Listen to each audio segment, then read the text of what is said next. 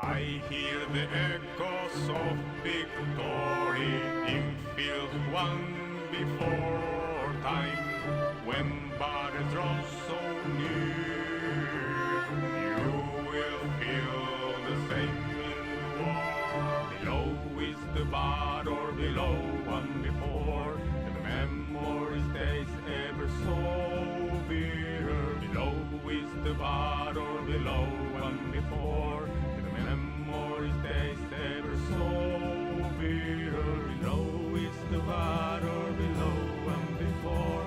The memory stays ever so bitter. Below is the battle, below and before. The memory stays ever so bitter. I hear the echoes of victory in field one before time. When battle draws so near, you will feel the same in war. Below is the battle, below and before. The memory stays ever so bitter. Below is the battle, below and before. The memory stays ever so bitter.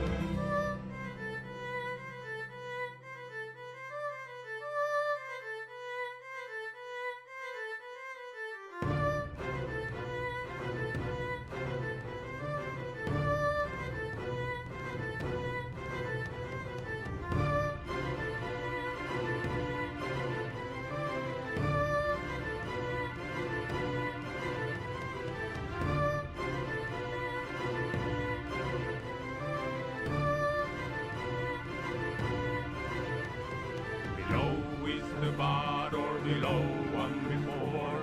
The memory stays ever so bitter. Below is the battle, below one before. The memory stays ever so bitter. Below is the battle, below one before.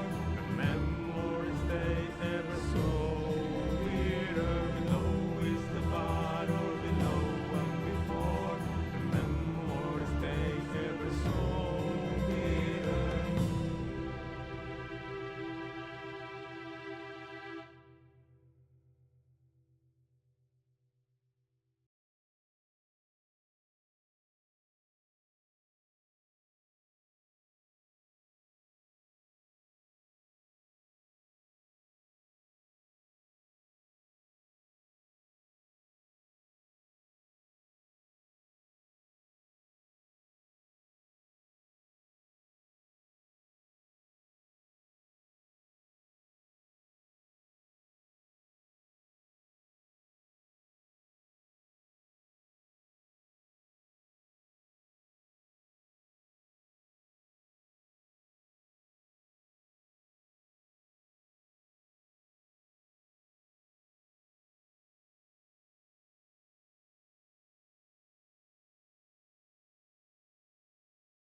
Hello, and good evening. Hello. Good evening, everyone, and welcome to TaleChasers on Friday evening with me, Amber, and these Stargazers who have gathered around me today. Whoa! That's CB. It's me, Mario. Correct, that is indeed you guys. And him, Mario. So, Lawrence will not be joining us this week. He is vacationing, and that is completely fine. We will be fine, probably, without him, maybe. We can do it. We can do it. We've already reported him to the authorities. Very good. That being Correct. That is most assuredly correct. There is no announcement to be made by me. There's nothing going on. We're in a very quiet phase right now, going up the summer. And that is it. You know what is important? That Mark is going to give a recap of last Yeah. session. Do we have any announcements to make? I literally just said we don't. I did not hear that. We're not playing tomorrow. We're playing next week. Or for There tomorrow. you go. So There is an announcement. That's not an announcement to me. This is just the norm. Maybe not to you. I mean, yeah. With our one player down, we are in quite a scheduling conflict with our already many players that just say I can't. It's Hey. basically Jover. This is your time to just call them out, you know, like I This is me wouldn't. calling them out. They're not going to be here anyway, so they're not going to see this. Good. A Trudodrum.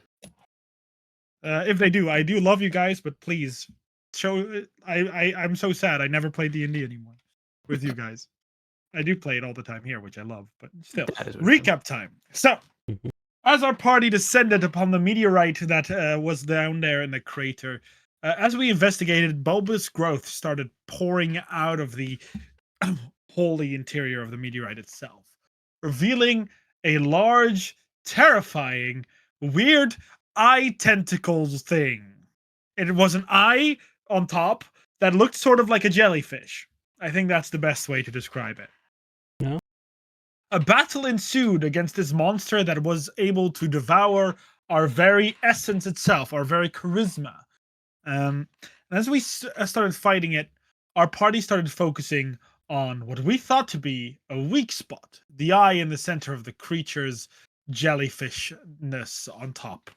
However, as we destroyed that eye, creatures came sprawling out.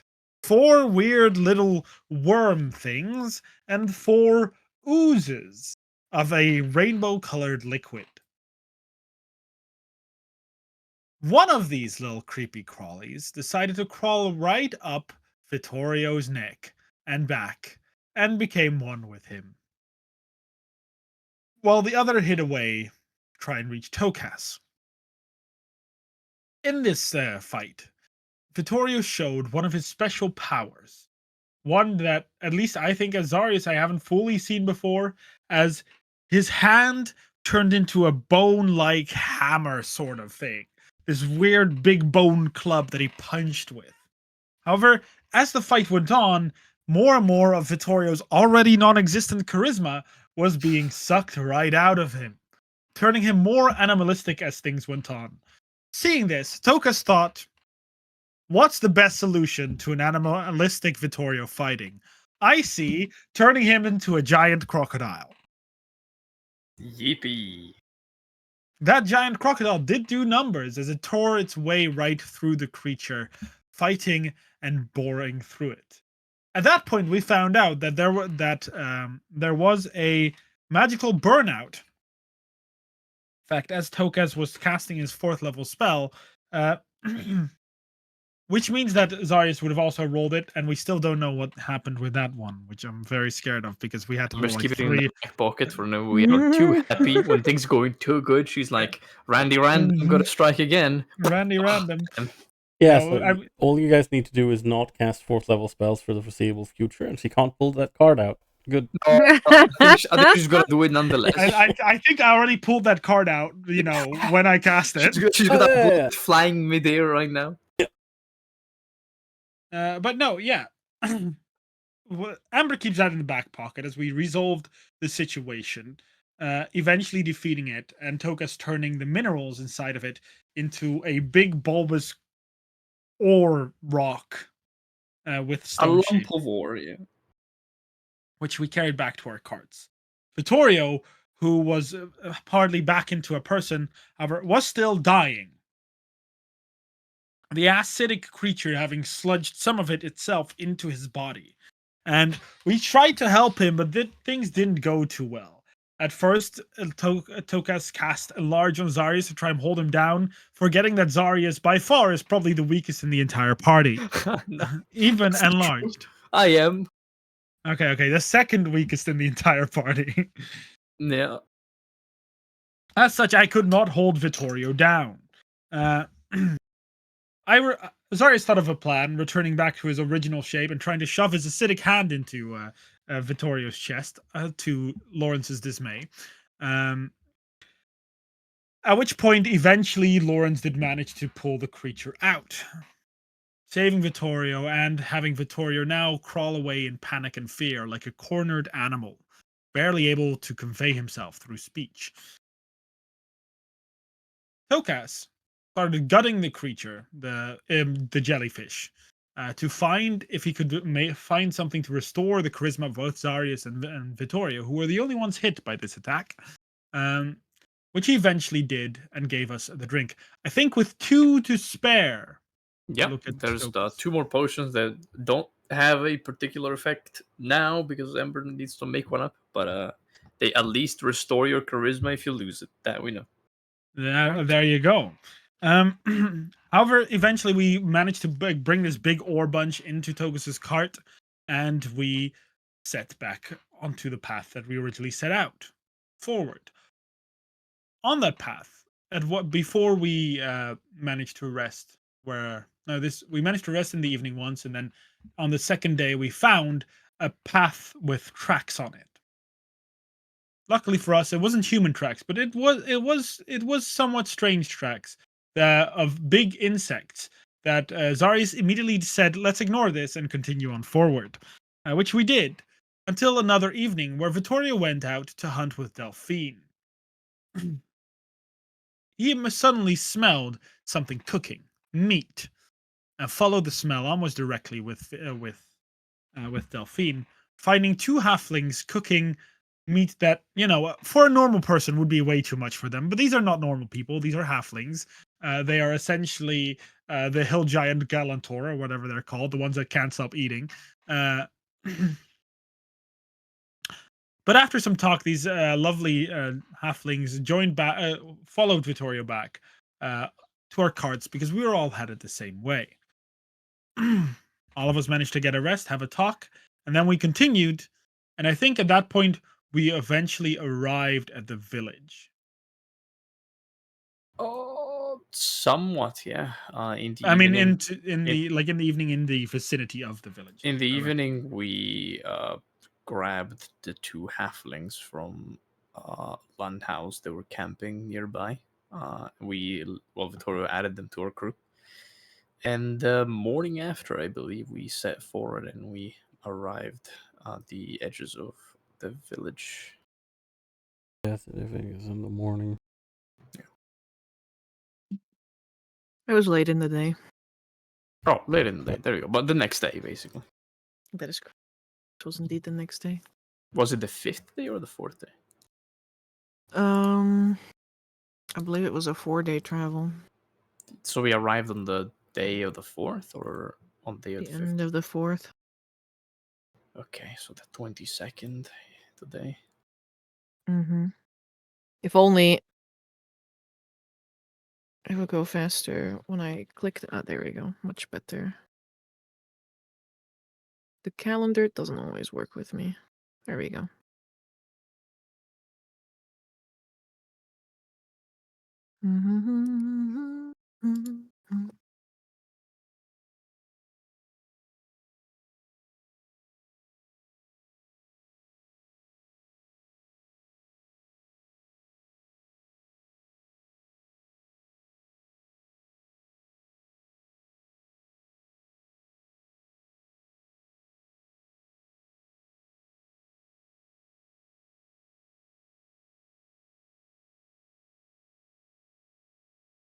This tiny little place in essentially the middle of nowhere. This tiny, bustling place is known as Peafield. It stands near the long, winding road to Oltenheim, and it is the heart of Pfaffenholt. Travelers and traders alike who choose not to take the road by train, perhaps to shave off a few coins, and who neglect to take the boat, perhaps because they fear seasickness. Instead, follow this road and find themselves in Peafield. Here they shake the mud off of their feet, and they grant halflings the opportunity to grow fat on the taxes and tolls that they levy upon them. Oh, fuck. The most prominent cultural landmark of this region is, as DJs will tell you, the Cenacle. A humongous, almost mushroom-shaped structure that towers over the surrounding trees and that you can see quite well. approaching the palisade that surrounds this little village of sorts.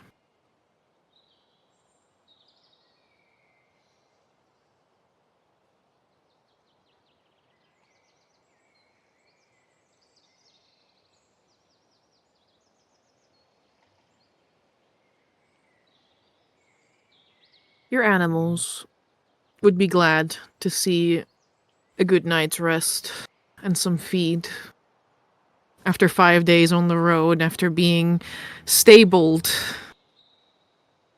for nearly 5 months. That is true. I think the first thing we're doing as we get in is probably find some stables to put our wagons and horses.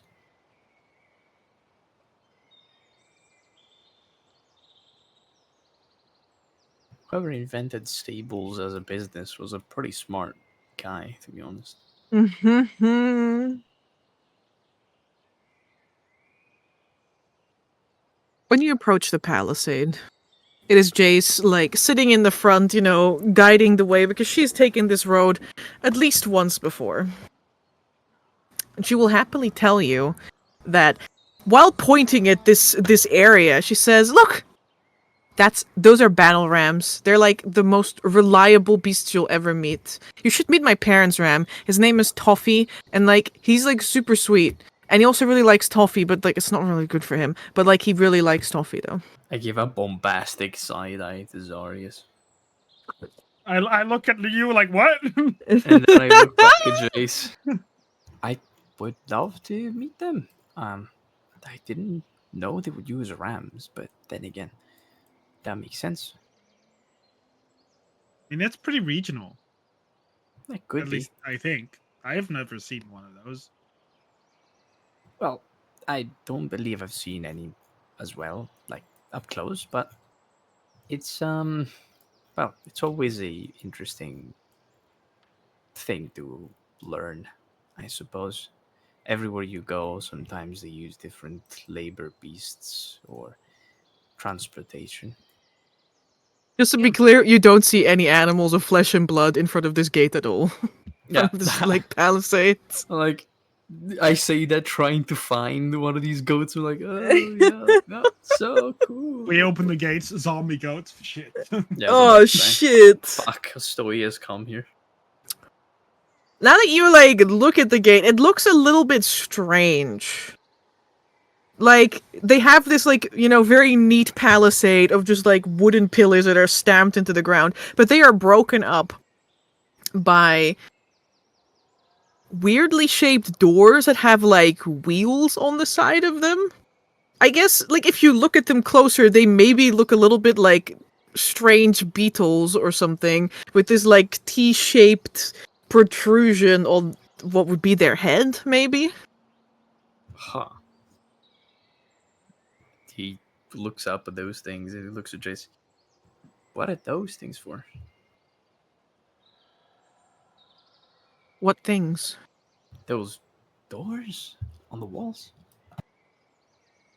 She looks at you, she gives you the bombastic side eye. She's like, how else do you get inside if not through a door, Toka's like, this is logical. What? Kind of squints. How far up are these doors?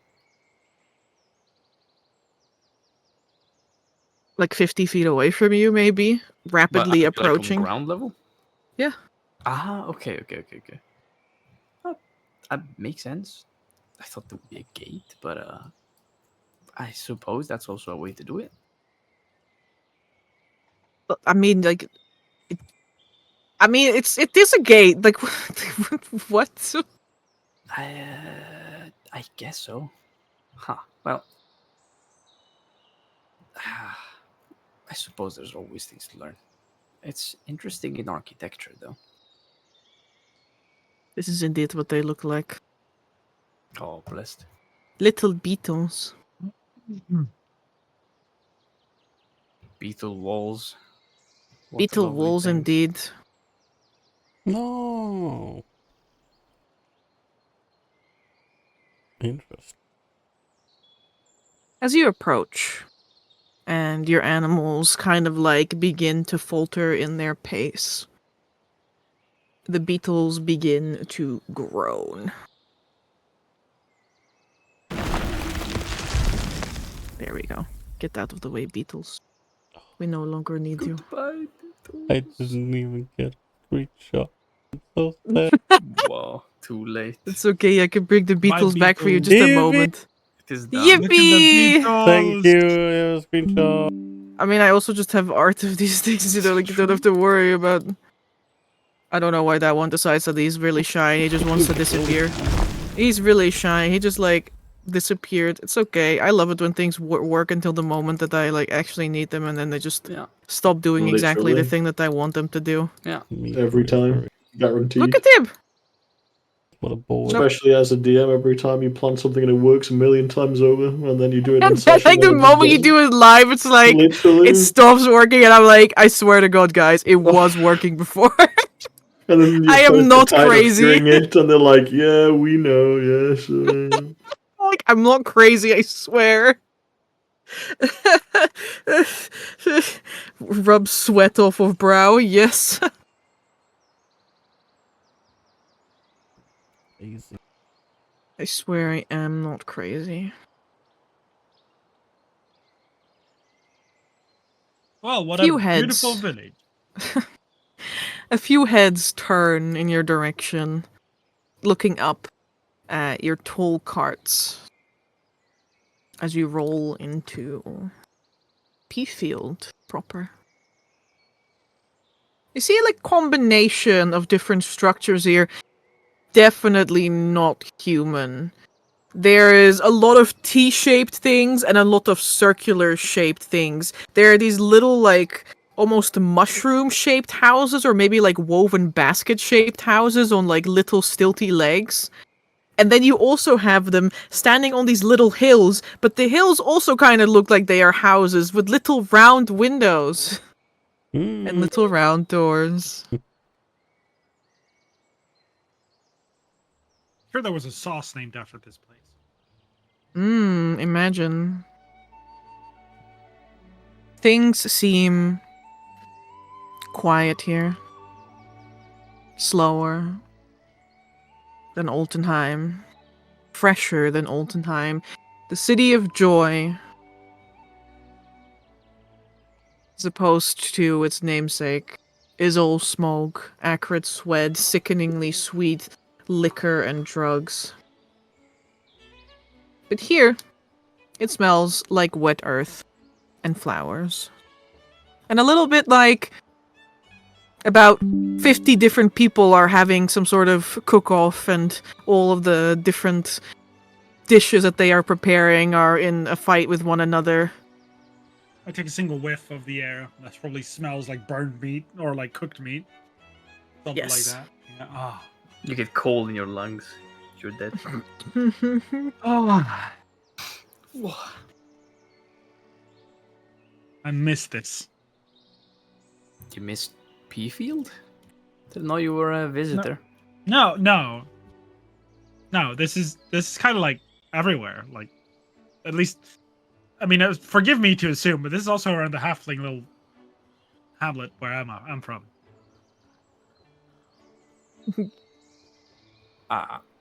Although the air is a lot more cold. Cold? Mountains. Ah, well, yeah, that makes sense. Well, I it is don't. nice. I'm not gonna say halfling hamlet. Halflings don't have their own place anywhere in the world except here. The house. Sorry. They basically, yeah. I mean, you probably have like. They usually are confined to district, like in Altenheim, where you have Mauserhauser, which literally means little house of the mice, because they are tiny people and they have tiny neighborhoods with the tiny horse. They're basically, I mean, we didn't get there because you guys barely went there in Altenheim, but they're basically an attraction, you know, for people to go Halfling look at the though, fucking, yeah. like, It's a Small World from Disneyland, you know? Oh my god. Oh my god. Anyway, disregarding the fact that the halflings are happier here when they are living out in the wild. The people here Like, eye you a little warily until Jace begins waving at literally everyone, and then they begin like waving back, you know. You just wave as well. Wave. You see people milling about with carts, some of them moving towards that towering mushroom structure in the distance, carrying baskets under their arms, carrying buckets atop their heads. The offerings for the Halfling King. And He you eats also one see Halfling every year. you also see not beetles, but the strange T-shaped, like horned creatures that made up the gate. What? I Here's Wait, a they're picture of them. want to look at it. These are the beetles. Oh, it's no, the- it's oh, not it's a beetle. Oh, They Oh, are it's a definitely goat. not beetles. what? That's Is so... that a rhino? That looks like a rhino. Looks like a sheep. What are you? What? Well, imagine we had beast lore. What do I mean? Is it a rhino? Is it a sheep? No. Is it a beetle? It It's looks available. exactly like a rhino, just with a different horn. Except this is woolly and rhinos are leathery. Exactly, it's my The point. woolly rhino. Victoria doesn't even ask, he just says, actually, I read about these beasts once. Hey, you said if we only had beast lore. Victoria. You know, like, maybe not everything about these beasts. But the basics are there. These creatures were domesticated quite some time ago. They are known as battle rams or Altwalde oxen, and they are not actually goats or rams or, you know, cows at all, as their name suggests. But they are actually distant relatives to lantern walkers. Although these guys are not pescivorous or carnivorous, they are completely herbivorous. I'm going to take a minute to study one. They also don't grow any taller than a pony. Oh, little babies! Yeah, they They're are. suitable for tokas. They are What very was it you obviously recognized for the large T-shaped horn on their head, which they use in their mating displays, and they also mark their territory with it by scraping the bark off of trees and knocking trees over. Blessed. They have very soft fur. They don't grow a lot of fur, but they have like fur in like the chest area that is very soft. They have very tough leather, tasty meat, very nice milk, and They do it all. Jesus Christ, They okay. do it everything. Yeah, but there's more. God, But there's more. Hmm. Victoria, you recall having been in Graffendam, you recall like vaguely the name, like the name rings some sort of bell, and then you're like, wait. They eat the horns. No, they don't just eat the horns. These creatures, when they go into rut, they produce this very sweet-smelling liquid from glands in their neck, and the people in Graffendam are super like into this as a perfume. Hmm. From their neck. Okay, that's not where I expected that to go, but I'm happy that's where it went. Oh, I don't know what you expected, to be honest. They produce a very sweet, swelling liquid when they are in rut, and that's all I will tell you. Yeah. Don't wanna know the rest. We don't have to know the rest. Very good. All you have to know is they make very nice smell, and it's expensive perfume is made out of it. Mm. Whether the people actually know where that perfume comes from is like another question, you know. It's like people not knowing that their lipstick is made with whale fat, yeah. Or that burgers are made out of cow, yes. Yeah, Tokus will So is marvel there- around looking at these things. He'll take a good minute to study these new animals as he passes by. Then it's gonna turn around to Jace. And I guess everyone else, because we're kind of traveling in a caravan. Yeah. Alright, well, I suppose we should find a stable and then a place to stay. But first of all, we drop our animals. Well, easy for you to say. You already got one. What? A stable? No, a place to stay. I don't think so, Zarius. I wouldn't not mind from sleeping in the open air in a place like this. I mean, we could all sleep in the open area. Yes, that's true, but I would like to sleep under a roof for one day. Looks at my card that I've been sleeping in every day. Hmm. What do you mean? You gotta make, but Tokus, you gotta meet the parents-in-law.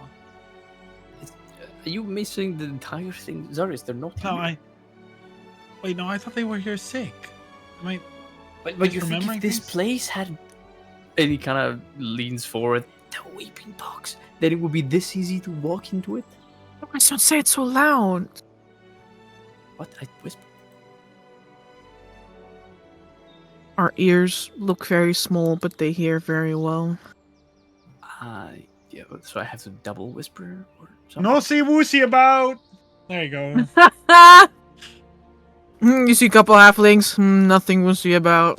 Hmm. No see woosy No about. see, we'll Susie. see. No see, we'll see indeed. Anyways, to drop off animals. Do you know if there's a stable around here? It's around the trace. I did, in fact, stay in a cute place just across town. Well, that's that can be our first goal, and then I suppose directly to the lodge.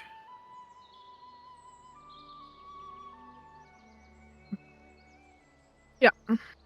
Sounds like a plan. Just because I'm a bit slow, is this Faffinholt or? Well, Pfaffenholt is the region. Mm-hmm. Peafield Oh. is one of the many, towns and gathering places.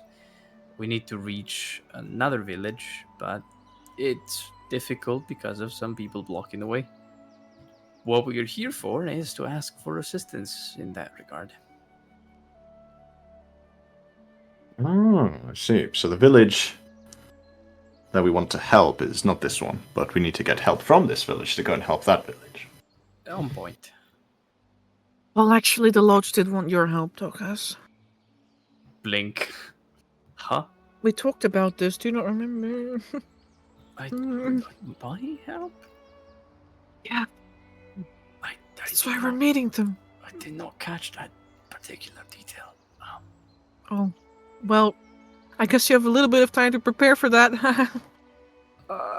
I'm How more far is this concerned about place? why they know me than anything else, but I guess I do. Of course they know you. What do you mean, of course? They know all small folk. What? They know all small folk. That is borderline creepy. How? Well, I don't... That's not creepy. But of course it is. How do you know No, every it's single not. being of a particular race? Size, not race. Hmm. That's we are of different races, Zarius. That I'm of the gnome race.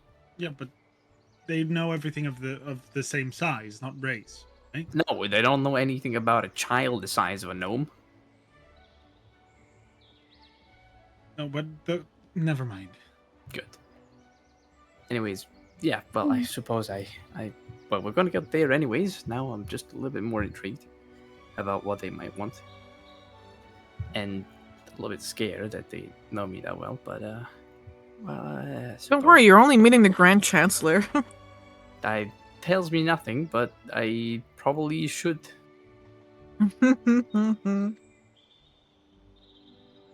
Jace chuckles to herself as though there's an in-joke here. My face when. Well, for now, let's worry about getting these guys settled somewhere.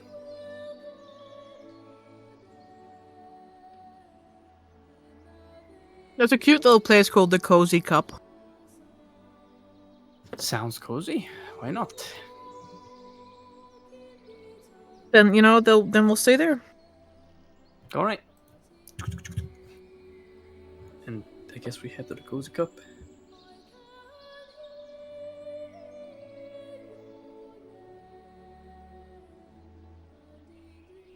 It's a place that's a little bit like further in the back of town, away from the main streets, where most travelers would settle as soon as they could get off the road.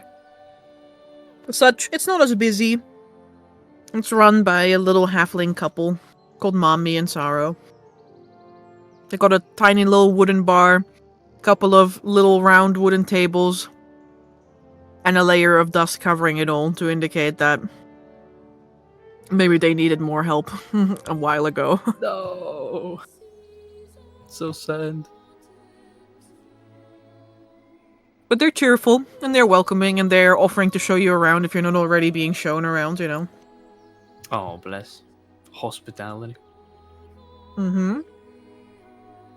They have ale, they have wine, they have stew. But you could also get a roast meat sandwich if you want. Yeah, we have this menu, but like if you want something else, we could probably get it. That's literally what they're indicating, like, we have this is our menu, but like if you want something else, we can just do that for you, you know. Yeah, we we'll understand the just get importance that of one food. instead, yeah. Important. Yeah, love that.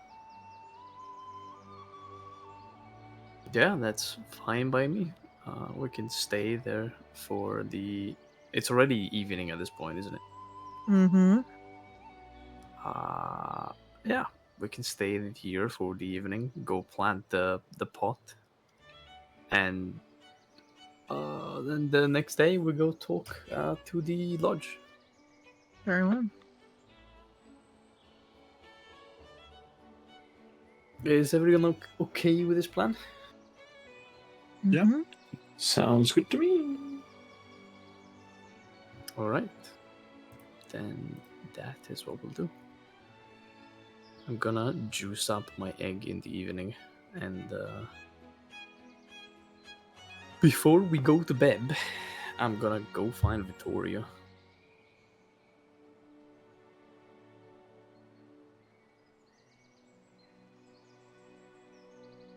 But the man is too busy. I think he's be right back. Yeah, maybe. Vittorio is on the toilet. Whoa! No, man, he ate too much halfling cheese. Very Little fair. did he know that his mutation of the day was lactose intolerance. What? Halfling cheese is one of the few things that you can eat and then you feel full immediately. It helps halflings not eat a shit ton on the road, technically. Damn. People smile. That's totally what halfling cheese is. That's totally what it Yep. is. If you eat more than one slice of halfling cheese, you implode. Mm-hmm. You just light up. Did on I tell you fire. it expands? No. Hold up. Wait a minute.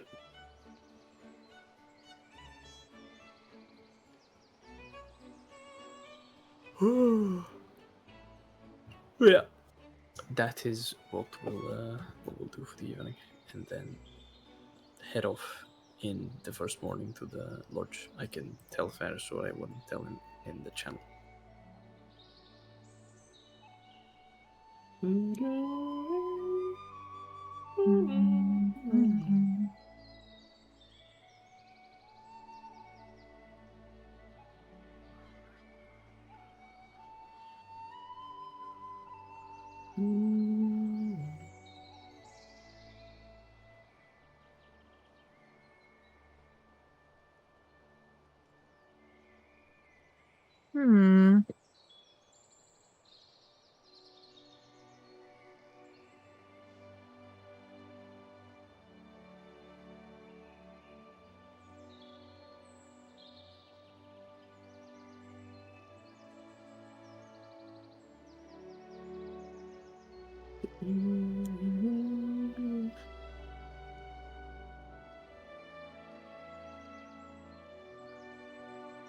Oh, what did you miss, Ferris? Welcome back. We were waiting on you. Welcome back. Correct. We decided to go to this inn called the Cozy Cup. Yeah. And we're staying there for the night, putting the horses there, and tomorrow we're going to the lodge. That's the plan. Batokas is going to find Vittorio before everyone goes to bed because he has news. Yeah, sure. I think Victoria would probably be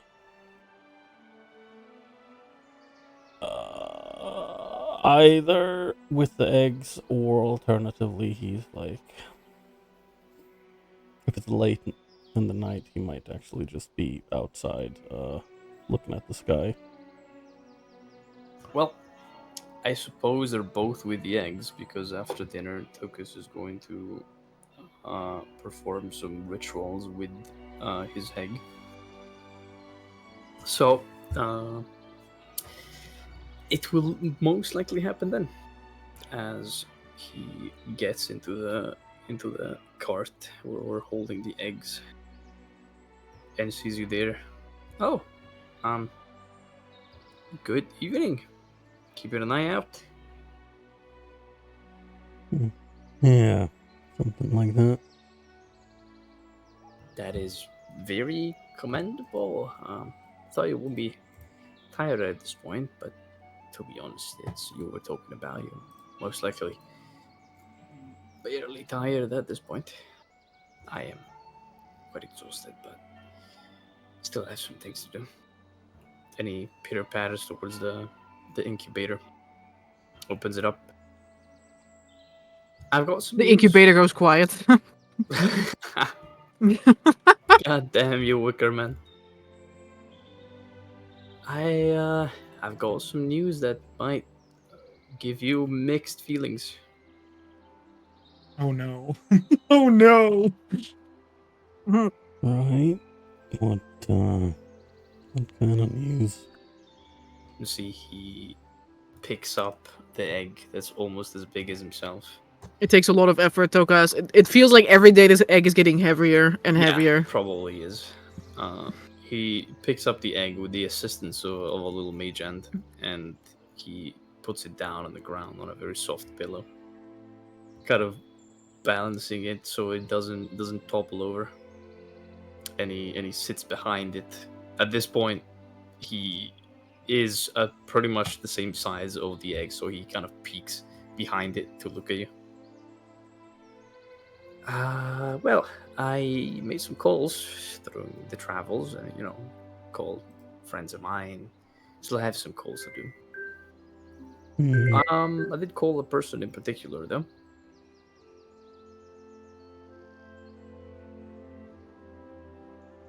And he rolls up his sleeves up to his shoulders and places his hands just a few inches away from the egg.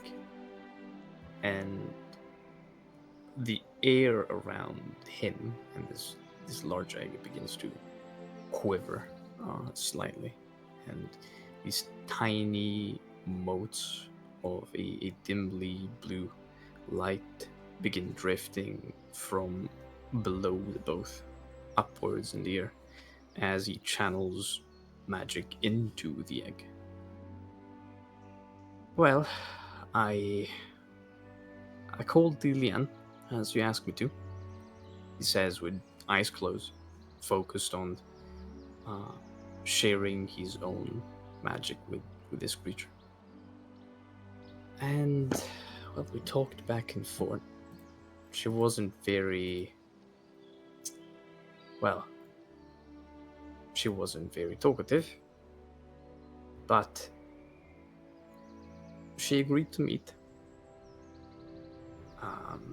Explained to her everything that transpired. And, well, to be honest, she said that that she works better alone. And that she has no real reason to join this expedition. But she's willing to see you. So, we are to meet in 10 days in Oltenheim, in a tavern near the market district.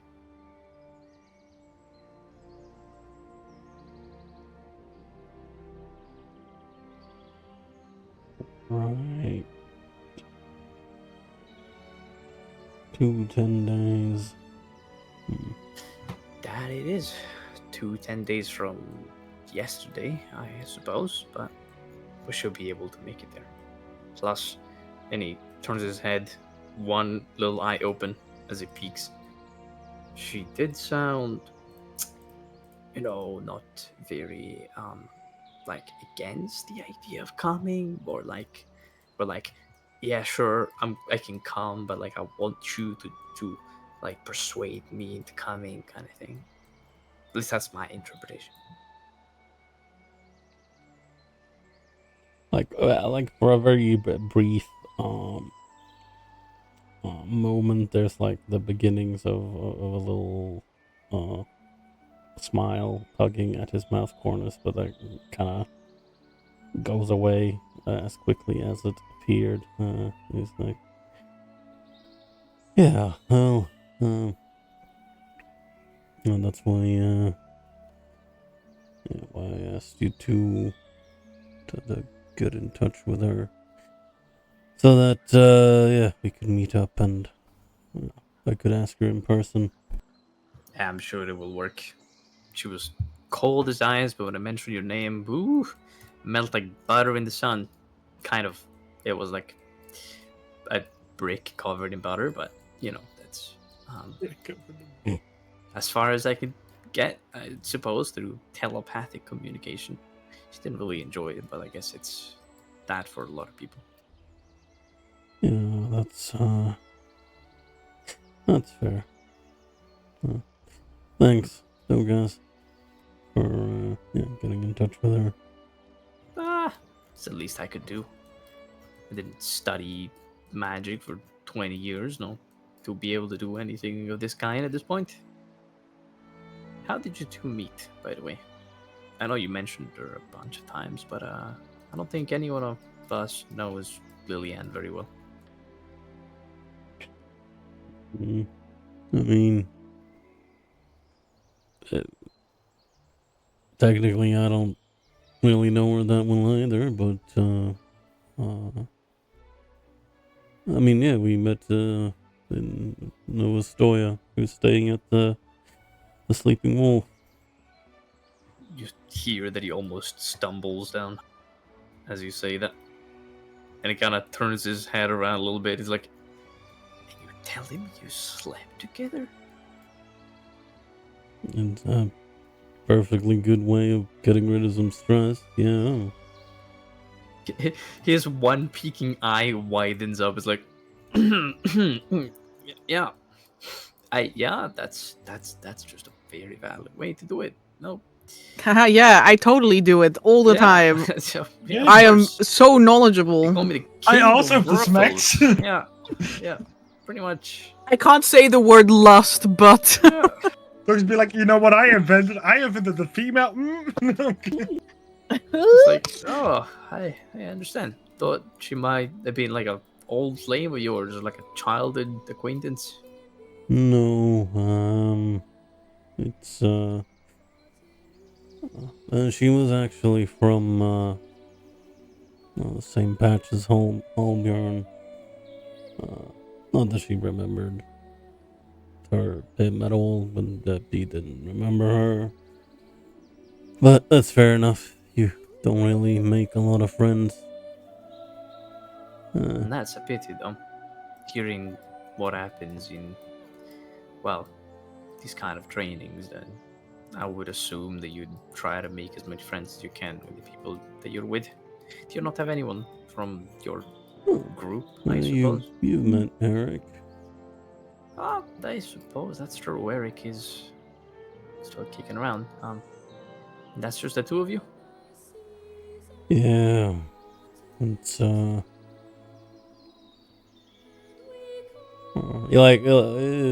kind of looks lost in thought for a bit, and he shakes his head. Yeah, no.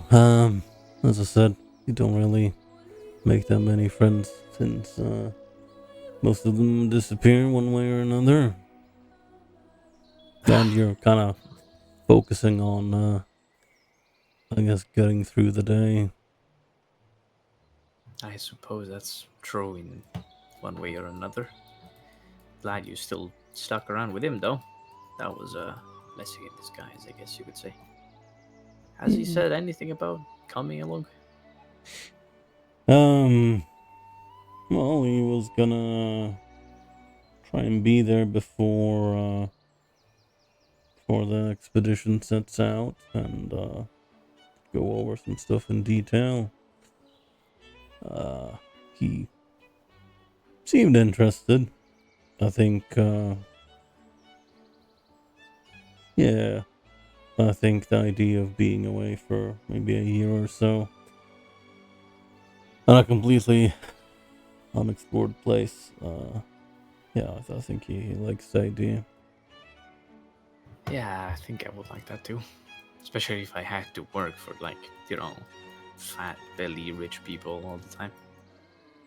It can be annoying to deal with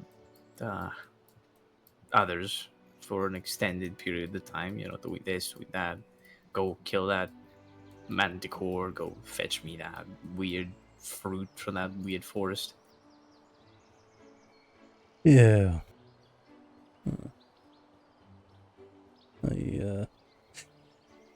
Yeah, no, I don't know how he does it. Have you not done that kind of work? Like contracts and things of the like?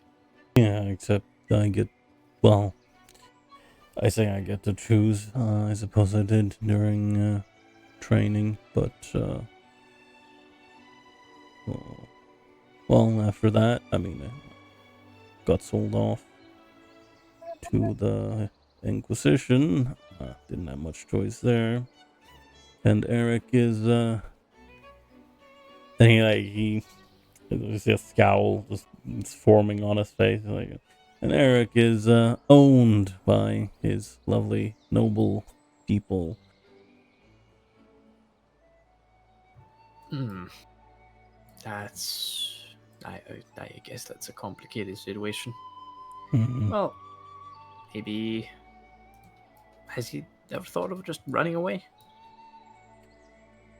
Running away is usually a really stupid idea.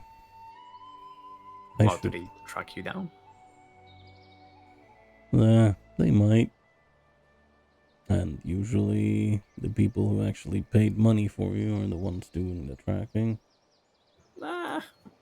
Let's be honest. If he joined us, he'd have nothing to lose. We're already being tracked by one of the most powerful nobles of Astoria. How worse can it get? Mhm. And the Inquisition. Yeah, see, that's not really a good sales pitch.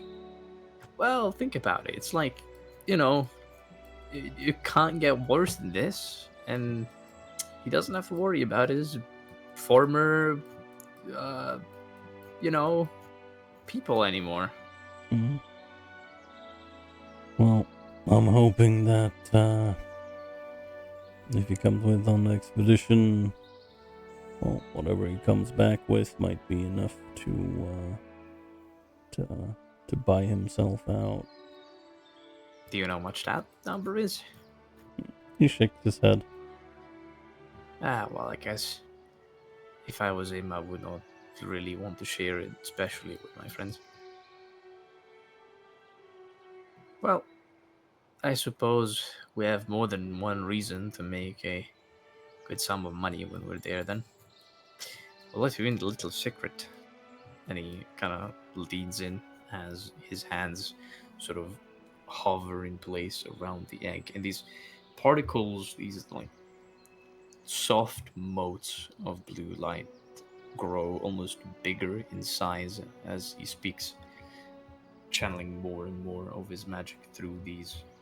This very slow process, almost like big grains of dust that instead of falling down, they float upwards, and sometimes they stick to the egg uh, and dissipate against it. I'm actually planning a very expensive but hopefully fruitful endeavor. I want to make a skyship. Like he blinks. You mean like the one thing we found in Violet Falls, except what? Exactly that model, except it's the size of an actual ship. You see, I was thinking 2 organize a proper, call it mercenary, call it sellswords, call it a freelancing organization in the name of the Stargazers to save the world. We need finances. And there's two ways to go about it, really. Either you find a patron, but then you have to chain yourself to a specific country, a specific group or organization that owns you, or you're self made. And so I was thinking, if we want to be self made, we need to earn a lot of money, and I don't think adventuring is going to cut it, so I need to set up a shop again. But if I set up a shop on any ground that belongs to any nation, then we encounter the same problem. I saw a nice plot back in Oltenheim the last time we were there, but hell, if I make a store in Oltenheim, I might as well get kidnapped again and thrown back in jail. Don't worry about that one in detail, by the way. But it's the same problem for Castinella or the Burek or Charnield. Wherever you try to settle down, you'll have to obey by the rules of whoever owns the place. And so the answer came to me. What if we put up a store in a place owned by no one? And he points one of his fingers upwards, the sky. And it's really just a simple answer. I make a ship that can fly, first of its kind that no one possesses, and that will be our storefront. We'll set up an entire organization and we'll run it from the sky. That's some pretty, yeah, that's a big goal. But it's feasible, and I already have a plan. If we go to the Expanse, within 1 year, I'm sure I can research some prototype for an Ethereum-based engine. I already know the mechanics. I've already studied and dismantled the toy that we found in Violet Falls. I have a rough understanding. I'm still not sure how it keeps on flying without ever shutting off. That it'll take me a little bit more to figure out. But the principle is very similar. The problem mostly is the expenses, but I have had some ideas. Besides, maybe a help from the lodge. And we do have a favor from the Erwison, which might lend us a help in the way of skilled labor and things of that kind. If, we just really need some carpenters. Plus, if we are able to take our vessel, gifted by the Emperor, out from the Expanse after a year, or hey, maybe an even bigger one, you never know. Pirates and sailing and things, usually you'd like board another vessel and take command of it. At least that's what Vincent said, I think. Maybe we can find something suitable. Put a few wings on it, slap an Ethereum engine, and we'll have a flying ship in no time. Not only it will let us travel faster across the world, so hopefully we can reach the other 3 pieces much faster, and we don't have to walk or take a cart. But also, it opens up a whole new endeavor of hopefully having a mobile base all of our own. And, well, that other financial endeavor that I was talking about before.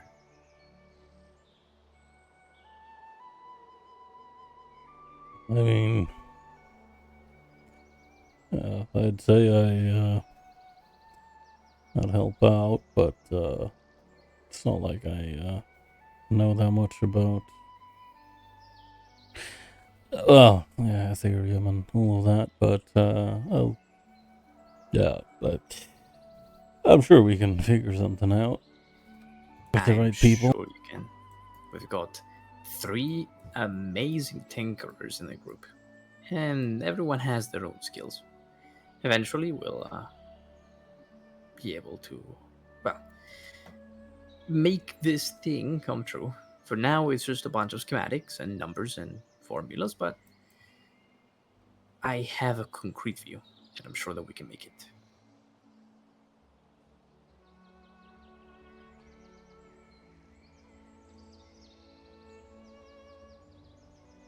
Oh wait, could you repeat the last part?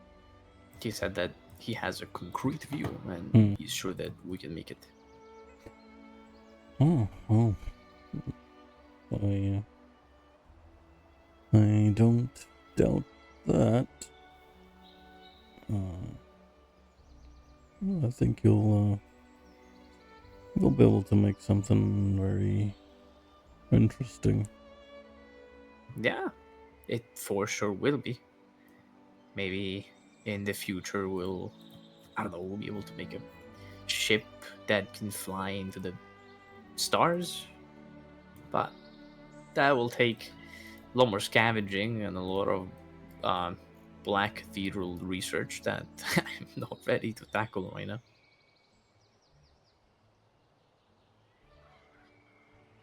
Mm. Mm. Yeah, probably not for a while. Yeah, I'd keep it at a post-saving the world kind of goal. It's like one of those. I give myself another reason to, stop the planet from shattering into.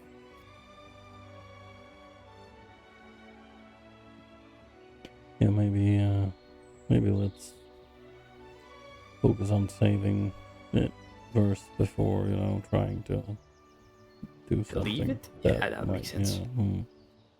Yeah, suppose that's what comes first.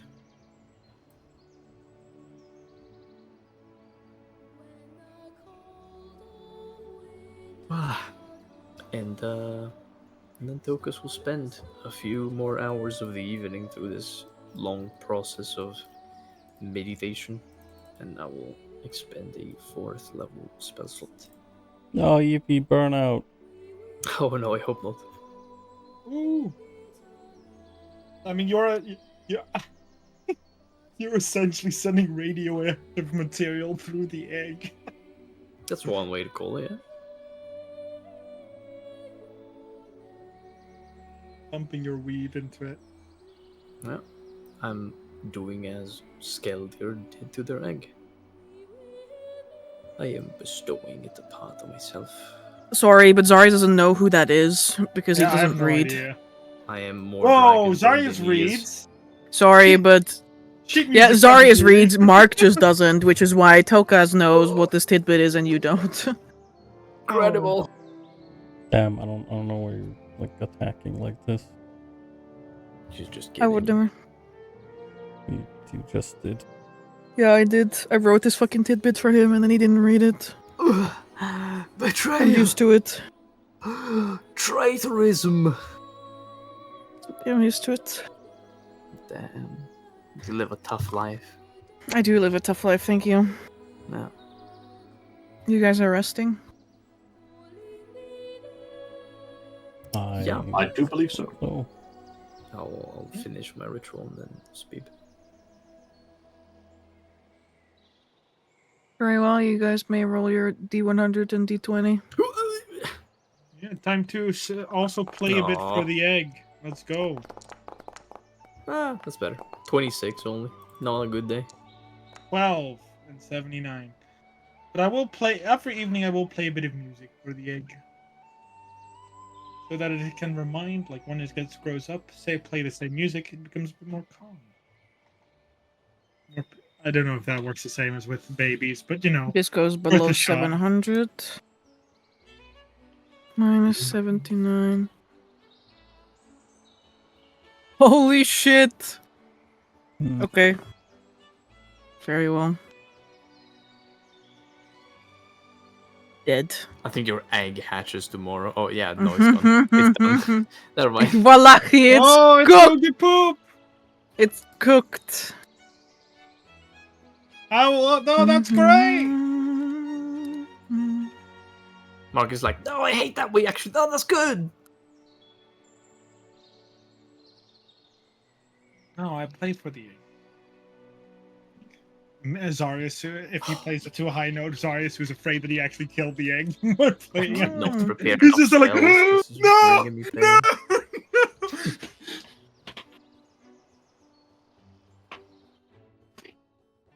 Pause this one for a little bit.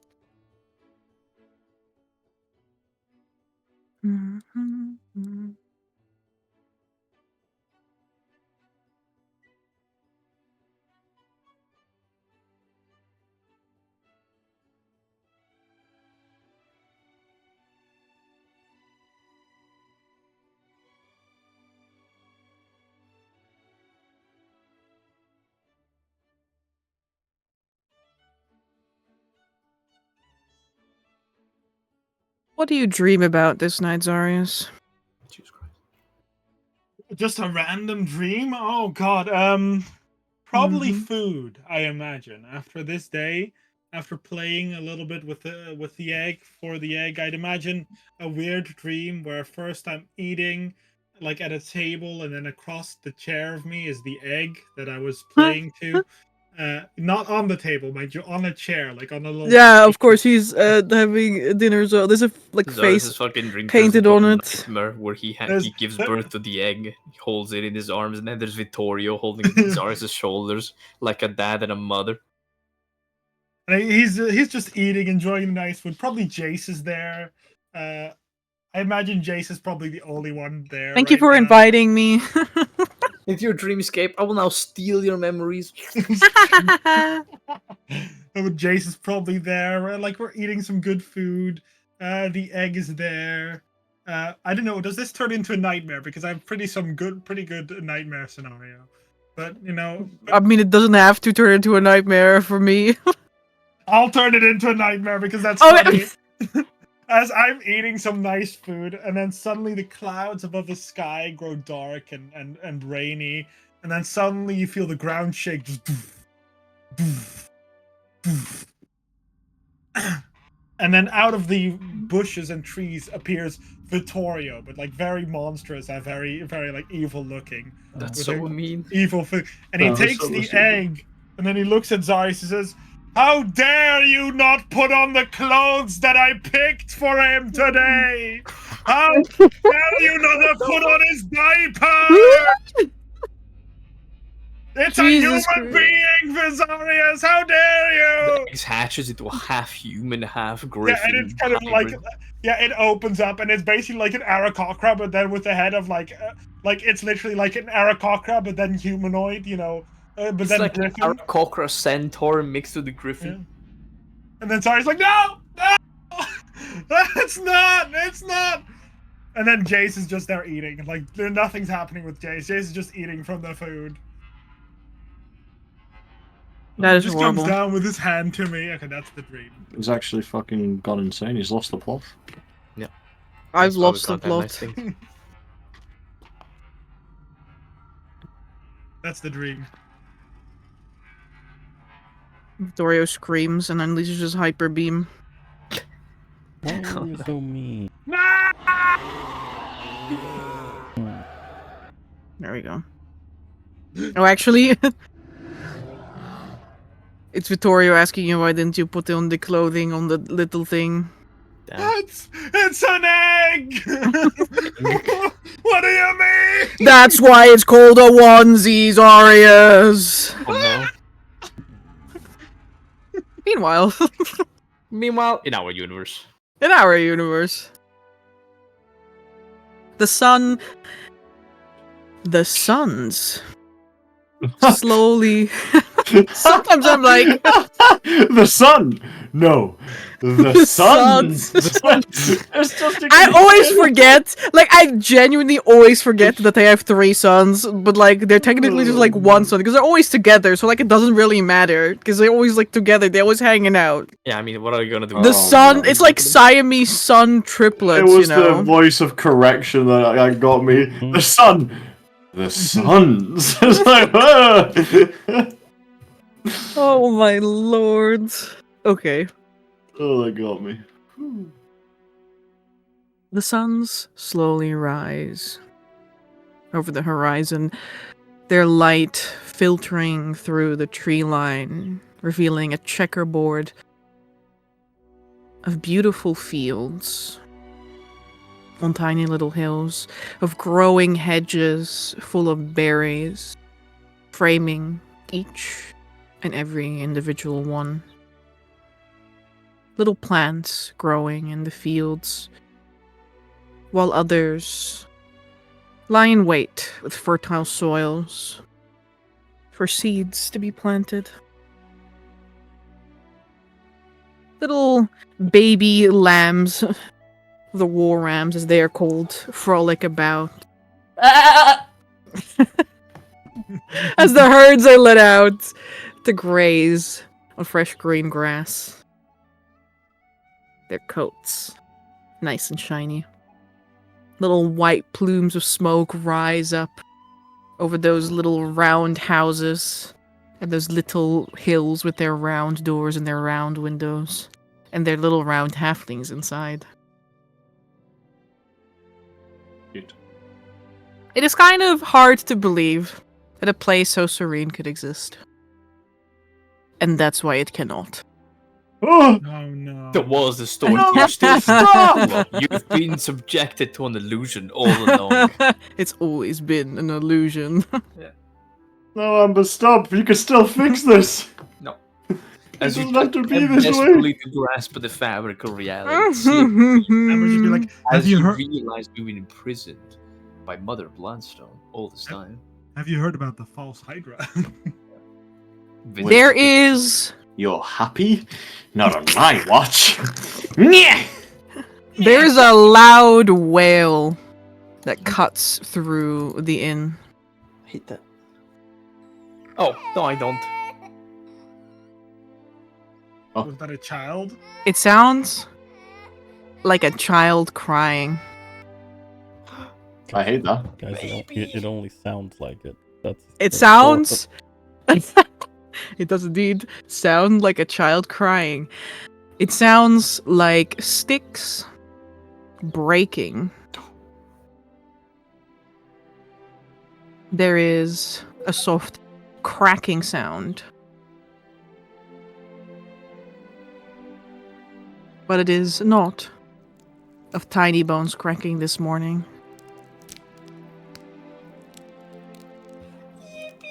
As a child's wail continues to resound like an alarm from the heated box in your room. Oh no! Rush to it! Yeah, I mean, I think all of us rushed to it to this point. There's like 10 people rushing in this room. 10 people rush to the incubator and pull it open, and you see a tiny little straw man furiously rubbing its little sticks together, and it's producing the horrifying sound of a child crying. Bitch! What the fuck? I look at the guy. You look at the guy, but he's not important. Because sitting next to him, heaving in its little body from a broken shell, surrounded by clumpy, wet, goopy bits, sticky fluids still oozing from the shell. A little creature takes its first unfettered breaths and moves clumsily as it learns that walking is actually really difficult. And trips like 6 times on its way to try and get upright. Baby! I will move away. I know that these creatures imprint, so I will let Zarius and Vittorio take the stage. Yeah, I was gonna ask if it was our egg, but yeah, I think it was. I think it is. Mine's gonna take Yeah. 20 more months, don't worry. It's free. One of them is going to take a very long time. It's okay, she's a big girl. She needs Dario, time, okay? look at it. It's free.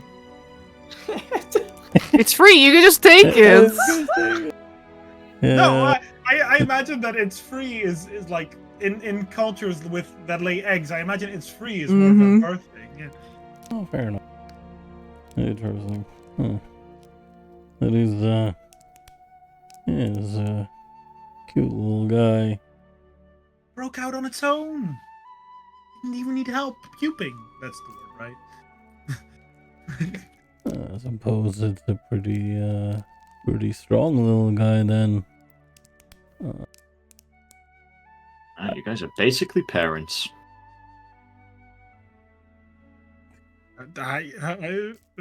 Victoria does not respond to this. Does it look like a featherless bird? Yeah. No, it's not featherless. It does have like feathers and hair, but they're all like clumped together because it's still wet. Or is it? Oh, or is you're it so Corvocoro? ugly. Oh, What the this fuck? is my favorite part.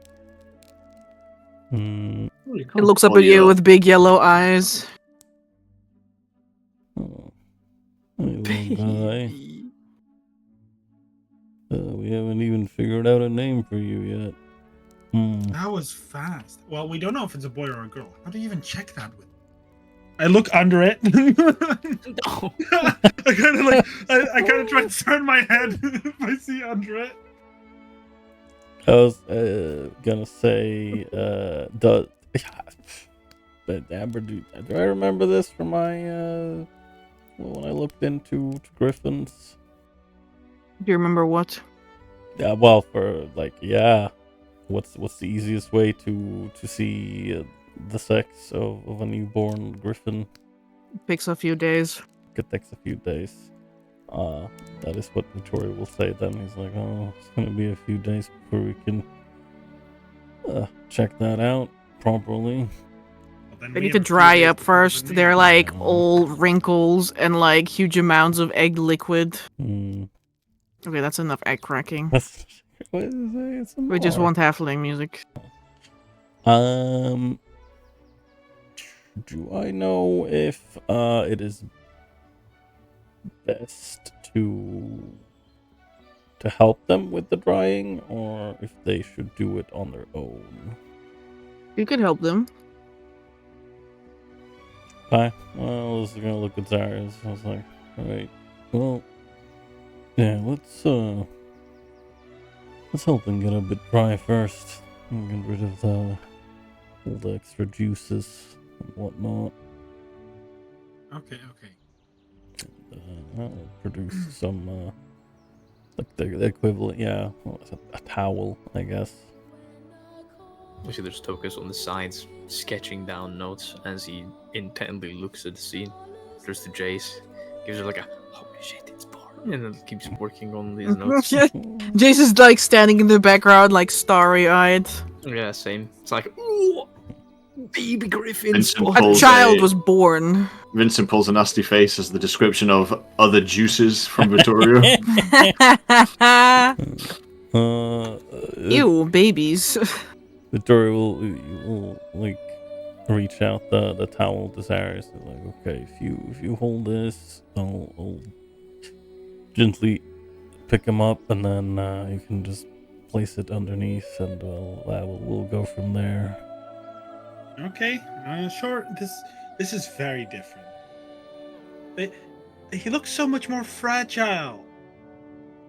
I mean, I don't know. When does your scales normally set in? Pretty young. And the scales don't really set in. I mean, they got proto scales first, but they don't look as fragile as this does. That's fair. I don't want it anymore. It's so fragile. It's so fragile. I You could just like rip him in half, you know, like He's saying it very endearingly. He's like, oh, Yeah.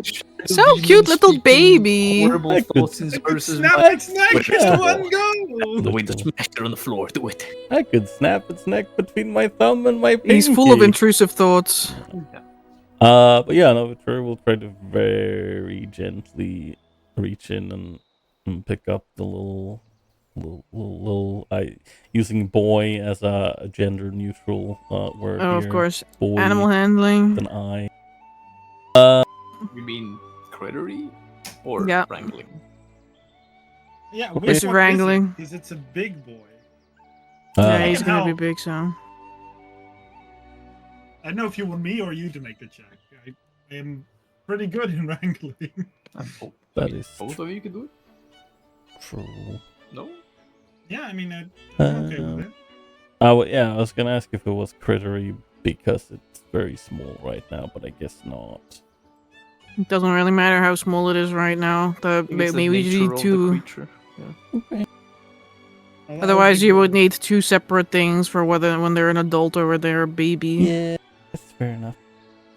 I can roll wrangling, but I'll very carefully. Like you'll see, definitely Zar's hands like shake a little, like tremble. Very careful with it. I thought it was a now one. I'm like, no. What is the result? Natural 20 for a 28. You pick him up. You pick him up under his shoulders, which is like the best way to support him at least. His little lower body like dangles. You're like, shit, I need to support that. So you support the little lower body as well. He kind of just like hangs there and like he's just staring at you guys and like trying to use his head to look around, but it keeps like flopping over. No, baby, put a stick around its neck. What? Like a plant, you know? Put the stick on the baby right now. This is a botanist. So the first idea he sketches is a little griffin with like a stick tied around the neck, like you would a bean sprout. What the fuck? Yeah. That makes perfect sense. You're the weird one for not thinking about it. Exactly. Yeah. My bad. Wait, I have I'm an the idea. problem. I have an idea. Torio, you should hold it too. What did you say? You should hold it too. Come.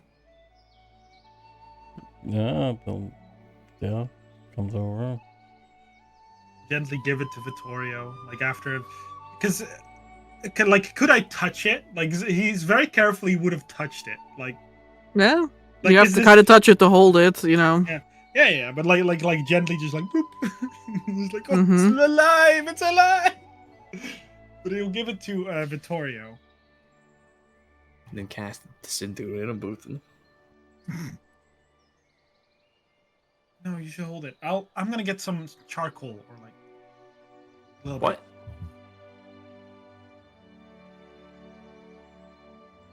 I think he wants them to stand perfectly still for someone to be long enough to draw them. No, Oh. I mean that would we definitely need to do that, but that's not what I was planning. Could I get some like is there a fireplace here? Yeah. Could I get some of the charcoal on there? Yeah, you can. I'll do it a never little mind. bit on my fingertip. He's doing the equivalent Is- of D&D life insurance. He's Okay, never mind, basically is- saying if this guy dies, at least it goes to Eamon. He's putting the Simba mark on him. The fucking Lion King. I mean, that's not. It's like a little dot on his forehead. Like okay. I rub a little bit on it, and then I'll do a little chant to Amon, thanking him for the life that is now here, and that if he could grant this creature a long, fruitful, happy, joyful, and safe life until it may end up back in his hands again. Basically, doing like a little blessing to Amon. Did he just Mhm. force this creature into religion? No, Yeah, it's an did. animal. Baptism, pretty much. I It's now- basically baptized it. It contracted a disease called Catholicism.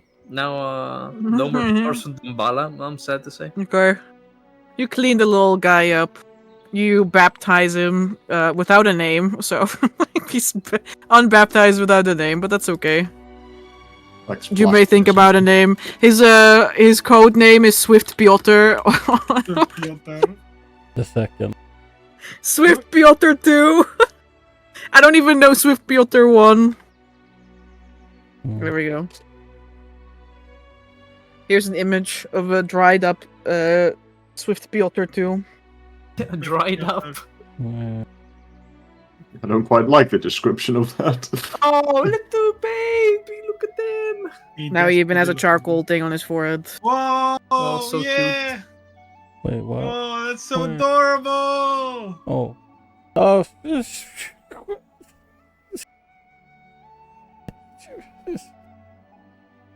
So cute. Meanwhile, child. Pierre in the back of the room, like, What the fuck? Like, What the fuck? bombastic side eye. This is what loyalty gets you. Amber, I don't know the spell ceremony, but I will do a ceremony with this. I know I can't magically marry people, but I will give hopefully Amon will hear my blessing. I'll do a little prayer to him, and I'll try to bless this creature in terms of with Amon's blessing. Make me a wisdom theology check. A wisdom up. theology check. Let's Hold go. up, let me cook. Hold on. No, never mind. You can Okay. go ahead and cook. Okay. Not Here the we chicken, go. though, please. I can grant you advantage because I have proficiency in theology. I can help you out. Oh, I also have proficiency. Let's go. Let's There do you it go. together. I'll help you baptize this child. As I will even expend some of my magic in this ceremony, just to Like a praise spell, Amon. yeah. 22, and I'll expend for flavor mostly a 3rd level spell slot. Great. Very well. So you do. I will now provide Mr. Swift Piotr with a token and a little sheet. He has 5 HP. Yeah, kinda. It's okay, that's just part of it.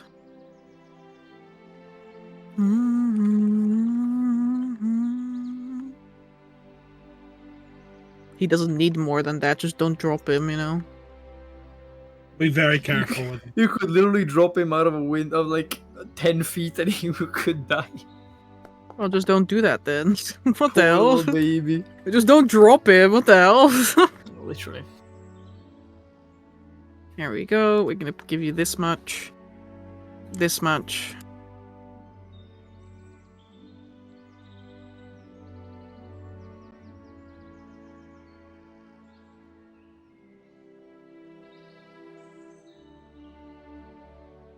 He's And still look at- very dumb as a baby. Oh, that's okay. You're allowed to be dumb. I look at Vittorio. Do you have any names in your head mind already? He's like still trying, he's holding and trying to like, yeah, support little guy.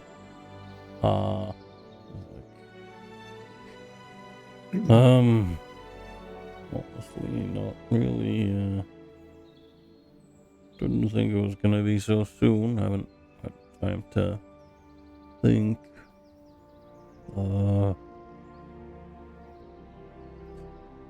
I'm gonna quickly turn on it. Maybe maybe something in like primordial or I don't know. I can speak that language. Yeah. Like, I know one name that I like, but it's kind of awkward because it's in my family, but it's like one of the names is Ilkath, which is like dutiful. At least that's what it's based around. That's the general feeling of the name. Ilkath is my grandfather. Never known him, but I thought that was a cool name. But I don't know yet. I'm just thinking of random names. Hillpath. We need to think about this. I'm just throwing random suggestions here, and I'm not very clever with them, so family is easier. Well, I don't really have any names to pull from family, so yeah. Well, we're gonna have a think about it, but I don't see why Ilkath would why that wouldn't work. Well, I'd like you to have options too. Like, it's our child. Sorry, it gives this very awkward look for a moment. Our pet, our companion, our animal. Yeah, it's our companion. That's true. A pet can be a companion. It's not mutually exclusive. Word pet is. Don't like it. But yeah. You shouldn't argue in front of the baby. Whispers Stokas as he writes notes about this altercation between parent and parent. We're not arguing. We're thinking. You're so adorable. Well, all I know about children is that sometimes parents give them names that relate to qualities that they have or hopes for their future, something like that. Oh, that's true. This is your sister. Yeah, I think she's gonna take a little bit more. I pointed the other egg. But it's alright. Everyone at their own pace. Do you want me to cast a spell on it? I think I can make it understand what you say. Speak? What? No, well, I can't make it speak, but I can make it understand your speech. Oh. Or him, or her. I guess I keep calling it an it until we know. Yeah, His sheet is in your mounts and pets now. Oh my god. It should be in Yo! companions. Yeah, I can't believe you put it on the pet. It I mean, it's a under companion. companions. Yeah, it's under companions. Yeah, I tricked Ferris into thinking that it wasn't. I didn't know either way. What? Oh, big Yeah. brain. Oh damn! Why does it have 3 dark powers ever? No, I'm kidding. Oh, Holy shit. Don't worry about it. Don't worry about that. no, look at the little guy. Oh, Little baby! Look at the little boy. Big brain. Look at him, It's a little baby boy. baby. Baby girl, baby boy. Oh, I like Vernov.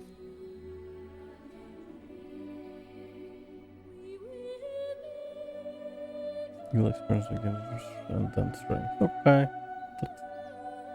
Frieden. Sorry, what do you mean by that, Amber? His name is Frieden, and No. he will still be there when you're all dead. Oh, that's so mean. You fool. You think you can kill me? No. I'm already dead. But I'll be here when the rest of the universe is blown to dust. True. We'll make sure to get him properly cleaned up. Also, Amber, so... Can I say goodbye to someone? I'll be right back. 1 moment. Oh, damn. Just as I had an important question for the DM. Does this baby have cancer? No, the question was going to be if it needs to be fed, you know, like... I can do it. Don't worry. 2 hours a day. What? Don't worry about it. What? No, the question was gonna be if it can be fed, like, just kind of a solid meat food, like meat, at this stage You have already. to chew it and spit it in its mouth. I mean, yeah, like it is technically part bird, so Yeah, that's true. I'm not entirely sure, but I will ask when she is back.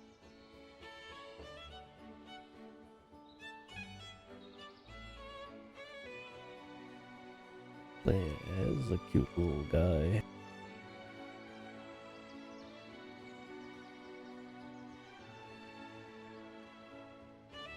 Look at how cute it is. Damn, it's better. I'm back. It's better at debating than Victoria. My question was. I want to be fed. Yeah. These are all the reasons I should be fed. Yeah. My question was actually about feeding. Do I know, based on what I studied, if You're going to have to bird him. okay, you're going to have to bird him. Yeah, sure, that's fine. Can humans bird? I mean, Ask Gwyneth Paltrow. oh my god. Do because it was Why? Why? unlocked. Massive psychic But- damage in a fucking AoE. But yeah, Mass powered kill right here.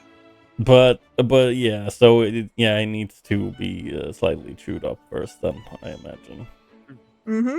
Do you share that with the party?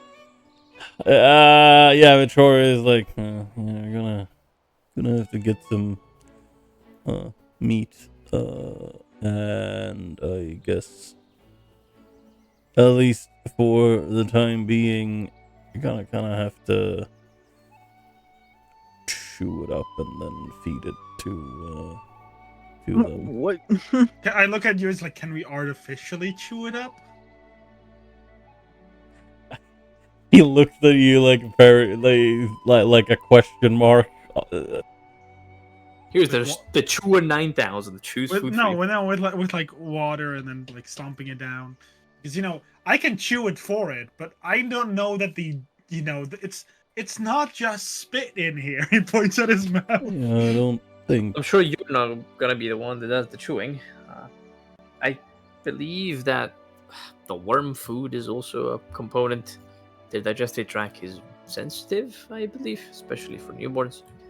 And so, well, usually that's why the mothers chew the food instead of, beating it up and smashing it into bits. Plus, saliva itself has a acidic component, which is innocuous to life forms. I don't believe if you put acid on the food, it's going to have the same effect. Yeah, no, I wasn't kind of like planning on doing that. It was just more maybe worried that if I did, I'd burn its throat. I don't think you can do it. Thinks for a bit. Amber, since it's kind of like yes, since it's partially a bird, technically speaking. Mm-hmm. Yeah, I assume we shouldn't really be giving it water either, right? Not at this stage. No. Yeah, because I think if I remember correctly, They like get all their food from their parent, Yeah. which is liquid. that's okay. Victoria can be a mama bird. Foreseeable. I'll be the papa bird. And chew and whatnot. Because you can't really mix it up with water and stuff either. Yeah, she's like, alright, if someone could get some meat, that would be great. It opens his mouth if it's hungry. It is like His mouth is continually open. Every time you move towards it, it's like, wah, like the mouth opens, like. Wah.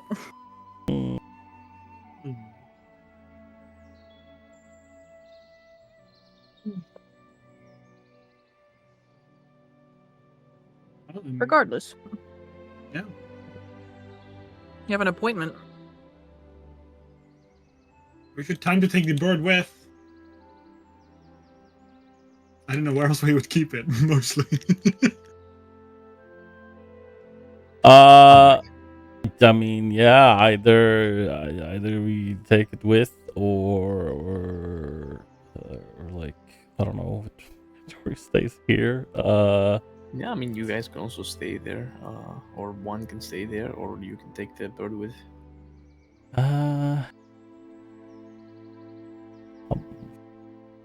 We can also wait a few hours and then go. But it's true that we can't leave this little baby alone. Yeah, it's fine. Victorio will. Amber, I want to make a little makeshift thing. Little makeshift thing, a little pouch almost. A baby holder? Yeah. A sling. Yeah, like a little sling. You can have a little guy on the chest. Handicraft. Natural one, the baby slips out. Takes 1d6 fall Boink. damage. Dead. Boinka. Don't say that. Boinka. Nice. No. Why are you rolling? Why are you rolling dice? Why are you? Don't worry about it. Why do I keep rolling nat 20s? I don't know. Anyway, roll your roll. Yeah. That's Live. above average. Yeah, you make a sling. The baby sits in there. You actually made an actual sling, so you let it go and the baby just Throw it flies in. off. I will. Yeah, I'll make sure to try and to keep a hand nearby so it's properly supported.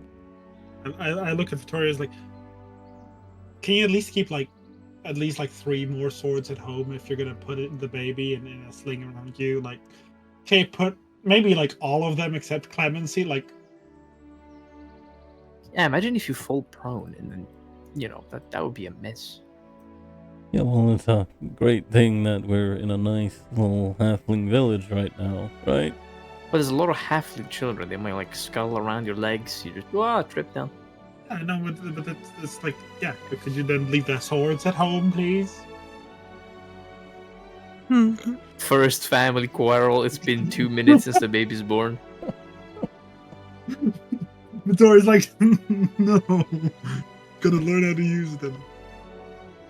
Togus turns to Jace. I don't have to leave my staff at home, right? When the Yeah, baby's born. I'll just carry what's It's not really that like official of a necessary. meeting, It's, Tokas. you know, It's just a chancellor. I'll be fine.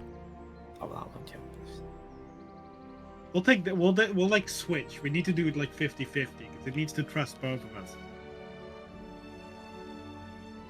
Togus keeps taking notes because he knows nothing of this stuff. He just starts taking notes about parenting.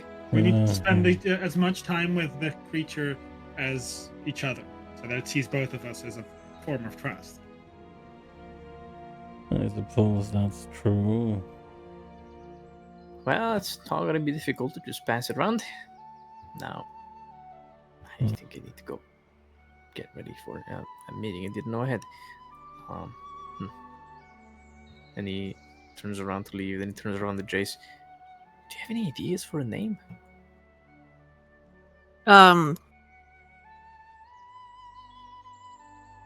That's a really good question. Haha. I assume you don't. Well, it's gonna take a while for it to hatch, anyways. But I'm just wondering. I'm sorry. No, it's okay. I've got a couple sketched down. I can let you know later. Maybe you like them. I'd love to. I mean, like, maybe we could just talk about it. Like, we can have a little brainstorm about it. Yeah, for sure. Like after the meeting. But yeah, first the meeting. Then I suppose we can have a little talk about names. Well, good luck to you two. If you need me to cast any spells, actually, hold on. And Togus wanders up to the little baby. He boops it on the forehead where the charcoal mark is. I'm going to cast mage armor on this little griffin baby. Its eyes go cross-eyed for a moment.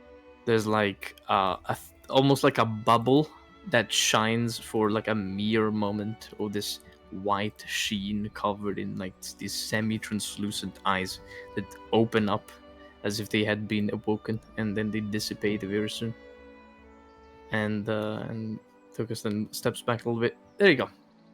Now I gotta get prepared. Scuttles away to get dressed.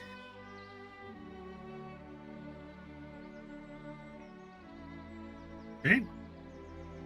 Do we need to go dress fancy? Well, I'm dressing fancy with my fancy clothes, but I don't think anyone else has. Zarya snaps his fingers and he's dressed fancy. That is very useful. It's called Talison's Terrific Wardrobe. It's a really good spell. It wasn't as scary as the name implied, to be honest. Can you store up to 5 outfits? I've got most of my clothes in there. Yippee. Do your clothing get irradiated by magic or Oh, that would be awesome! But I don't think so. It's in a little pocket dimension. What do you think a pocket dimension is? What do you mean? Is it really magic? I mean, it's like its own realm, and outside of that is the intense magic. Its own little shell, little chest. I know what I know what an extra dimensional space is, or is. I'd imagine that it doesn't. I'd imagine. I don't think so. Look. Do you think the bagman can go inside of a Talisian's terrific wardrobe? Oh no! Well, it's not a bag; it's a wardrobe. I would assume not. Hmm. Think about it. Usually. So, are you saying that if a bag of holding is not the shape of a bag, then a bagman cannot go in it? Depends. Is it still a bag of holding? I mean, I thought I heard a story about the bagman coming out of out of a sack. Well, a sack is still a bag, like a container for items. The thing is, a wardrobe, in its function, is similar to a bag. You can store things you would store in a bag in a wardrobe, but the construction is different. I mean, bag and a sack are very similar in a way. So if I made a box of holding, then the bagman couldn't go into it. Probably. If Then you why made- wouldn't everyone just do like? Well, I guess because we don't It's know a how. lot harder to do that, and probably you can't do that. If you made a granary of holding where you could store grains, that bagman probably wouldn't come out of that. Jace could like you can see her thinking deeply about this. It's just very irresponsible, like so dangerous. Terry? Wow. Really a conversation.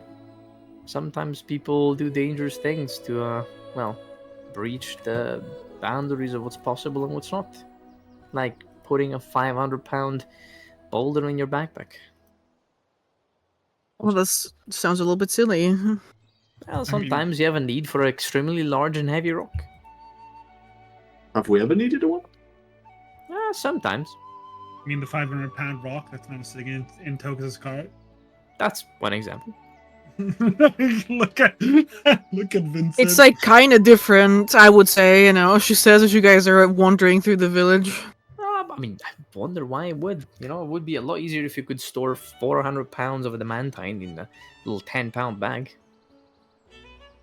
if it was to only weigh 10 pounds, yeah. I mean, otherwise it's just an extra 10 pounds. But that would just be a bag, then it wouldn't be a bag of holding, let's be honest. It could be holding the rock, but I don't think it would fit in a normal bag. So, like, does the extra dimensional space weigh something, or is it the bag that weighs 15 pounds? Because it's pretty heavy for a bag. Well, mean, yeah, if it's the bag that weighs the pounds, extra dimensional space that doesn't have an inherent weight. But I imagine that the most of the weight of the bag comes from actual magical components needing to be weaved into the bag, like minerals and like items like that. well, namely, magical items are made of magical components, like the hide of, say, a dragon, which must have an inherent mass that's far more heavy than that of a cow or any other normal leather that you would treat. True. I'd imagine. Oh, sorry. What's up, Vincent? So, can you put a bag within a bag of holding to have a double bag of holding? Probably. We should try that. Scratch the problem record. is- A freeze frame. Right. I step into view. Dear viewers, please do not attempt to put a bag of Do not holding attempt into a this at bag of home. holding. Please do not. You're right, maybe we should try that. Then we would have, like... Infinitely. Extra Whoa, what? space. If someone could, like, make, like a backpack of holding, you know? Like, it's like a double backpack. Well, it would What be if you made a 4 times backpack of that. for bags of holding? So like a bag holder, and you could just put multiple bags of holding inside of the backpack, and they would all only weigh 15 pounds in total. I feel like that's a commodity that only a person that weighs too much because they carry too many bags of holding would invent, which... I'm just saying, some Yeah. of you carry a lot of stuff with you. That is true. Focus with his fucking huge, sturdy backpack. Yeah, Some of well, you need Jace to be also controlled. always only has a little satchel with her. That's the only thing she has. Focus You know- always has his fucking massive backpack, but For also he once, just has his stuff. Jace has a point. You all have an incontrollable, insatiable, hoardic desire. It's What do you mean? Everything's in for my car. use later. It's preparation. Yo, look at. You know, I also have the fish, and I pull out out of my backpack. I still have my fish. What, a fish bowl? You just carrying it in your backpack? No, it's like the See jar what I with mean? the little castle in it. It's like the jar with the little castle in it. Why, you know? Well, I never really got a big one, and this I will normally keep it in my cart. But if we like travel for long periods of time, I kind of have to take it with it so that I can feed it. Technically, So you this can fish, eat it? No, feed it. Feed Oh. it. Give it Oh, food. right. Technically, No, this fish has been to the Feywild. It's experienced more in its lifetime than most people on this entire world. The fish sits there like cross-eyed, going bloop, bloop, bloop. I've never seen you feed that fish, and it's still I alive. feed it every morning. Bloop. Well, no, not every morning. Like every 2 mornings, because otherwise this Sad bloop. Because otherwise you'll become fat. Damn. Its name's Bob. Bloop. Bob? Bob. Bloop. Interesting. I've never heard that name before. I could grant Bob the ability to speak. I know a Bob. I can talk to Bob anytime I want. Okay, to clarify, I can speak to most animals, right?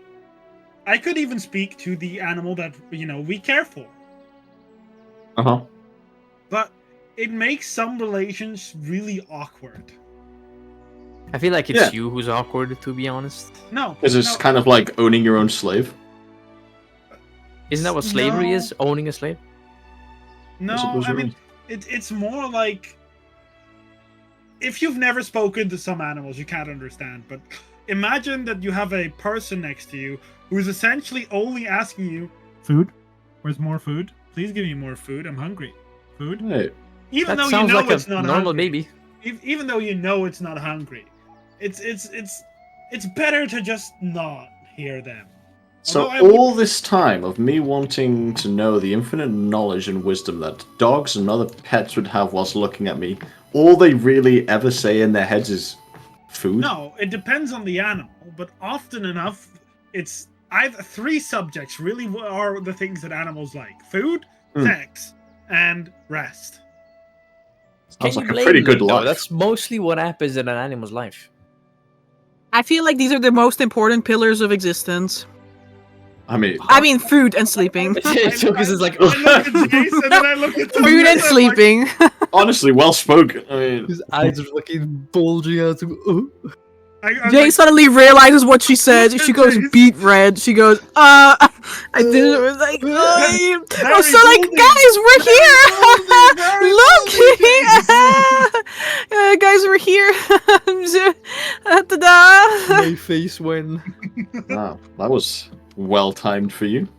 Yeah, like so nice and convenient. She says, Yeah, that's a great building and that very big and like majestic. Honestly, what stands out. Yeah. Well, you so guys did walk past a hill, which has one of those mushrooms at the top of it, but it is the hill itself that appears to be your destination. You see tiny little windows, like carved out of in front of it. And it has like a garden. Little vineyards with grapes growing off of them. Little boxed up vegetables, sunflowers, towering over some of you, and thus towering definitely over the halflings of this village. And it has a little green painted door. Where Jace stops. He's like, haha, yeah, so like, we're here. So we can forget all about the conversation we were just having and have a new conversation about this place. What conversation? I mean, at least you know what what Toge's gonna do tonight. At least you prepared that. But yeah, let's move on. Talk about what we're gonna do next after we have this meeting with whoever this is. Let's go inside. Let's not waste time. Let's go. He doesn't even turn it around. He starts marching in. You push open the door, and you are immediately greeted by a sense of coziness. The entryway is lined with pegs for coats and hats, small sturdy benches where people could sit down while removing their muddy boots, caked with the soil from the fields. There are cheerful little tapestries and maps of not just Peafield, but other villages within Fafenhold, giving you the feeling that this tiny little piece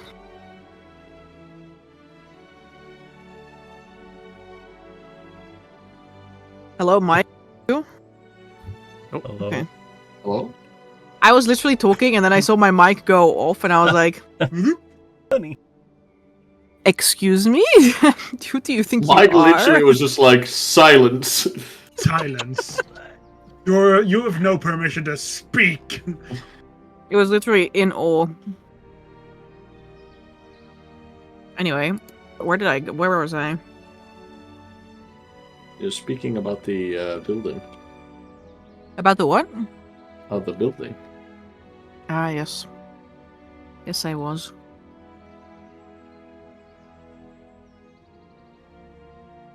You get a little bit of an overview of the places surrounding Peafield and the full scale of Pfaffenhold and its many villages. There you go. The hallway in front of you is softly lit by little brass sconces that cast a warm glow on brightly polished wooden floors. The air is kind of... It is not what you expected. Everything outside is very fresh, but the air inside this house is a little bit stale. There's an underlying hint of maybe pipe tobacco, but it's something that has not been smoked in quite a long time and has kind of been ingrained into the scenery. From the hallway in front of you, you can see several round doorways leading to different parts of the home, each with their own charm. Directly in front of you sits a little carpet upon which rests a wooden ship with like a little pulley rope in the front, and it has like wheels underneath it so you can roll the ship around. Cute. It's free movement. Whoa! Free movement! It is Destruction! free movement. Although rather quickly. Oh shit. To the left? No, you can, it's fine. Rather Rather quickly, yes. Although rather quickly, you take note of the fact that there's another person in here when you look to the left. Risaini. I knock on the door. Would you just... Come on in and do close the door. Look back. Thank you. Good day. We are here for an appointment, I think. Yes, Mr. Molten Top, come have a seat. He has like a shudder immediately as if called by name without introduction. He's like, "Ugh, Jace will walk forward as well. yeah, he's gonna. Mrs. Molten Dog. Yeah. All three of us awkwardly like kind of standing outside. and Yeah, waiting. like the center point, like the highest point of the arch in the doorways is like tall enough for some of you to walk through, but the tallest among you guys will have trouble like moving through these hallways. This is why there's no gnomes or halflings as kings or emperors, because then for humans it would be absolutely terrible. Everyone's forced to crouch all the time. You see Zarius squat walking, and you see his very defined leg muscles. That he's definitely done this before. Damn, Zarius, one session. Ugh, I'm so weak. Zarius, 2 sessions later. Look at my fucking. I have mastered the art of hobbit walking. Crip walking. Anyway, there's like a little room that you enter, a study it seems. Tokaz that holds an inviting fireplace where a fire is crackling. There's a desk with a number of like small-sized people chairs Yippee. that the man invites you to sit into. Yeah, I'll look back. I'll wave for people to come in, and I'll take a sit. Or will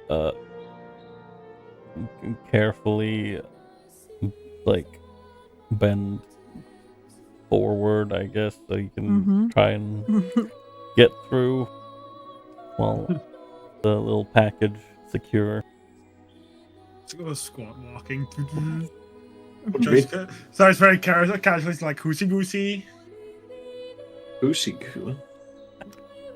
He's speaking halfway. Oh, right, oh, shit. Yeah, goose. How are you? Goosey goosey. He says it in a very curt, a very curt tone, and he gives you all a curt nod. The chairs are too tiny for your like tall people asses. I'm just telling you now. Oh, yeah, Zarius is just stand sitting it. on the floor. Like, I will stand. Vincent, you kind of have to like stand, like sort of like bent in like one way because there's a chandelier like right next to your head. I love the decoration. He like you feel his gaze land upon you. He makes no comment as he turns back to Tilkas. No. Mr. Moltentop. Yes, Mr. And he nods his head, kind of nudges it. Rugo. Yes, Mr. Rugal, I've heard that you wish to see me, or was it someone else? That is correct. Oh, yep. How's your trip been, Mr. Moltentop? Is your cart serving you well? I would not say so. It's actually quite unruly, but I'm working on it. Yes, of course. He says, he doesn't acknowledge the fact that you called your cart unruly. Maybe because he knows, or maybe because he just doesn't care.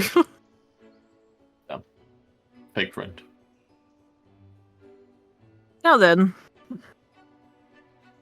He snaps shut this little booklet in his hand and places it down on the table in front of him.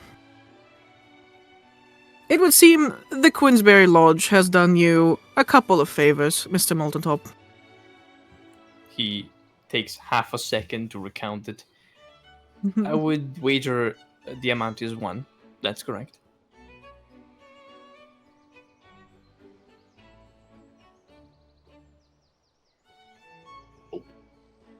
We like to divvy up our favors in order of magnitude. Of course. I figured as much.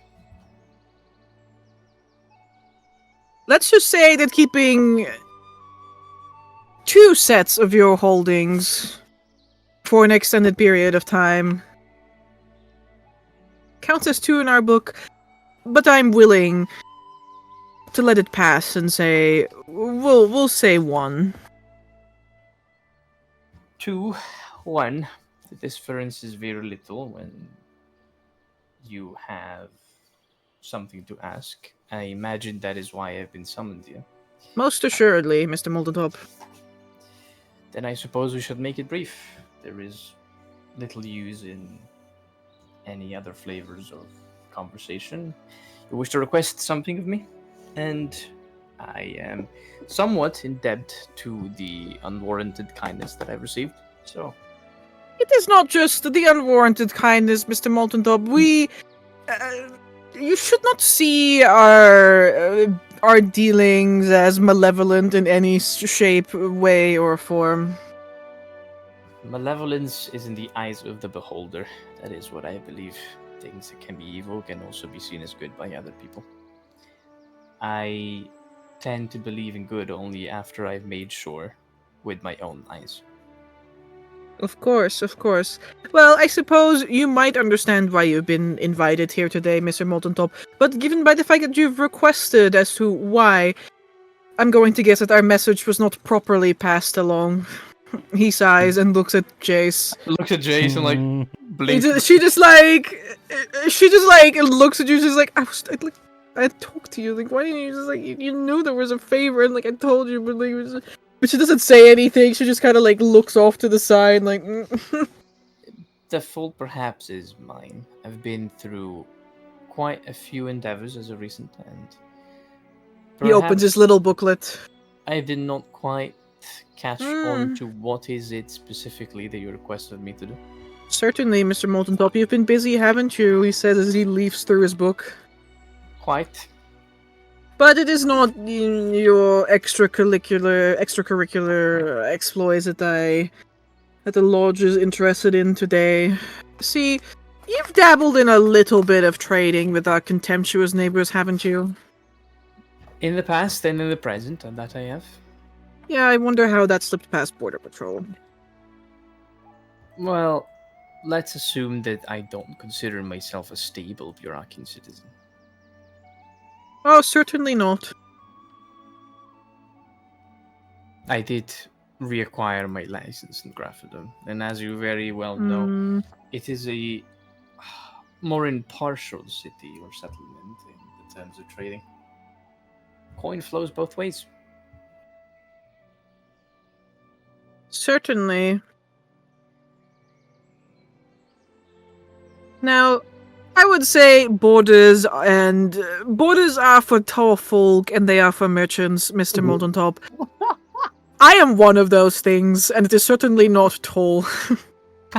There is a smile at Tokus' lips. Is like, well, I could say the same. That's true. Though it is best we do not speak of these exploits in taller regions. Supposedly not. I am acquainted with the distaste. Very good. The lodge knows when it sees a good investment. No doubt about that. Is what he says as well. Vincent After... says between like really quite gritted teeth. Yeah, they basically say that at the same time. I assumed as much. Especially after my first initial impression of the lodge in Ultra. Yes. Then I suppose you are aware of our current situation. Yes, I am quite aware of what happened, transpired, so to speak. Not in details, and I've, well, done no investigation, but I've heard the rumors. Thornmire is on lockdown, and we cannot get anyone in or out. That I knew. There is a blockade. Several, I've heard, whether it be from Heartkeepers or other organizations, making sure that no one comes in and no one comes out. Certainly. We need someone... No, let's just say... The lodge has people in all walks of life. So we need someone who is a little bit more... of a jack of all trades in a situation like this, because mere bureaucracy or mere brute force is not going to get us anywhere near this village. I can assume as much, else you would not ask for my presence. Correct.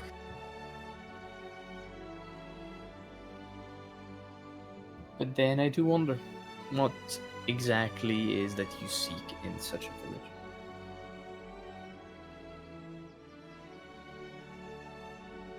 He kind of like tilts his head in like a confused manner. Family, of course. Companions. I'd like to roll an insight check. Thank you very much. Mm-hmm. Let me see, where's my empathy actually? Because that's what it is. I'm such an empath, to be honest. I'm an empath. I am a empath, guys. Oh, I'm a big empath.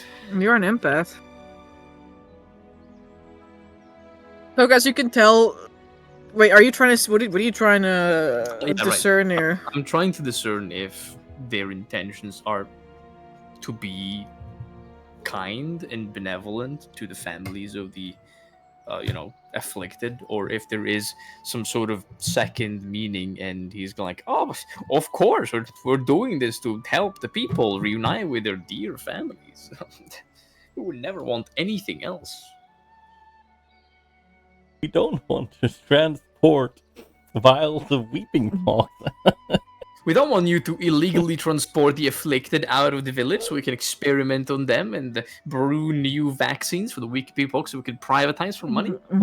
What? So, guys, If he has to roll a die, You can- just tell me, Widow. If he's trying to deceive me. no, we're not rolling. No, okay, good, because I do have portent. Okay, I know you have portent, but I'm also trying to speak. Thank you. Yeah, I know, but I don't have any chances to say this. So I need. Okay, Anyways, good. yeah. You know that with people and organizations like this, there's always twofold of intentions. There are no harmful intentions in what he says. He seems to genuinely want to help these people. But there's also something to be gained. Logically speaking, losing an entire village of people doesn't put halflings as a whole in a very good place. Let's just say that the small folk are numerous here, but still small in number, and every halfling matters. And every halfling that is indebted also counts for 2. I get it. I get it. Tokus nods. I understand now. And what exactly is it that you wish me to do about a pox-ridden village? Our request is twofold.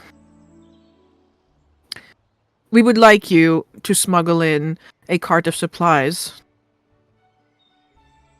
And we would like you to take back information on the status of this village and its inhabitants, namely a number of families. I understand. So I suppose the investigation is to be had. Do you have a list of these names? Of course. Right. What is it that we're escorting in? Or smuggling in?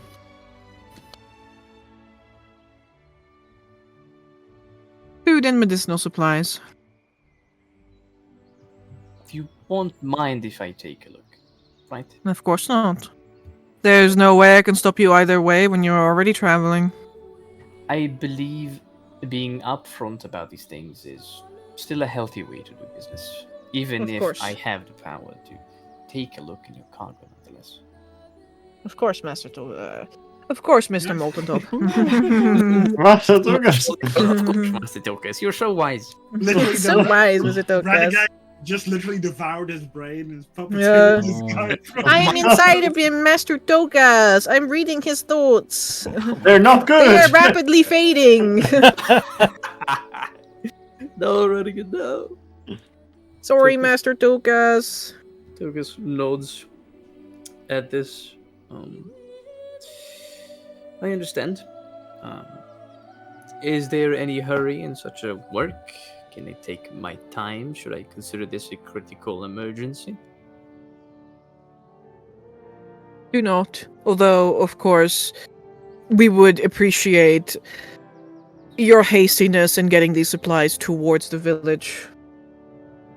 That I can assume. You can take as long as you need. Well, it doesn't sound like a too difficult of an endeavor. Are there any informations currently about the status of the village? Has anyone else made it in? No one has come back. You see his face suddenly goes with a little bit of a frown. Huh. But many have tried. That is correct. But they have been turned away by either the warden's patrols, the doctors, or environmental hazards. Togus leans onto his clenched fist that he uses to hold his head. Elaborate on environmental hazards in a village? Well, let's just say that the area itself is not in the greatest of states right now due to outer factors. Such as? The kinds we cannot speak about out loud, Mr. Moltentop. He says, like, just whine a quite little bit. knowingly. That... I believe Wouldn't want to break the law now, would we? No, of course, we wouldn't be doing it at all here, right? I do believe it should have probably been a detail to begin the conversation with, but I can overlook that. I now understand the kind of request you're putting forward. Certainly. Even if the unspoken environmental hazards are a thing to be concerned about, Mr. Moltentop, you should not underestimate the doctors. I have heard quite a few things about the Plague City and those who take care of it. But do enlighten me if there is any such notions that I might be obscure against.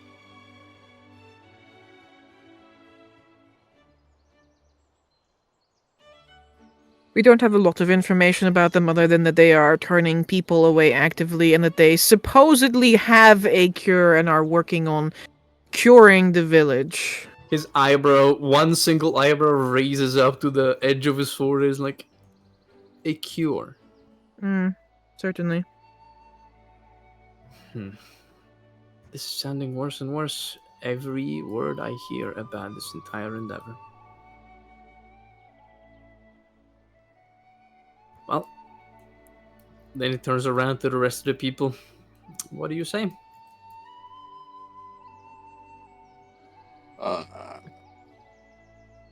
Well, it sounds like It sounds a terrible. trip.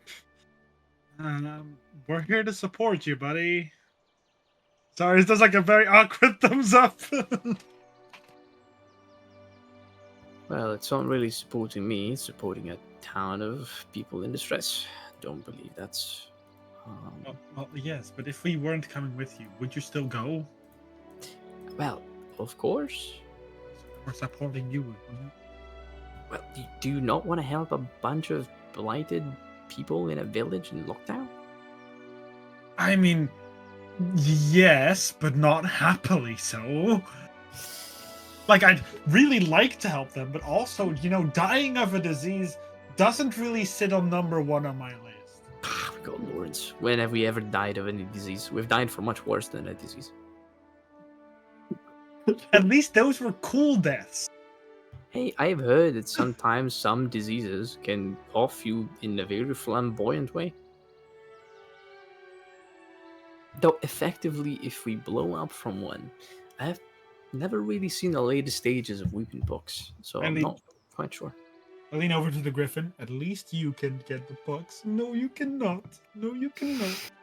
What the fuck did I go back to? Baby! It went quack! Tokus gives a little look at the bird, he's like, oh. Comes back. Anyways. Aw, anyway. Everyone in the room, aw. We'll help out.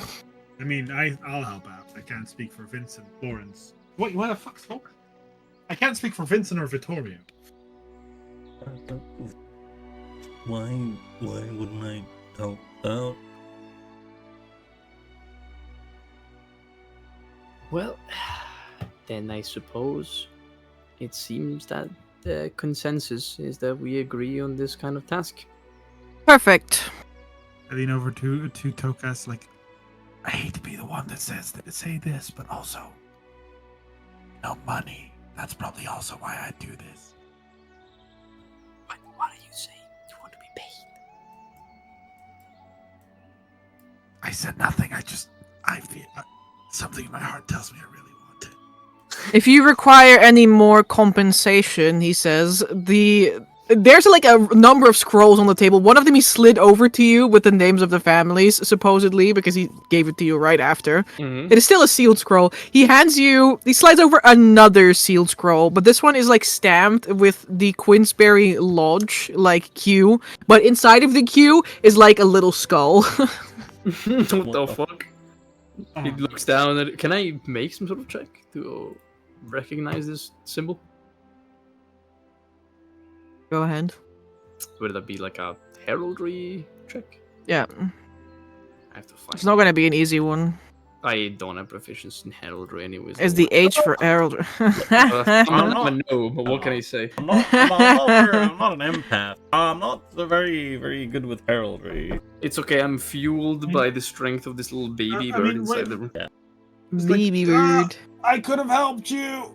I could have helped. It's okay. I'll make a check myself just in case, but I could have helped you. I'm a heraldry skilled. Oh, but they... Herald Rose. Me with a similar modifier without proficiency. We did it. Yeah, well, okay, I'm sorry. I don't have the biggest brain in the world. I'm Okay. joking. But yeah, 2 22s for a total of 44, because that's how it works. Don't worry, guys. Great. I'm gonna Actually, Amber, I assume me rolling will not turn this into a group check, because that would be really silly. So if you guys are gonna keep rolling, Okay, I'm not gonna roll for the funsies then. That's okay. tot morgen. DM doesn't let me have any fun. No, you can roll. It's fine. 22. He physically cannot achieve a I 22. physically can't. Nice. It's a skull, guys. So that brings the average down. So 44, 50, a DC of check of 50, easy.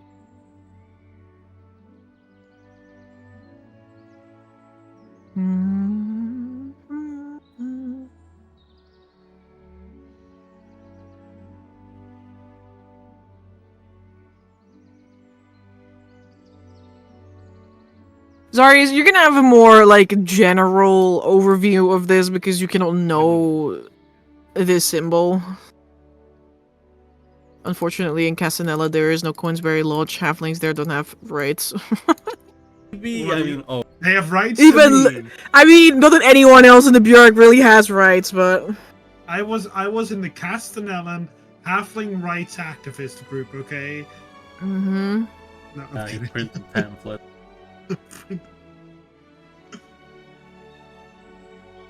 That is true.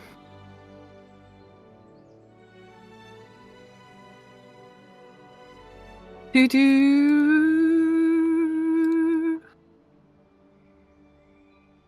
Oh, I see. Okay.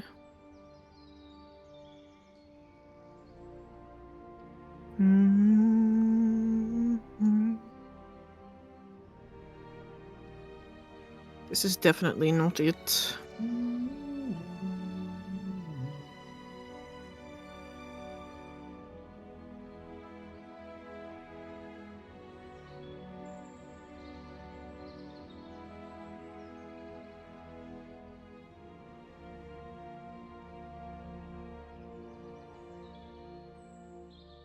Vittorio, you just know that skull mean bad. Yeah, I know that they usually put skulls on certain writs on the hunting lodge, you know. That is true. Yeah. So basically what he assumes is that what's in that scroll is, here's a list of names that we want you to kill, because, you know, this Queensberry Lodge seems really kind of sus. Do you think? Right. I think they seem really incredibly pleasant and ordinary. There's nothing suspicious going on here.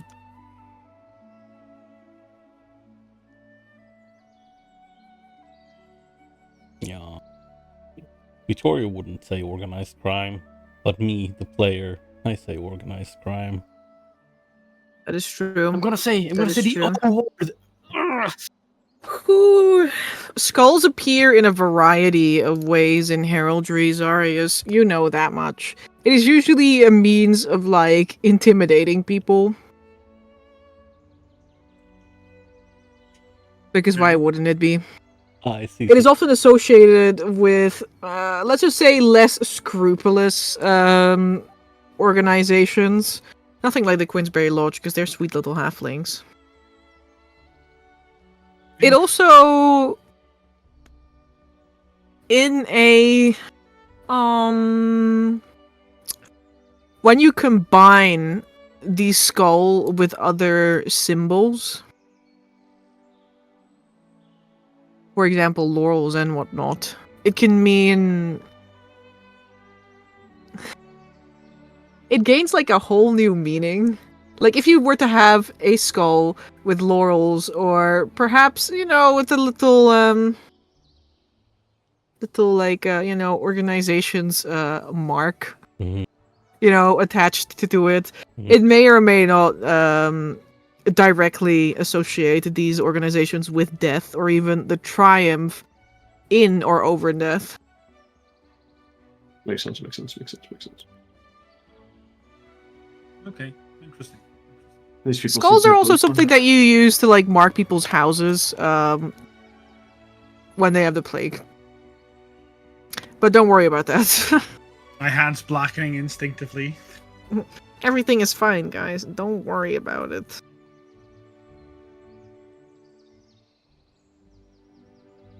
Look, as you have seen this this symbol only once before. On my deathbed. I mean, what? Yeah, in your visions. Ooh, damn.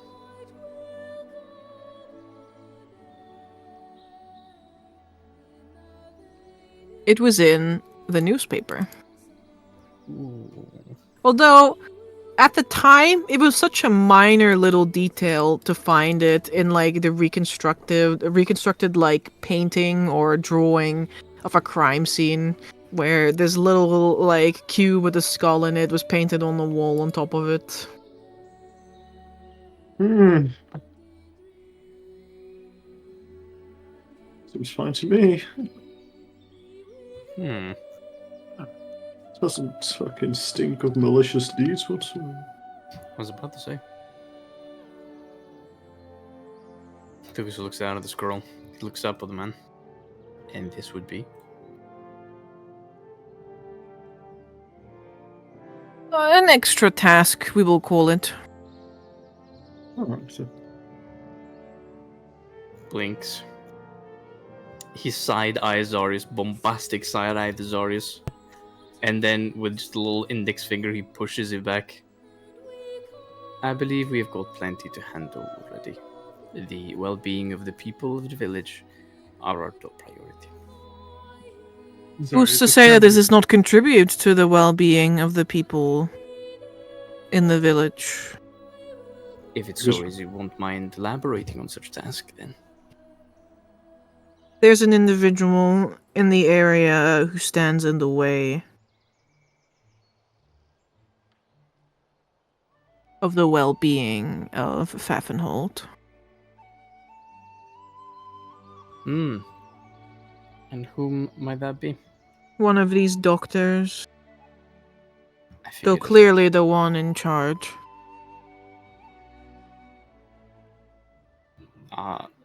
He looks down. He doesn't look at the guy. His eyes are just stuck to the scroll, rolling it back and forth with a finger. I imagine it would be one of them. And just to entertain my thoughts, what exactly is that job that you're proposing? The Queensberry would like to see them gone. Permanently. as if we were assassins. No, what did you call it? Adventurers, people of the people. And this person's Saviors. safety / utility / malicious existence is completely subjective to your well-being, I assume. When does a person stop being a person and become a monster? Oh, In a world like this, that's a great question. there's a very angry and sad look on that washes over Victoria's face for a second. If you want us to take on a job like this, you're going to have to be a bit more explicit as to what this person has done.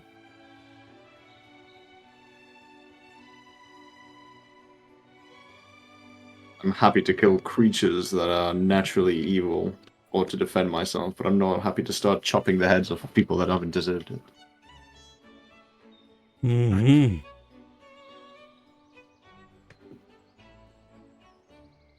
He slides over another booklet across the table. First-hand accounts, though I would invite you to do your own searching. I would not want you to come to regret the actions that you take in the name of the Lodge.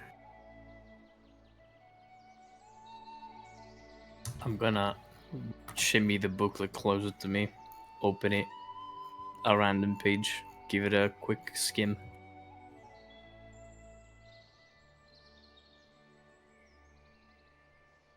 It's a whole lot of Wait, make me a forensics check. Of course. 17. You see a whole lot of mentions of mutilation, of human experimentation, of consorting with environmental hazards that we cannot speak about. That's exactly where my head went immediately when he spoke about it. I immediately thought, this is a field experiment. So what are we dealing with, Tokaz? Like, he takes a moment, closes the booklet gently. He looks up, doesn't look at Vincent, he keeps just looking at this guy. If I can give myself any credit, we're probably dealing with a man-induced plague. Something tells me that this accident was not so much of an accident, wasn't it? But I told you, Tokaz. That's what I mean. Like that's what everyone here thinks. Like, the plague wouldn't just like come here, you know, like out of nowhere. Well, now we know why. We have dealt with unspeakable environmental hazards before. He quite bluntly says to the council. Witnessed them firsthand. I believe that we have a modicum of knowledge in that regard.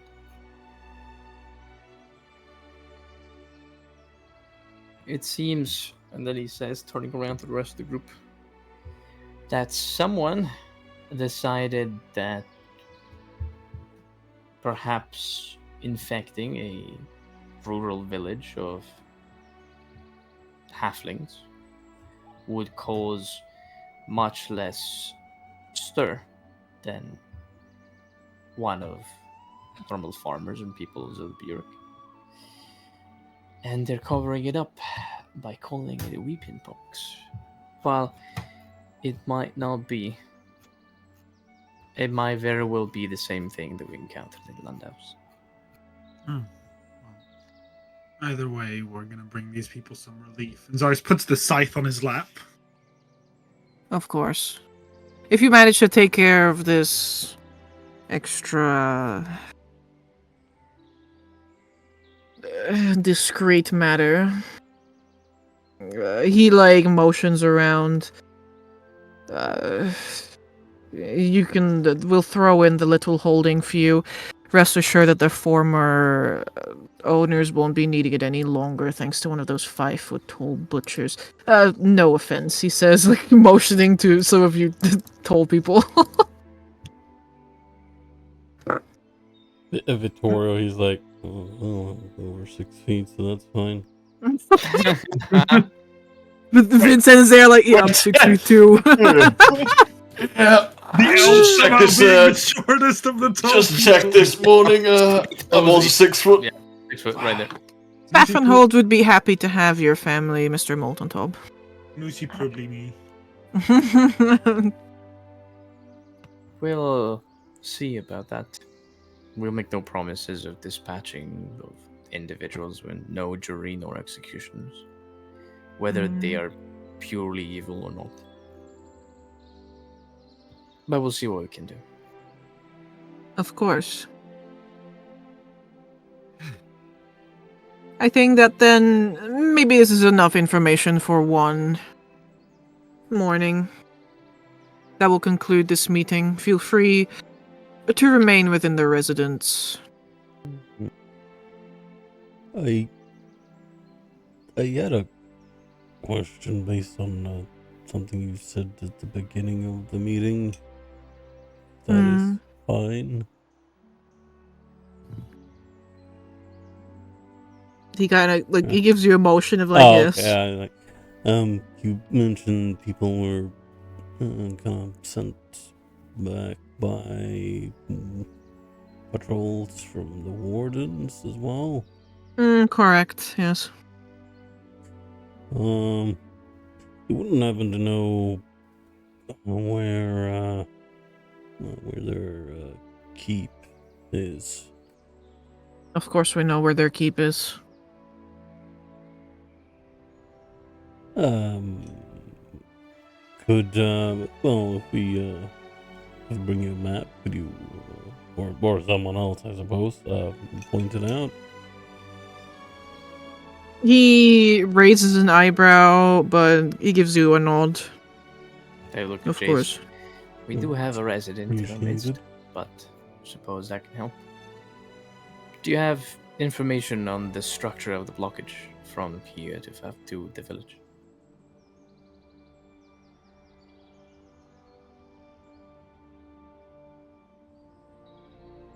Between here and he he pulls out another scroll. He unravels it. It's a small regional map. It literally does not contain much more than Peafield and then Thornmire, which is the other village, which is literally one of the closest villages here. He points at the various small roads between the villages. And he points at all the intersections between these villages. You will find cohorts of doctors here. His hand slides across the paper and across all these roads. Mm-hmm. In the vicinity of the roads, you will find the patrols. So they've created a ring around the village. There doesn't seem to be any way in through main roads. And the woods, of course, are not safe. That, of course.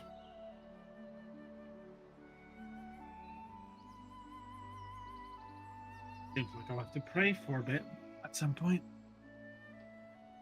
What did you say, Mark? Darius kind of mumbled to himself. He said, "It seems like I'll have to pray for a bit." What are you, a cleric or something? Who says that? What? No one. Well, Yeah, Amber, I hate to tell you, but I plan on changing my class to cleric. no. Sorry, it cannot be done. If we decide that Zarius has to randomly disappear from all of these class changes, we won't bat an eye, by the way. It's absolutely fine. Mm-hmm. I'll take them all away. You can be a commoner. What, my new class, what's up? Commoner class? Norm. Normie. You can do normal people things. My favorite. You'll level up into and you can choose your subclass, be criminal, artisan, or noble. That is your subclass. Mm-hmm. Well, we'll have to stage a plan to go through the blockage, but it should be impossible. Very well then.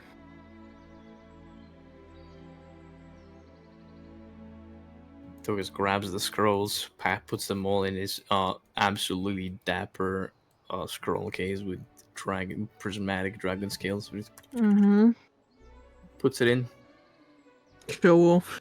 Yeah, pretty much. I have to show off my gift, my most precious gift. And then, it looks up at the man. Is there anything else that we ought to discuss then? Is there anything that was lacking from my proposal? No, but Yeah, your attitude! No, my attitude was not lacking, thank you. It was plenty present, thank you. oh my god. Well, Togus shakes his head. Not at all. But there's something I wish to discuss upon our return. What is that? Future endeavors, so to speak. Further relationships between ourselves, and the lodge. I can only say that the future begins now, Mr. Moltentop. Actually, it began many hours ago. But rest assured that the lodge takes care of their own. Of course. We'll talk more when we're back. In the midst... Well, for now, thank you for the through information, and I suppose we shall begin planning our endeavors towards the request that you've made. Of course. I thank you for your time, Mr. Moltentop. If there's anything further you require of me, you can find me at Crossing the T's. He says as he's like taking the remainder of some of the paper scrolls that he has and his little black booklet. He nods, putting the last of the scrolls away and standing up. Of course. And Rugo is the one who leaves. Oh, that's great. Dogus looks back. Well, I suppose that's all that's left is getting ready to somehow travel through this place. How far was it on foot? It shouldn't be more than a few hours. Okay. But are we going on foot because we're bringing a bunch of supplies with? No. But the problem is that if we don't go on foot, it's going to be difficult to. I mean, well, what is Okay. what is the bunch of supplies? Like, if it's medical Yeah, supplies, that's I the big imagine. question. How much I imagine, supplies like- do we have? There's a cart full of supplies. Yeah, that's what I figured. I mean, then I imagine we just take that cart. That's the only cart we take. I'd imagine. Mm-hmm. I mean, yeah. Yeah, rather than bringing the entire fucking clown parade that we have. Damn, is that Vincent or We are Brandon? a traveling Not sure. circus! We've come to entertain the masses! Oh no, Idly who, doctors! sometimes they meld into one fires. I'm not entirely Damn. sure. Damn. Ooh, Understand. I'm Also, freaking dead. Amber informed me of something horrible. What? You informed me of what my mutation was today. No, yeah, I mean, yeah. Yeah, you did not see the message I put in afterwards, but I will share it with the rest of the people. Today, if I look at someone for a certain amount of time, I will see countless possible annihilations of them.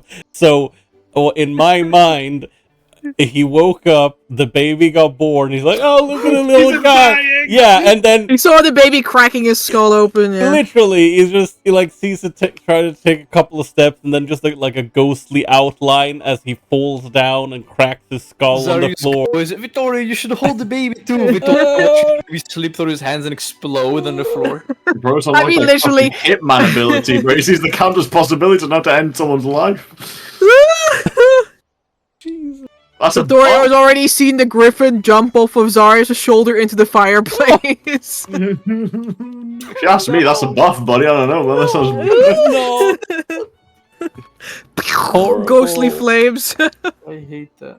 Well, Why does he keep exploding in all these visions? that's just cool. You know, it's just the end. The bird dies of a heart attack and then explodes. I'm gonna remove Rugo from this map. There we go. But so to get it clear, we're supposed to smuggle an entire cart worth of medicine into the city. Yeah, pretty much. Yep, that's what it seems. Without seeming suspicious. Well, we could do it either disguised or by trying to have no one see us. I've got a few ideas. But We you could do. put some people to sleep. That Well, would not probably sleep. not be within either of the categories. I could make myself invisible, but that's about where that ends. Can you not make objects invisible? No, just people. Well, I could possibly, depending on the weight of the supplies, I could fly them over the blockade. What? Depends One on by one? if we could fit them all in a backpack, I could, poof to the other side of the blockade.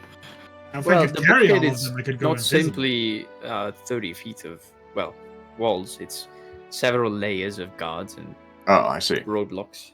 But I could turn into a flying creature and grab the cart and attempt to fly it over the roads. Sounds good. The problem would be to get the rest of you in, but I suppose we could come with another plan for that. Could simply intimidate them. but- Is this blockade? He said this blockade's turning everyone away, right? Pretty much. It is. That causes a bit of a pain in the ass.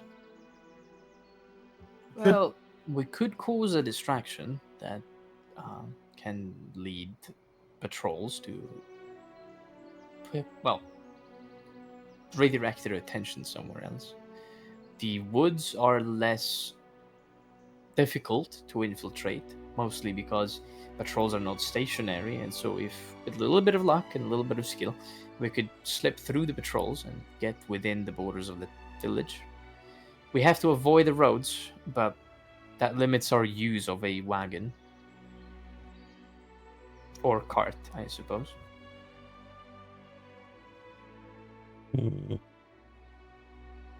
Well, if the patrols are wardens, then maybe well, I'm not really great at talking to people in general, but sure, I could try and maybe talk to them if we actually run into some of them. Well, we ought to leave persuasion as a last-ditch effort. The preferable outcome is to just not be perceived at all. Hmm.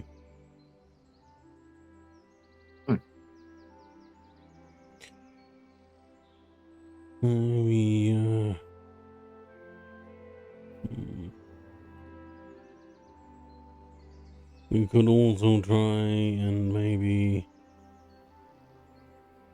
get the help of the wardens with actually getting in. I find it difficult to realize how they would help us. It would be a detour to find them and then request their help. Yeah, I don't know how far off the keep is.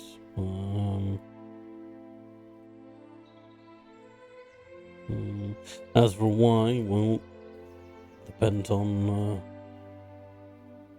what it says in that in the booklet.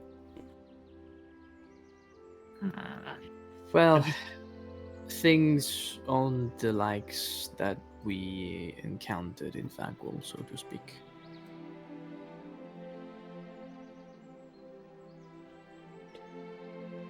Yeah, I don't really see why.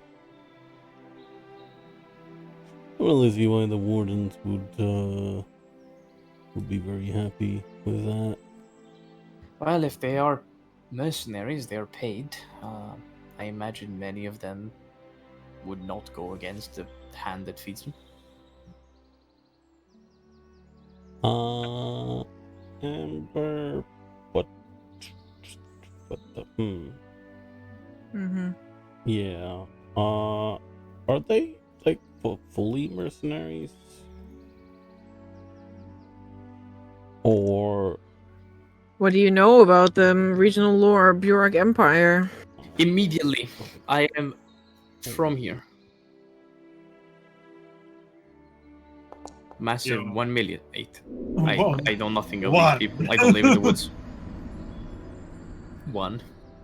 Man, I had such an idea. And you can't use it? No, it's so ridiculous that it might work. Oh my god, I don't like that anymore. Literally, I will become the embodiment of death. Yeah, no. Yeah, never mind. Black cloak. No, Goodbye. black cloak, holding my scythe. Have you cast fly on me, and then literally distract the guards by becoming like a threat to them, and then they'll follow me. You guys sneak through, and then I'll just become invisible. Horrible idea. How much do the I love it. supplies weigh, Ember? In a general broad number, complex, all the crates put together. Oh, that's a very, very good question. Ooh. Thank you. I do have some great questions sometimes. I do believe that we are talking about like 1,000 pounds. You know what you Okay. could do? But that's If- not just the supplies inside, but there's also the containers that they are in, you know. You can cast enlarge, right? Mm-hmm. What we could do is have you cast enlarge, and I cast invisibility. And then literally Vittorio just carries them. Carries what? The supplies? The supplies! Do you know how long like on large lasts? 1 minute. And there's a few hours of walking through different blockades? No, we're not gonna immediately. We're going to pull the cart with. We're just going to abandon the cart. Like the Yeah, but moment what we- I'm saying is that there's different layers of blockades throughout the roads. Oh, okay. We can't Yeah. pull this off multiple. Yeah, that's what I'm saying. I have both invisibility and enlarge. I could do it multiple times a day, but I can't concentrate on both spells. Yeah, no, you're right. Man, it'd be cool if we had fully grown griffins right now that could just fly over. I can carry. Actually, what happens if you're over encumbered? By fool? Like, I imagine you just can't move.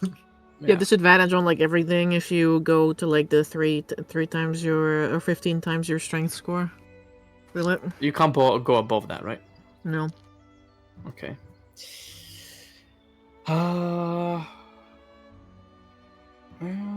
I mean, another plan could be to dig. Bro, what? You want to be here for It was- 3 weeks? It was the minimum? fucking. It was the Pablo Escobar of this shit. I can turn into a animal that can burrow, and make a large enough tunnel that we can dig from Love that. underneath. Send it.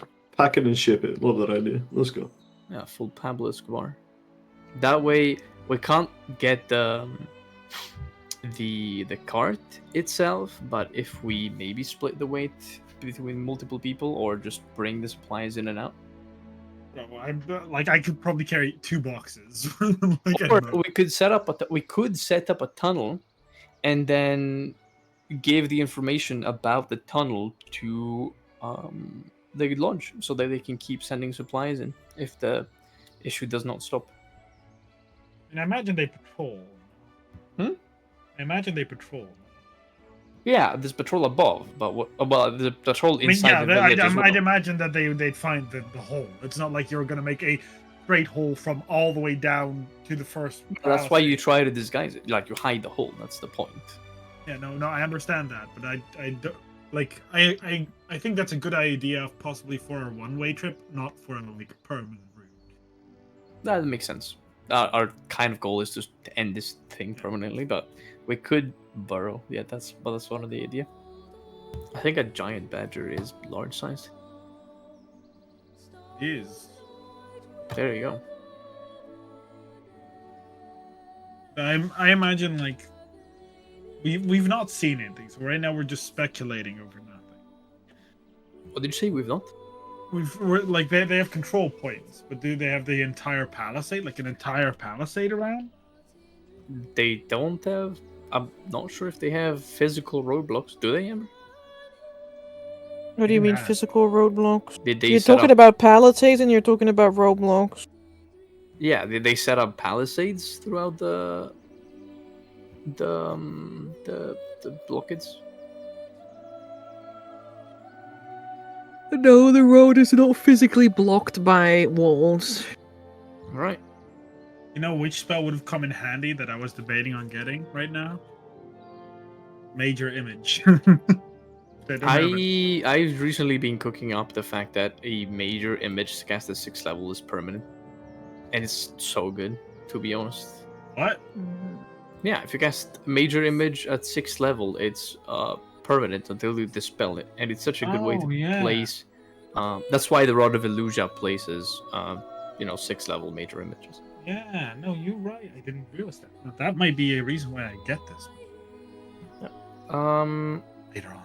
But yeah, I mean, one idea is to burrow, make a tunnel. The other idea is to fly the supplies over, but I can only carry half the supplies with each run, because the strongest flying animal I have has 18 strength. Unless we have someone with something like enhance ability or a spell that increases carrying capacity, but I don't believe we do.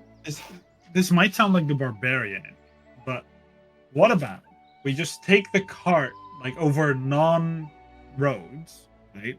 Mm-hmm. Over non-roads, say over rough terrain, take longer.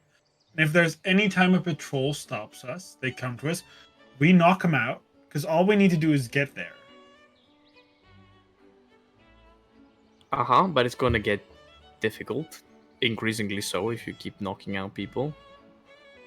Yeah. I'm not saying that we like, but this is under the presumption that with our combined efforts to keep ourselves away and to spot them before they spot us, so we can hide a bit. I also don't have a map because I don't know if there's a forest, but maybe we need to do that once or twice. But we could possibly get there because it's only what. Well, How no, long? there's multiple points at which the road is blocked. The point is, as soon as one blockade is taken down, the others will most likely notice the lack of communication. And since there's patrols through the woods that most likely come to check up on the blockades in the roads at one point. But in this case, we're not going past the roadblocks. We're going over rough terrain and simply knocking out the scouts. We could knock out the patrols, I suppose, but they would be alarmed once they wake up, and it's gonna become much more difficult to do things in the village. I mean, at the moment we're there, they're gonna notice. Like, let's not kid ourselves with. Not really. Why would they?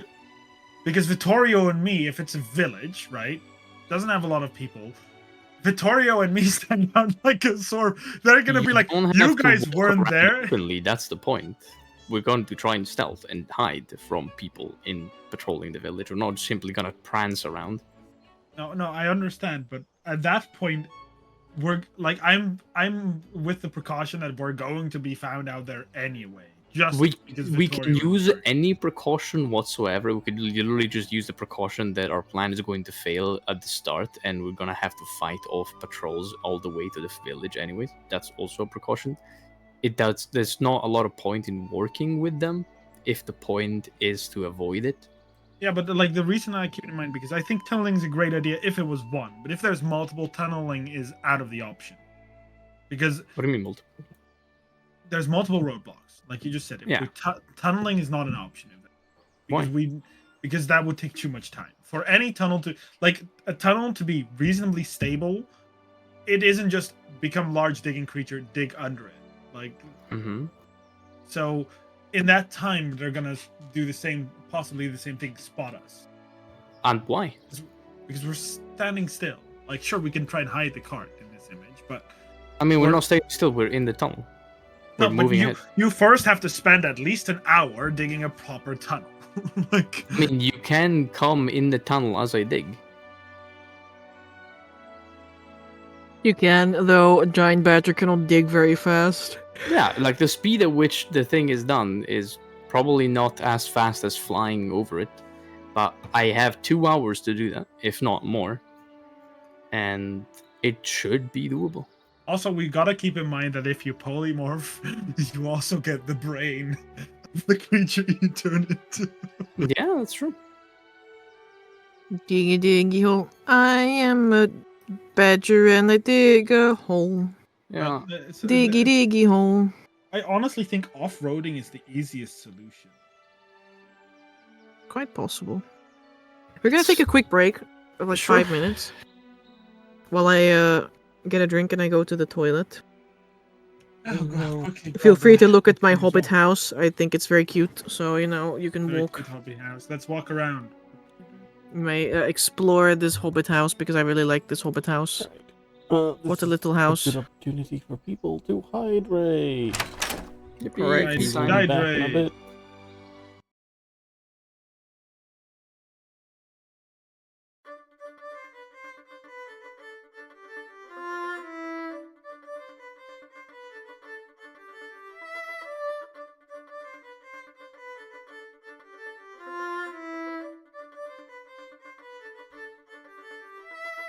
I hear the echoes of victory in field won before time, when battles draw so near. You will feel the same in war.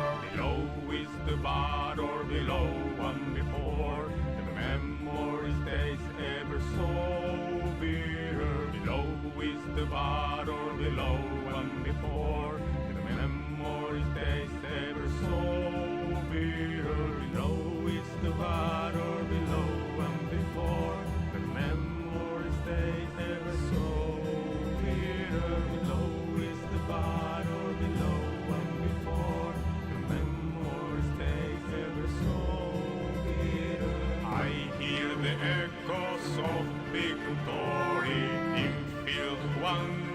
before time, when battles draw so near, you will feel the same in the war. Low is the battle below and before, the memory stays ever so bitter. Low is the battle below and before, the memory stays ever so bitter.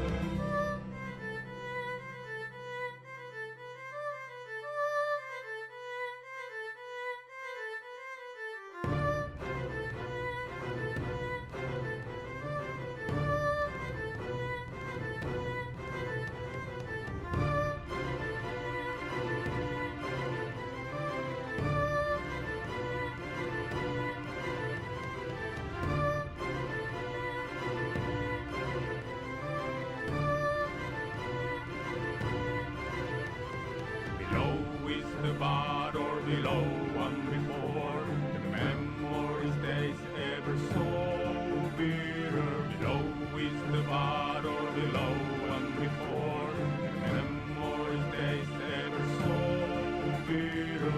Below is the battle below and before, the memory stays ever so bitter. Below is the battle below and before, the memory stays ever so bitter.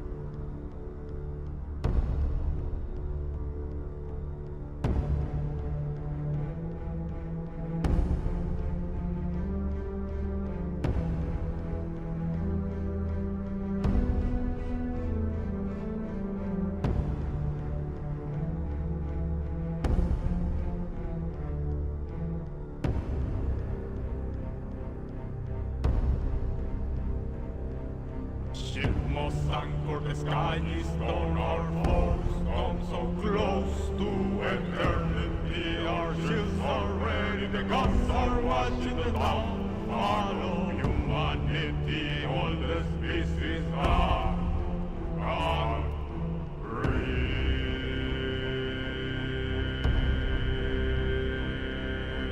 The silence of the sea, she has her memory. I am the king of war.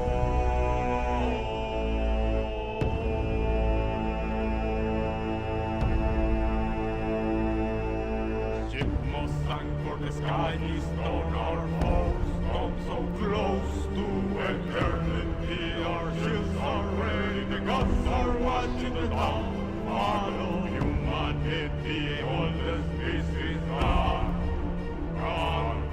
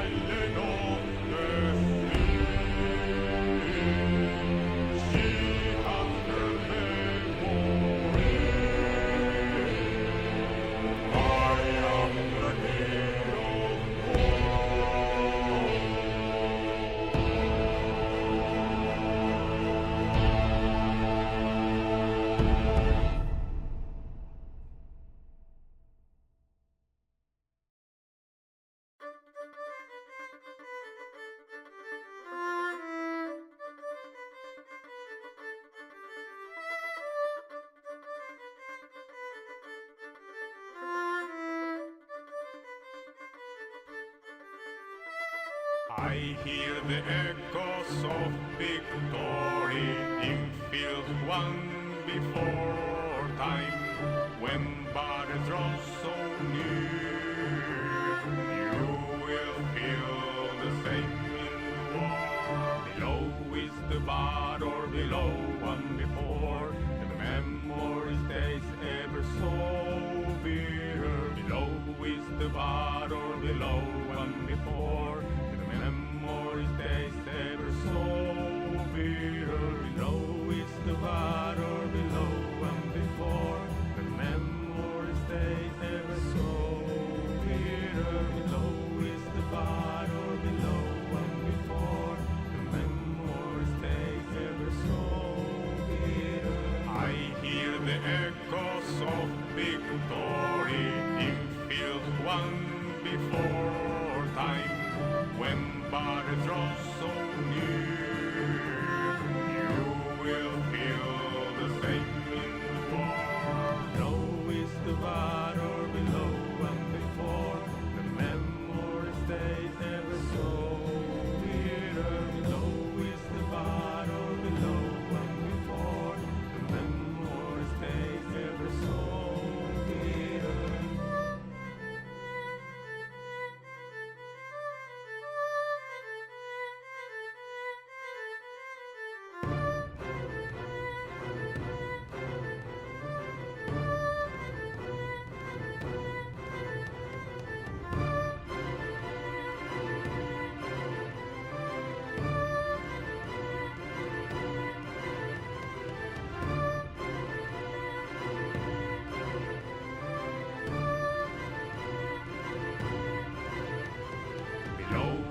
The battle below one before, the memory stays ever so bitter. Below is the battle below one before, the memory stays ever so bitter. Below is the battle below one before, the memory stays ever so bitter. Below is the battle below one before, the memory stays ever so bitter.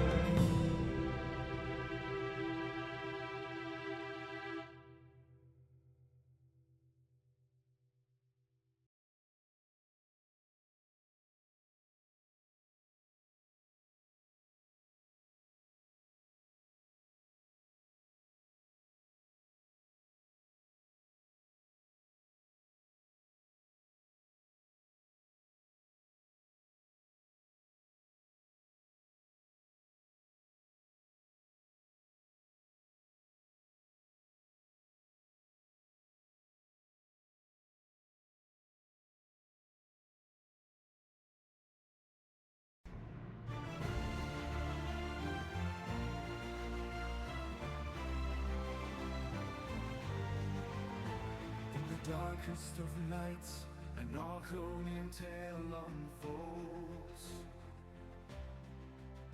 A quest to rewrite destiny, when fortunes have already been foretold. A divider with blood of old seeks answers this world may hold. A bond with a shadowy past seeks naught but bonds that will last. The sorcerer's fate sealed before birth seeks his means to save this earth. Bound by ancient lore, they search the ethereal passage. We sail on wings of starlight and hope, soothing ancient clothing our dungeon masters every troll. With courage in our hearts before it is too late. We are the Stargazers, forging our own fate.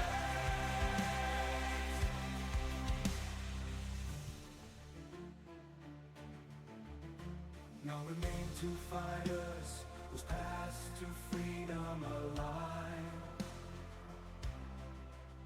With futures they seek to undermine, the dark elf as pale as snow holds a bloodline of which none may know, and one of that which is sold twice over.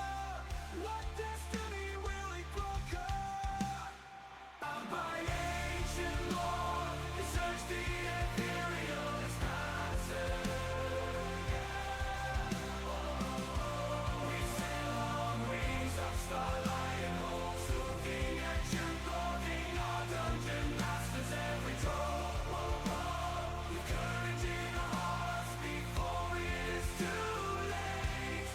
We are the Stargazers, forging our own fate. Bound by ancient lore, they search the ethereal expanses. We sail on wings of starlight and hope, soothing ancient clothing our dungeon masters every troll. With courage in our hearts before it is too late. We are the Stargazers, forging our own fate.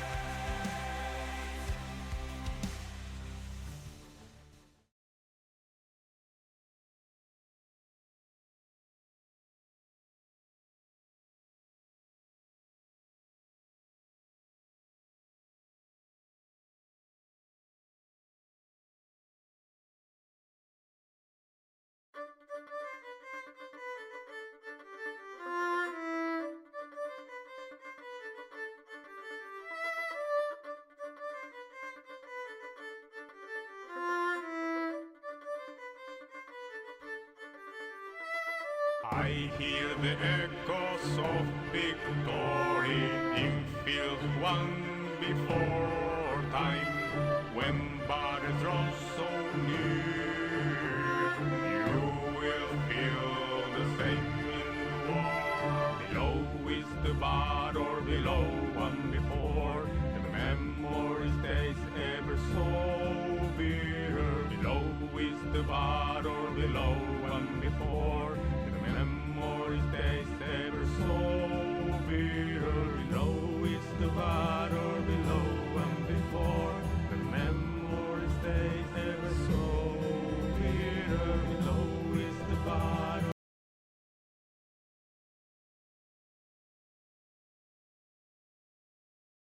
Welcome back. Hello, hello, hello. Welcome back, indeed. Our back. So, We are indeed returning to the party, discussing the way that they would like to tackle this situation. no, it's solved. Don't worry. I'm going to flirt with the gods. I'm going to dress up as a girl and flirt with the gods, and we're Tell going to them go that straight his to. house is just right ahead, and they're gonna let us through. Yep. What? And that's it. Yeah. I'm actually a halfling. I should be inside this village. It's a very tall halfling. Is it? Not very tall halfling. Oh damn. I've seen taller halflings. My tactics Feels- is literally Feels my bad, tactics- man. Don't worry, Ember. My tactics are literally I unclothe myself, fully nude, and then just walk on all fours, acting like a lizard, walking into town. And they shoot They'll him never down. suspect me. But yeah, for now It could we work. have to go grab our stuff from Jenny this evening, and morning after we probably can set off. Though we have to choose the way we want to do this still. This is the way. Amber, as I Mhm. asked in my message, when I get the key pointed out on the map, Yeah.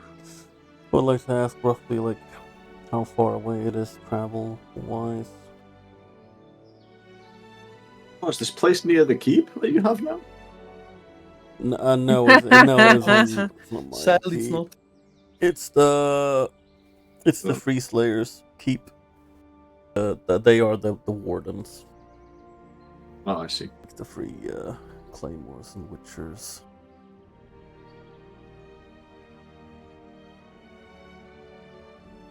I've read that moment. I know a claymore when I see one. Damn. The keep itself is a few hours more northwest, past Thornmire. Oh, so it's past the village. Yeah. Okay.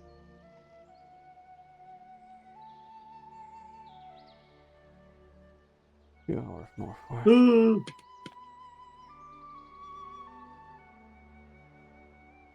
But yeah, what do we want to do? Options are burrow underneath, simply walk through the forest, fly over the blockades. That's our three ideas so far. I just don't think idea 1 or 3 are feasible. I love the absolute balls that you need to have to just walk through, you know? That's the suggestion. That's number two. You sneakily walk through. You don't just walk through. You can you don't sneakily Just walk look like through. you belong don't there. walk through the blockade. You walk through the actual grass. No, I say we take it one step further and we just walk through. Like we belong there. Yeah, It's like, hard to one of the- sneak while driving a cart through a forest. Like, the best way to be hidden is to look like you belong in the place that you are. I say we stride in there, look at them and be like, gentlemen, nod their heads and just keep walking. Kind of difficult. Yeah, you dress up like a worker guy with a ladder in his hand that you can get anywhere. Well, we go to the first blockade, kill everyone there, take their armor, wear it, act like we're supposed to go inside, and then we go. Yes, let me just kill Jeremy and take his uniform and keep my name tag on it. What? What? You think I have name tags? Yeah. But yeah, that's the three options we have so far. What Well, does everybody think? I would say both as Vittorio, the character, and me, the player, that trying to make our way through the woods unseen is probably a decent idea. We're probably gonna have to deal with environmental hazards, but that's kind of gonna be there anyway, no matter which plan we go with. Mm-hmm. And then of course, trying to get the wardens to help is also something that I think might be feasible. However, since the keep is a couple of hours Past the village.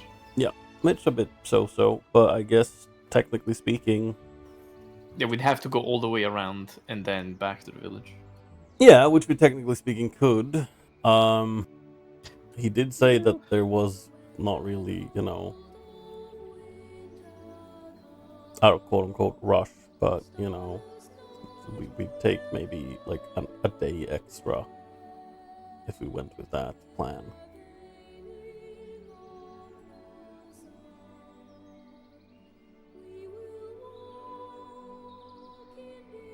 Yeah, those are the two, at least that I think are Yeah, seems like we'll be just sneaking through the woods then, and hopefully don't encounter patrols on the way in. I could take my living wagon, which leaves footprints instead of wheel signs, but then, unlike the cart, I can't discard it once we're inside. Yeah. Actually, Yeah. a legitimate question. Mm. Do you even have a choice in the matter, Gabe? Yeah, I can tell it to stay there. Oh, It's a little bit unruly, but if I tell it, don't fucking follow me, please, then it stays where I want it to go. I see. The living wagon looking in through the window right now, like, Mm, Yeah. No. understandable. I mean, before we go the next morning, I guess we're going to go through with I think a normal cart. Which mount is going to pull the cart? I mean, it's a cart. It's not a wagon, right? So it's a hand cart. I Or don't know, is it it a a full hard wagon? hand cart? no, well, I mean, you could call it like, it's like an oversized hand cart because it's like a halfling cart. Oh, then. So it's like a mini wagon or an oversized hand cart. That's true. So we have to choose. We could pull it. I mean, 1,000 pounds is doable. I mean, yeah. I honestly, if that's the case, work Vittorio like a horse. Yeah, that's what we're gonna have to do. Not that I want to, abuse the power, but No, he Oh does yeah, this. of course not.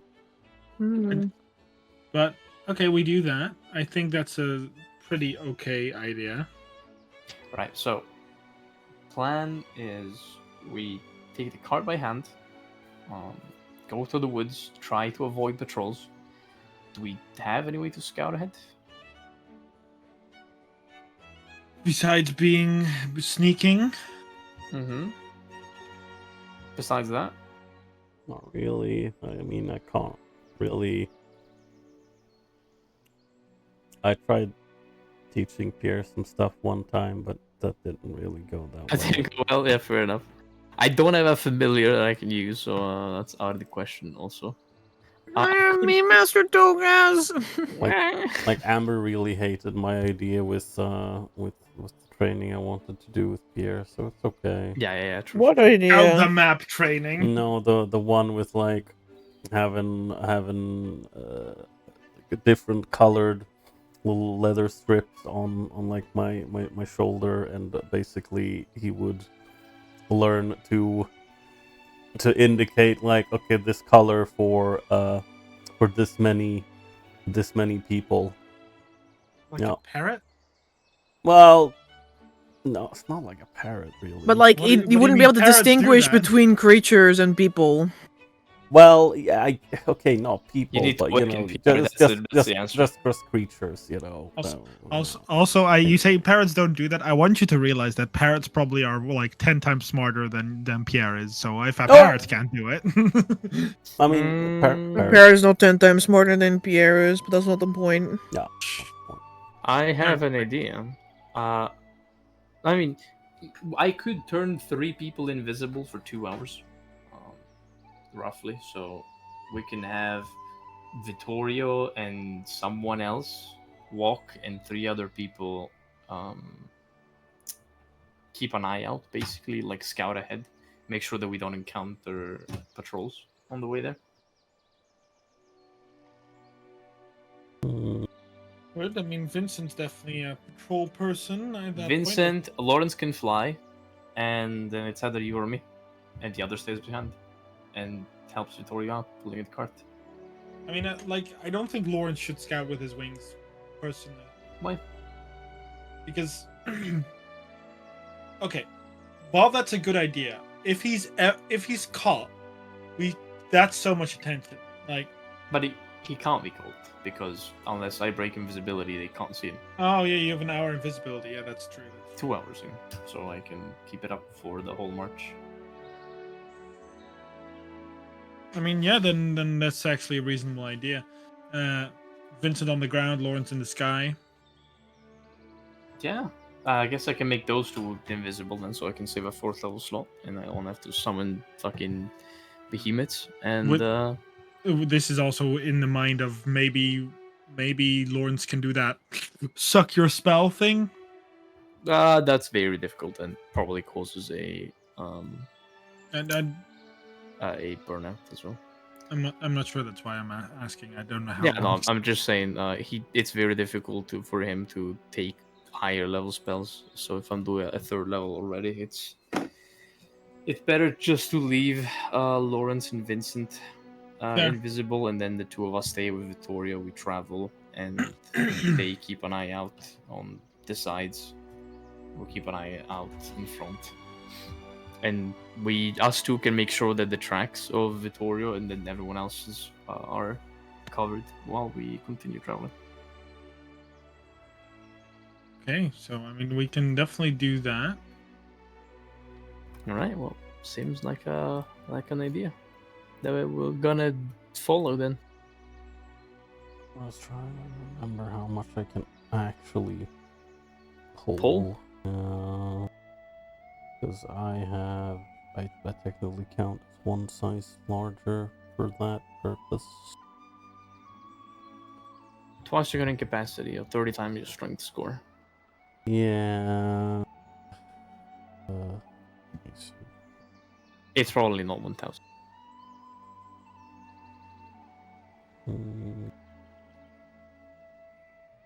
In the evening before, like, are we doing this tomorrow or in the? Tomorrow Same in the day. evening, we have to go to Jenny and retrieve the items that we left there, Yeah. which is Yeah. mainly just Docus's staff and the sword that Lawrence put there. Before we go to Jenny, I'd like to pray. Mm-hmm. I make a pretty big deal out of it. Like, not like to everyone else, but to me in my cards. Sure. I would like, in the evening, I would like to not message Amon because that's not what I'm doing, but deliver a prayer to Amon, put my scythe and my cello down because my cello is my conduit-ish towards him, is the thing that's blessed by him. And I'll essentially like sit down, close my eyes, probably blacken my hands with the charcoal. That's necessary. At least according to Zarius. And I will say... Oh, oops, fuck. That's not what I meant to do. Amon, if you're listening, we're gonna go into a village with possibly a lot of death, disease, and despite the blessing of life you've bestowed upon us today, I might need your help in putting these people to rest, either by helping them heal them, or for you to at least guide their souls onto the peace that hopefully most of those people deserve. Thank you for listening. Okay, that's my prayer to the man. Very well. Put some charcoal on the blade of my scythe. Does you pray to him? Yeah, man was getting lonely, you know. It's been a while. Yeah. I'd like to run through the medicinals and supplies that we've been furnished with in the evening. Make sure that we're not bringing in some fucking mutagenic serum instead of actual medicine.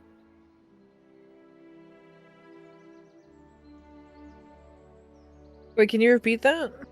I'd like to check over the supplies that they asked to bring us to bring through the blockade. Make sure that we're actually bringing in medicine, food, and good things, and not bad juju things. Appraisal check. Yippee.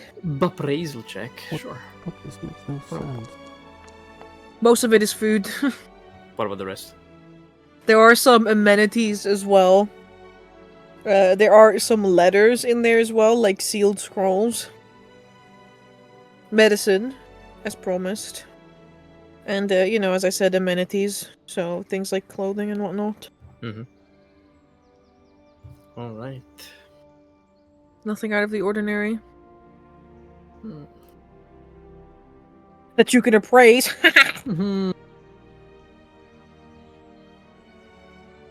All right. Well, I guess in that evening we go retrieve our equipment for Miss Jenny and prepare for tomorrow. Has she done the rune carving or has she also done the rings? He has done the rune carving. The rings are with someone else. What? So, A little bit. I mean, you know that they were. I told you this. or they go into the guy in black claw. Yeah, I told you. Ugh, Nice. ugh, Aether Kindred. Love it. What the fuck? She's almost an Aether Kindred, you know. Actually, she's an Aether Kindred. She's a She's hag. an Aether Kindred. Yeah, she's a hag. What the hell? She is Fae. Yeah, I guess. She must be an hag. She has a little cottage that moves around everywhere. No, she's just Fae. Da-da. I remember people in the forest of Novostoya talking about Jenny, talking about the hag in the woods. Imagine. Yeah.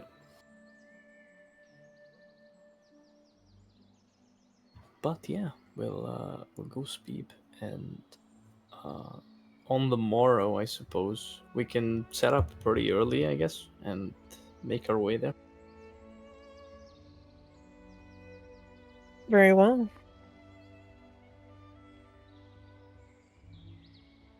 I imagine we're leaving most people behind. And with most people, I mean everyone but Jace.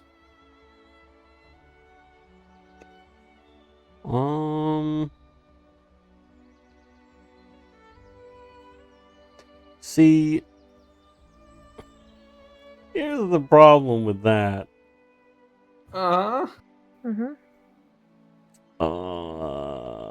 Delphine probably has to come with. Why? Because someone may or may not have promised her that we were not gonna be splitting up anytime soon. Oof. Please don't let her. Actually, maybe having 3 wolves that could scout around is not a bad idea, but Poor wolf. oh my Or God. yeah, you forgot the newest one that we found in the move back to Blackclaw. Well, there's 4 now, I guess. But Also- the other can stay back, right? Who? Oh, Well, you know, Ilmare, Vasily. Yeah, probably. We have a baby griffin that we probably can't take into a pox-ridden village. what do you mean? The pox? He can't be affected by the pox. It's not like people and most animals can transmit diseases to each other. It's a magical disease. What are you talking about? Oh yeah. Wait, magical diseases are zoonotic? Yes. Speaking in real world terms, magical D&D. No, I thought you just said smallpox. I was like, yeah, the smallpox Not the is like the human weeping pox. disease. I mean, it's The not even weeping pox. smallpox! It's probably mutation, which is mostly why I'm concerned about this little baby guy. Who will be looking after your egg, Tokas? I'd like to ask Ilmare to look after my egg, and if it is truly needed, I will chip in a juicy what is it called? Offer to reveal her a little bit of a tinkering project that I have been working on, and that might become much bigger in the future. You tell me about the project, and I also get a bottle of beer. I'll get you something better than beer. Or is it that you just want beer? No, it's okay. Good. But yeah, I'll tell you when I'm back. Thumbs up. You Also, better I come hate- back and not leave me with a kid. How would I leave you with my kid? I mean, yeah, I'm not gonna leave you with it. It's okay. We plan to come back. If we Unless don't, you die. yeah, I mean, probably if we're dead, we don't. But you know, if we don't come back, and let's put it this way: I'm gonna try to call you every day, and if you stop hearing me, then that's probably a bad omen. Yeah, I will. Thumbs up. Amber, weird question. Could I make a wrangling check to see, to see if how important it is for the person that they need to, the animal needs to trust to be there in the Beast first lore. days of its like, The life? lore check. literally, Beast lore. It's a beast lore. All right, I'll throw one down. I'll assist you because, yeah, I would imagine it is very, very important. Where the frick is beast lore? Here it is. And I keep looking for lore beast lore, but it's in beast lore. Why are you strength? Give me a moment. Intelligence, I imagine. 18. You don't need to roll a 20 to understand that this is a very important formative weeks. Mm-hmm. So, I know this sounds sucky, but one of us needs to stay with the griffin.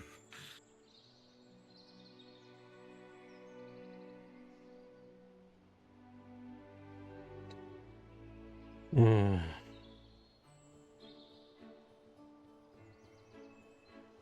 Yeah, it was. Can't really leave it be. well, the options are two. One of you stays back, or do we take it with?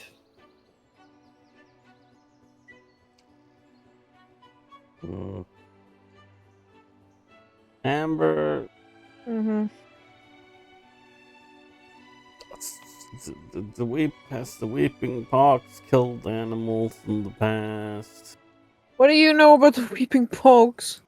I don't. What does that mean? You don't know? I don't know. I don't remember if we ever dealt with. Gotta make a check about such. I mean, yes. Yeah, Sure. it's gonna be a check, but I like, have the regional lore proficiency, if that helps.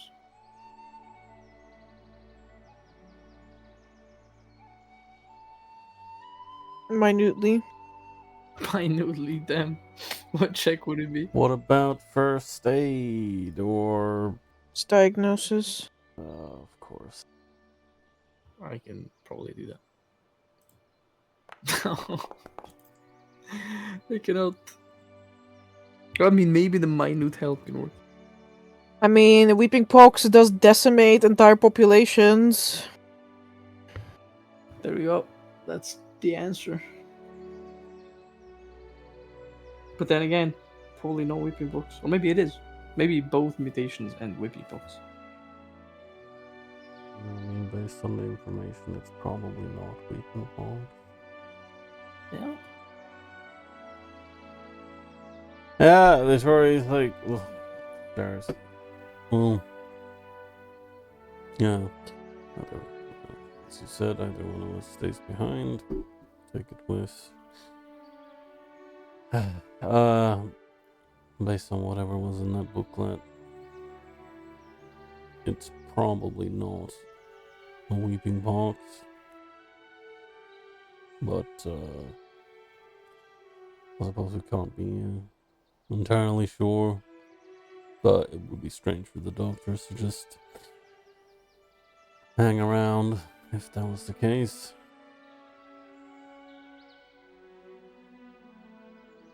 Yeah. Perhaps they really are working on a cure, but in less orthodox ways. I mean, it's its formative days. Like, I imagine we're not going to be solved. It's not going to be done in one day. Probably not.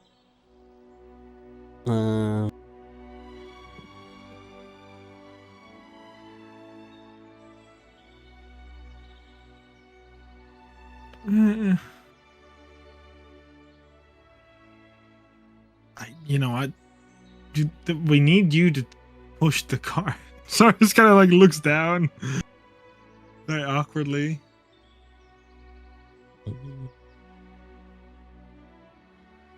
Well,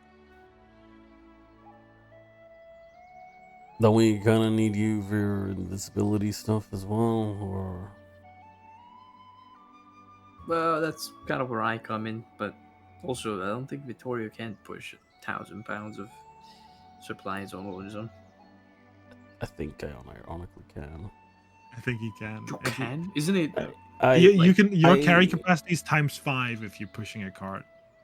That's for animals, no? No, it's not ×5. It's It's time 2 for pulling. it's ×2, but then it's ×2 again because I count as large, which means So yeah, you can carry which means 1,000 pounds.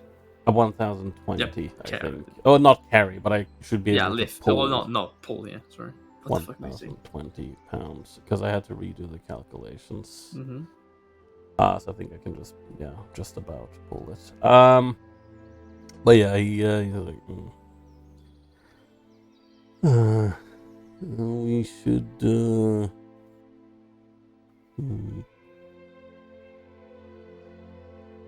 yeah, yeah, but, what do you think, Zarius? Look, I really like the money. 'Cause I really, really want the money. You see Zari's kind of bite his teeth like, but also, if we're gonna train it and properly have it cared, I can stay back. Don't want to. Rather help you out, especially for you, Tokas, but I can't really leave it here if we're going to train it. Tokus shrugs. Yeah, I was originally gonna do it alone, anyways. That's a terrible idea, and you know it. Yeah, I'm it is. plenty capable. What are you saying? I'll stay What I'm behind. saying is that is a very stupid idea to do everything alone. That's not everything, but someone has to do it. I Yeah, guess I'll- us, all of us. Yeah. That depends. Zarius needs to stay back to train this baby griffin. It's not so much about training, I don't think, but Bonding is pretty much the big importance. That is a big problem. Look, I can stay back for what is it? It's gonna be a couple of days. You guys Then you think- incur in the problem of the griffin imprinting on you. If it's only a couple of days, it's not gonna matter too much. At least I think. I'm not super knowledgeable about griffins specifically. Just one person's gonna need to stay behind either way. Like, we can't take it with in a possible magical disease-ridden place.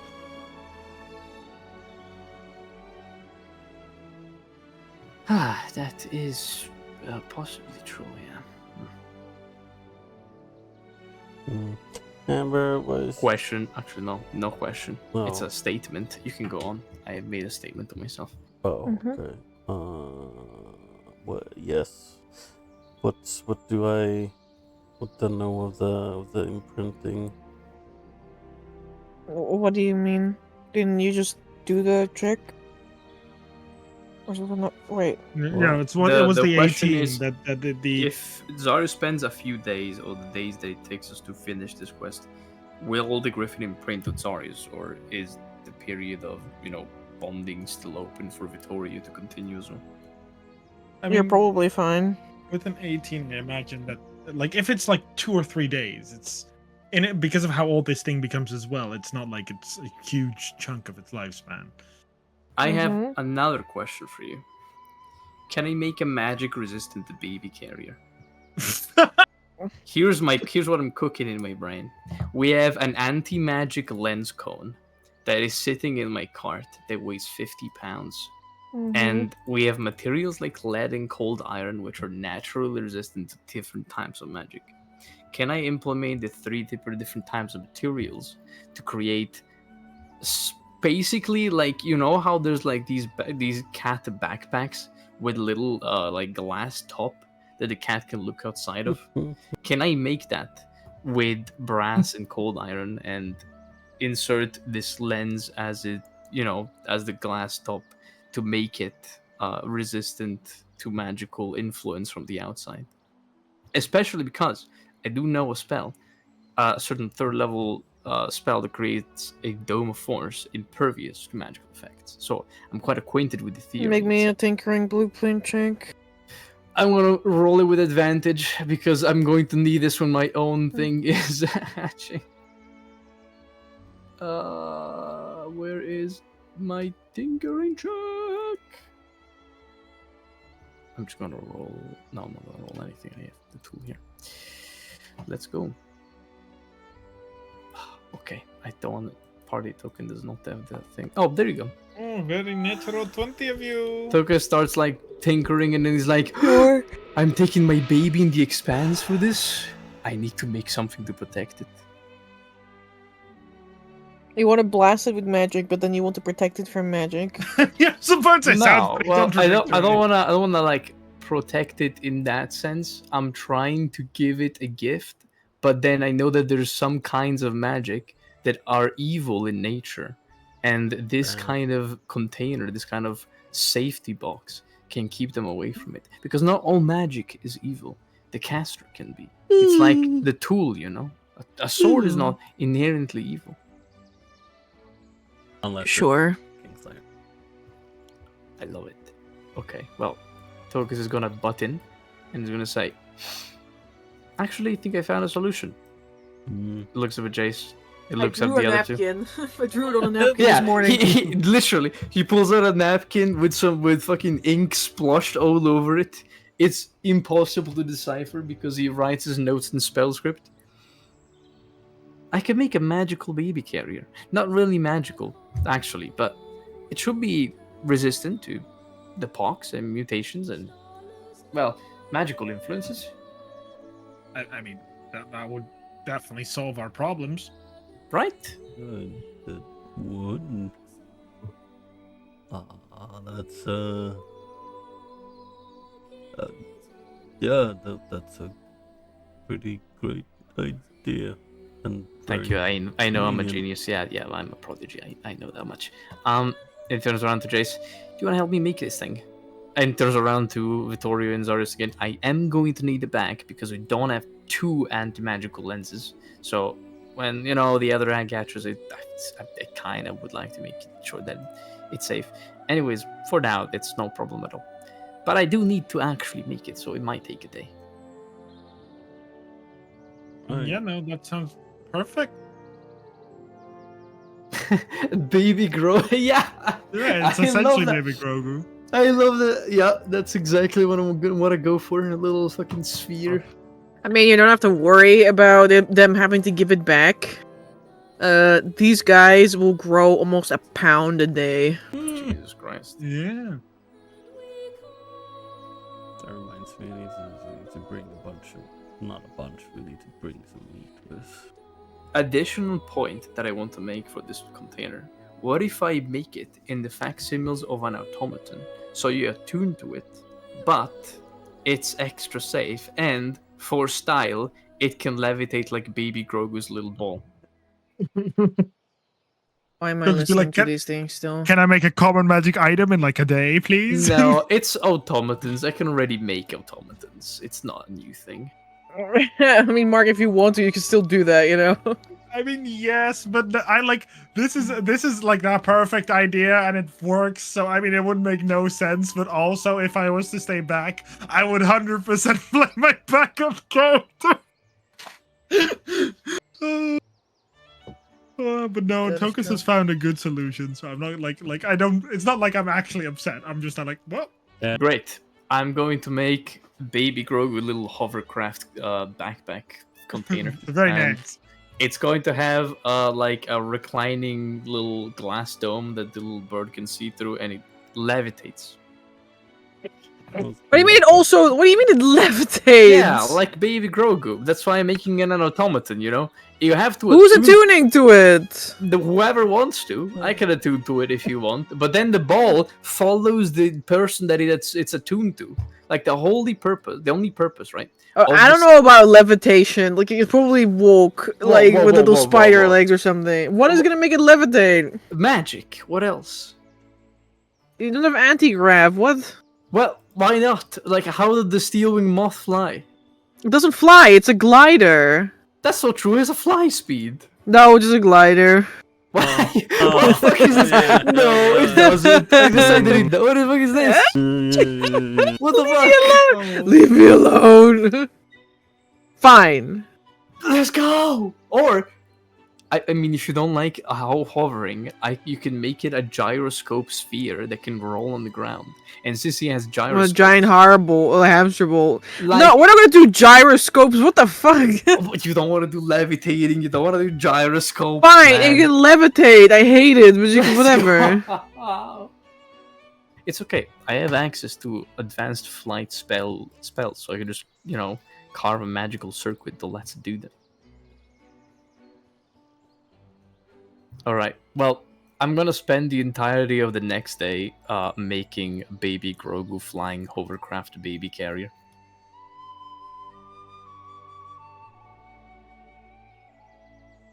Okay, sure, that can be done. Nice. What are the rest of you doing that day? Also roll me a D100 for that day. It's called a hovering pram. There we go. Well, remember, I'd like to specify two things that I'm definitely doing. One is every night, if there's an inn or tavern, I will play for my stay, because that's my ability of my upgraded background. Sure, if that makes you happy, you can do that. And that one day, I wanted to say right, but I'd love to get to know the people in this halfling village. Like, I probably spent, if Jace knows people here, I'd like to ask if Jace can, like, know some fun things, know some fun places. I need help here. Oh yeah, but I'll still ask her, because not like she doesn't have to come with, but I'd still like to ask her if there's any fun places, any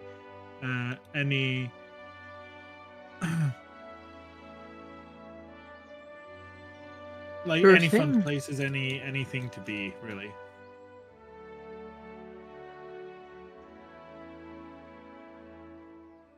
This can be arranged. What about the others? I'm making what's called a hovering pram. This is Stop it. totally the name I invented. Just came back. What is what? Zaris is gonna have fun while I take care of his baby problems. I'm gonna make I'm joking, don't worry. No, because you Uh, can't get help. It's I'm okay, gonna- Darius. Make me a charm check in the meantime. Ooh. I'm Yeah, just but- gonna tinker for the rest of the day. Well, Do Charm. any of you have attunement slots free for this whole thing? Check. I could if I unattune from cultural appropriation. That makes a lot of sense. I could also unattune from cultural appropriate. Well, it's not cultural appropriation for me, but I mean, I also technically I just have an attunement slot open to begin with. Actually, Oh. no, because the Heart of Stone is an attunement, right? Even though that it doesn't say that. If it doesn't say that, it's probably not attunement. But I remember very much explicitly saying that, hearing that it was. But it's not in the item. what is? The Heart of Stone. What about it? That is attunement, right? Because it's not on the item or on my sheet, but I very much remember that it is attunement. Yeah, it should be. Yeah. So then I'll have to unattune from cultural appropriation. Look at this Appropriation. fucking amazing baby carrier. Can't be better than mine. I don't know what you mean. It's a homing projectile. If you attune to it, you can also direct it to just fly like a projectile towards your enemy. That's not true. Stop Yeah. it. You send it propelling Yeah. forward like a rocket. Mind you, with this charming, this is also somewhat of the day I spent with the griffin, so it's on my chest. So I do things. So it's not going to be too wild. Here you go. That's my charm check. damn, he gets wasted. No, I'm Dad, not. Dad comes back He'll- drunk, he beats the loses. kid. But no. What is actually happening with that charm check is that everyone is like super interested in me because I have a baby griffin on my chest. I can't believe we're one He's- day he's one literally- day in and he's already using He's a it. show-off parent. Oh my god, he's gonna go for the fucking beauty pageant soon. No, Vittorio's fears come true day one. I see. What? I'm not Yeah, using it. Honestly, I'm also afraid of what's gonna happen to this baby guy. As I'm soon, very careful. as soon as it is like, give it a little bit while, and then it's gonna be like, okay, it's my time to take him, and then he's gonna go and basically use it as a dancing monkey, the Arkhona equivalent. So true. Yeah, and just play music and have a dance so people throw money Dance at for him. me, monkey, dance. So This is sad. our Dance for me. Yippee! Oh, it's not Yuppie. Sad. little bit. I mean, it's a proud animal. I'm just like, holy shit! It's essentially like 1/10 of the weight got added in one day. What the fuck is this? I don't know how heavy baby griffin is. They literally just eat that much food and then they just retain that weight Yeah. without losing any of it. His Damn. new name is now Baby Gronk. Are you Basically, are you telling? Toka's. Oh, good. I was gonna say, are you telling me I need to like chew up about a pound of meat? Holy fuck. Yeah, they need to eat a lot. Okay. Slobber that meat right now. That's fair enough. I guess I'll have to do that. Do your best, Vittorio, is what Yeah, I'm saying. We're gonna have to bring a bunch of meat with. That's what she said. I like to imagine that we just put it in like almost like a drip bottle. So like you chew it up and we just have this big drip bottle. You just drip it out. It's like one of those water packs that you can carry when you go hiking, which is literally just a huge bag you put in your backpack with a long tube that you put into your mouth. Something along those lines, because I don't think it's that ideal to quite literally bird feed this little guy. What do you mean? I'm gonna turn into a griffin and then chew the food and spit. Oh my god. Why not? Honestly, it's There you worth go. the possible summoning of a greater demon of Zinch. Wait, did you just catch that? I Yeah. know Oh that. my god. Oh, so blessed. You want to know what that actually reminds me of a little bit? What? What? If you put a little head on him, it's That's just true. Little, The beak just has to be moved around. the platypus. What is this creature's name? I Perry the I- platypus? like okay. So Yeah. to ask you, Ember, real quick, if I remember, real quick, draconic in your world is like the Game of Thrones draconic, right? Mm-hmm. Oh, Which is the Kari, if I remember correctly, right? No, it's called Which High. one is? It's High Valyrian. It's Durkari. Okay. Durkari is not what this meant. But I've also used the Draconis Twilight one in the past. It doesn't really matter. That's my favorite one. Hands down. Although I will say, I know that it is Dakari. I found it, but it is such a cute name to me. Where is it? Where is the name? Scroll up. I posted somewhere. I like Alari, which in Dakari means dawn. Alari. I don't know. Dog? Dawn. Dog. This is my Oh. dog. That is my dog. Dog. This out reminds of me. out of character, we know that this is a girl, right? Or is it? It's a boy. Ours is a boy. Yours was a girl. Yeah. Yeah. unbelievable. What? No, I see how it is. What is it? I like Alari a lot, but I don't know what you want. Vittorio wants Archon, Ender of Worlds. I mean, Archeon. I don't mind Alari. That's not how parenting works, Vittorio. You have to make your final have to- stand you have and to get in make an an argument opinion. with Zarius until you Here you end up go. throwing hands. Yeah. What the fuck? Alari the Griffin! Alari the Griffin! Agent A! Agent A! Unbelievable. Oh.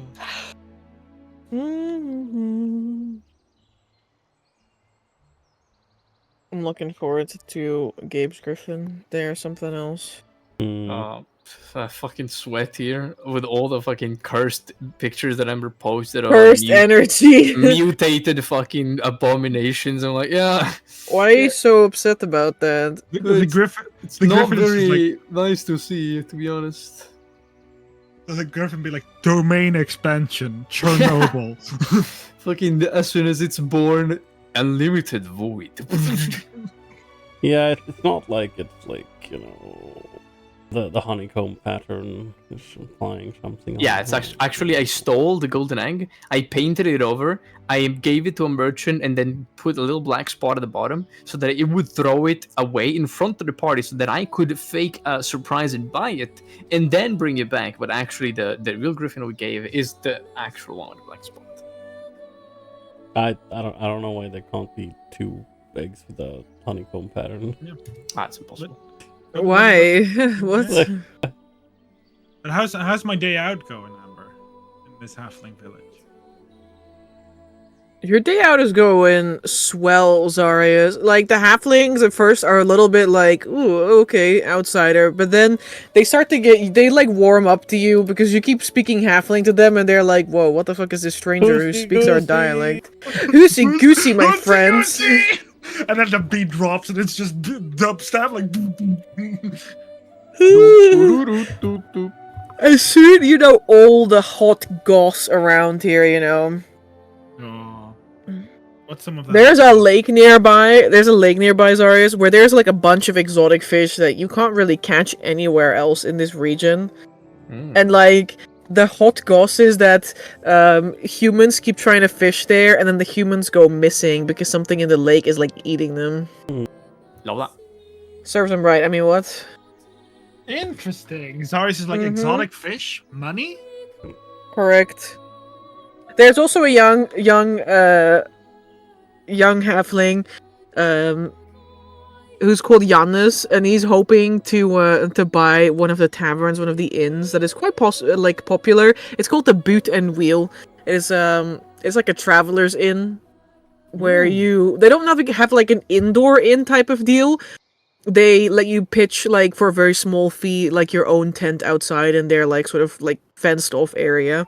So that, you know, you and your animals are, like, safe and your animals don't wander off in the night. But yeah, Giannis is like, I'm gonna buy that place. And he's, like, hoping to get all the inns in town, basically, and make it good, you know? He's hoping to become, like, a rich little halfling. Giannis, how much money do you need for that? a lot. There's Many, also a rumor that one of the other inns in town, called the Angry Badger, actually hosts secret badger fighting tournaments. Whoa. Once a month. Shit. Is the owner called Magna? No, no, they're not. Okay. That'd be something, wouldn't it? Yeah. But you know, outside of that, everything is nice. You know, no biggie. Interesting. I'll try. Like, I probably have a lot of fun.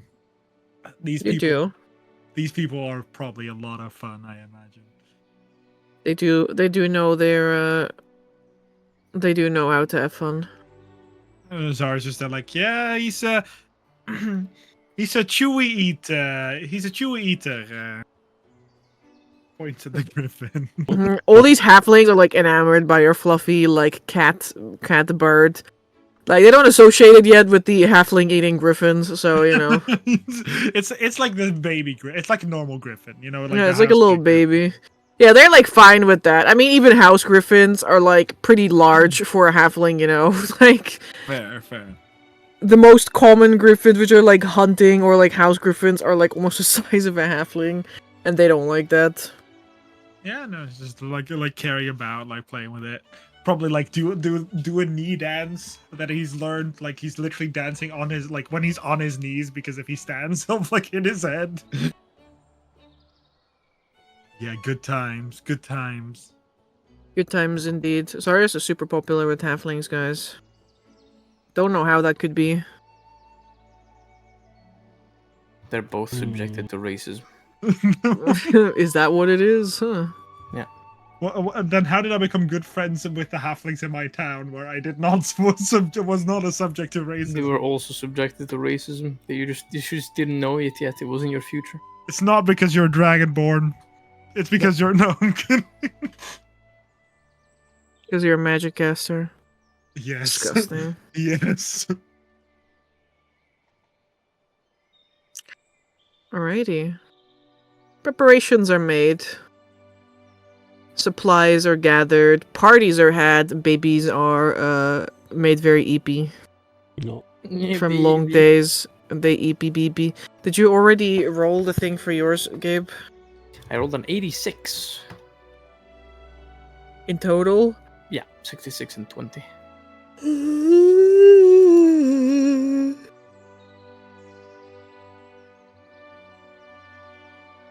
Remember, can I edit the sheet with the griffin to give it the right name?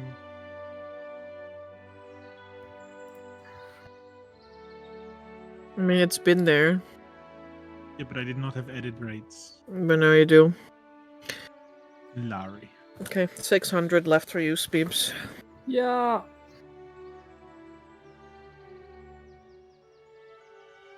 I will, if I can, as the like Tokus, you do the thing every day, right? What thing? The I imagine the pouring your magic into the egg. Yeah, every evening after dinner, Tokus goes to the incubator and he basically puts the egg in his lap as much as he can, because he'd be crushed if he tried to actually do that. And he does that ritual again and again. I'd like to follow Tokas, not like sneakily. Like I'll definitely tell him, like if he can observe. Yeah, of course. He does not object, but he does need focus. Yeah, he will, like as you do the ritual, he will not make any remark. He will very quietly like look, and probably do witch sight to generally like experience more what Tokus is doing than to just observe it with his eyes. Yeah, it's a very different experience, visually and with the other sixth sense or seventh, you might say, of witch sight. With eyes and ears alone, it looks almost like a light festival, or like if you were in the middle of a field at night with a bunch of fireflies. The magic he manifests around this egg is very calm, very almost contained. It's condensed in these variable in size motes of this bluish light that glows of different intensities, and it just swirls around the egg. Sometimes these motes land upon it and sink into it with a little hue. With witch sight, it looks somewhat more violent in a way, as what Tokus is doing is using his own body almost as a focus through which he's running quite hefty amounts of weave, and he's passing this magic, these winds. He's almost acting as a tarp, or a sift more than a tarp. He is controlling the winds of magic and directing them towards this creature that might never know what they are, usually, and exposing it to them, but under a controlled manner, a very methodical, almost studied out process of this large amount of magic running through him and changing in the ways that he wishes for it to do. But it's a very lengthy process, because to mold and to basically sift through all of this weave, it takes attention to detail, it takes care, and it takes nitpicking, which is what are Tokus's most prominent qualities at this point. It takes inspecting every strand, every puff, every single movement of this very dangerous current, very wild emotionless bundle of energy. And that's what he does, sitting in silence with his little egg. Yeah, Zarius will make absolutely no comment as this is happening. I imagine you're using Witch Sight to do the same thing. That as well, to perceive the weave that he has, swirling around him. And You'll definitely notice Zarius actively trying to hold back his own presence, because I imagine with a bard, it's very much like outbursts. It's like, oh, I'm here, let's go, magic. shining sun in the middle of the night, like Sorry, I simply cannot help myself. But I have the opposite of supple casting. You'll notice that he's very surprisingly calm, like very not present, holding back his very presence of both his draconic self and his bard self. And as you end, he's like, "Is that not incredibly dangerous?" It could be. I'd Also- like to think that it's not. And you're pouring this purest weave through the creature while it's being born. Think about it like this. There's an old tale. I know not a lot about Abercairn. I've never been there.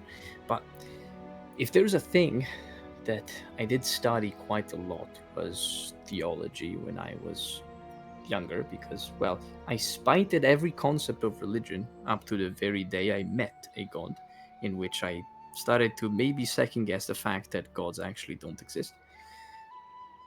There is a myth in Embercarim, a very interesting one that sadly No, there isn't. Just to clarify for your remembrance, the religion of the Sacred Flame is illegal in Embercurrent now. well now, but it wasn't before. No, it wasn't before, but it Yeah, is that's what I was nowadays. going to get it. I mean, it's been illegal for a long time, I imagine, right? I mean, yeah, ever The since Saracen- Embercurrent got back into the...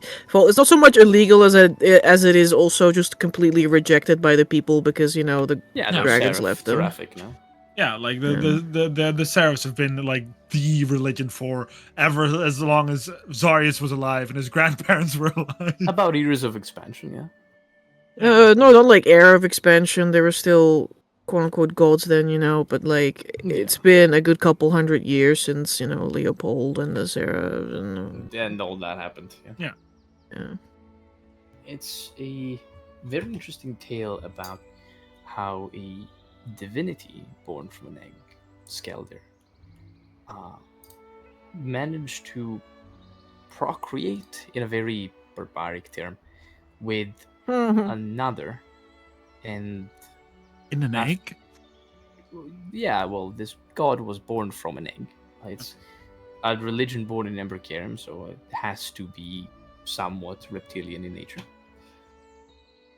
But this god, after siring many eggs with this other god, decided to dote upon the last three.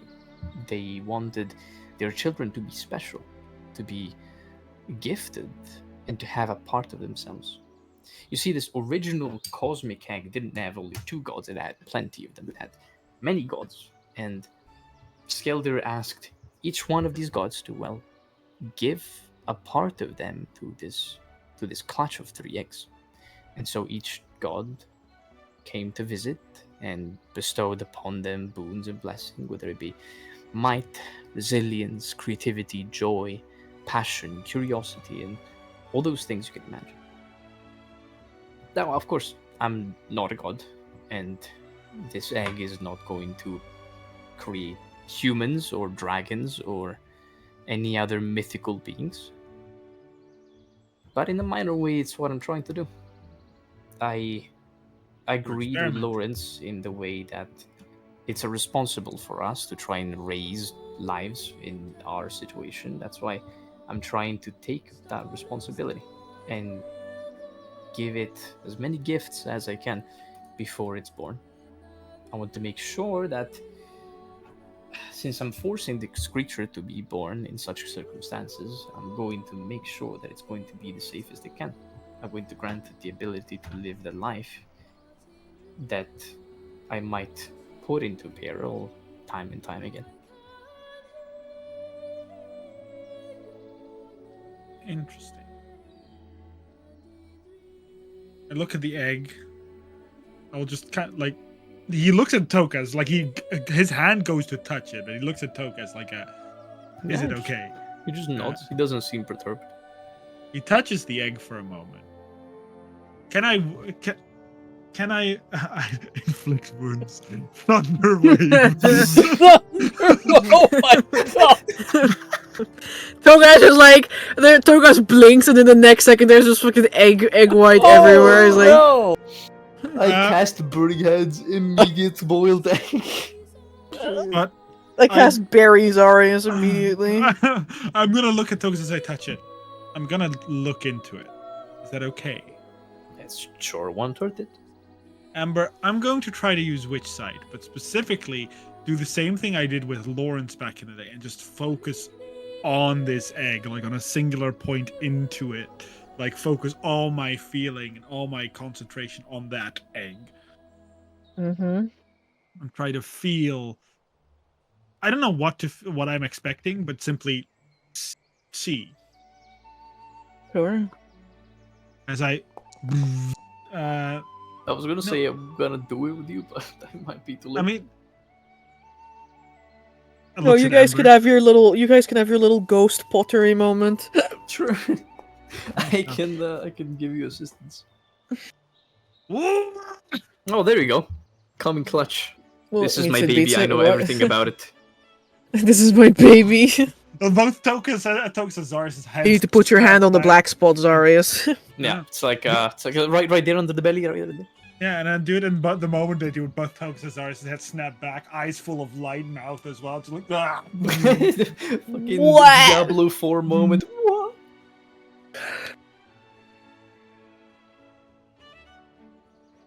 Hmm.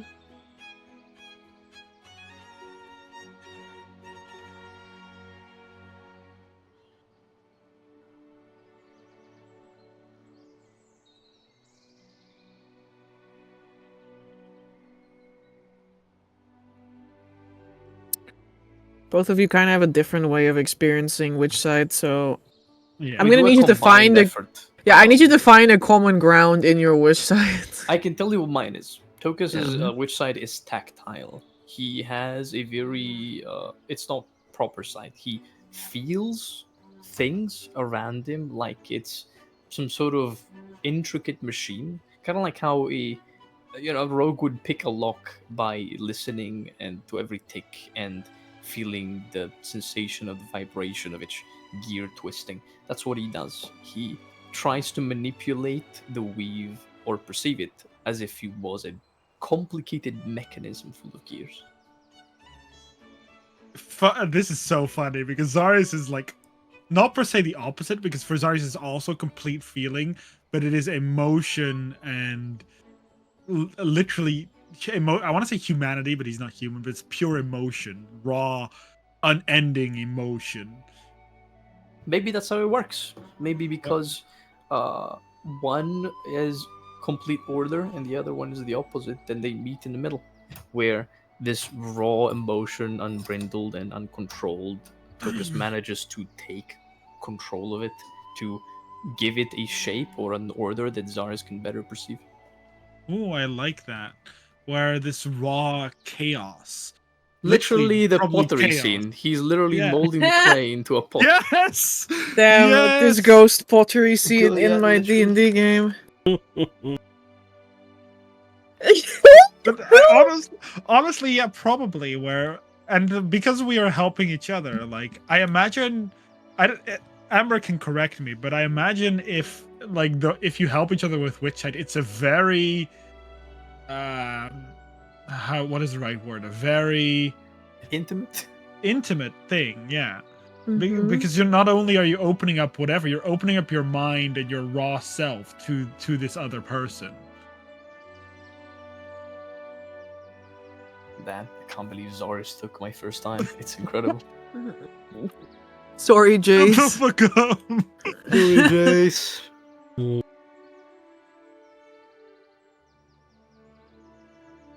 It'd be like that. Yeah, I'd like to imagine It that. do be like that.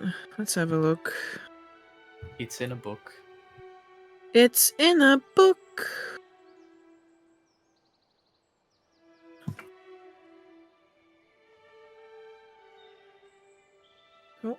Sorry, suddenly just said like suddenly their feeling and being meets this fetus. Stars. I see you. I seek souls to feed. Yeah, just wanted for the stone. That's why the egg is so slow, because Oh, it's yeah, it's actively actually just sucking a- this. It's actually just a Soul. fiend. Yeah, it's a That's demon. so loud. Oh, Always have been.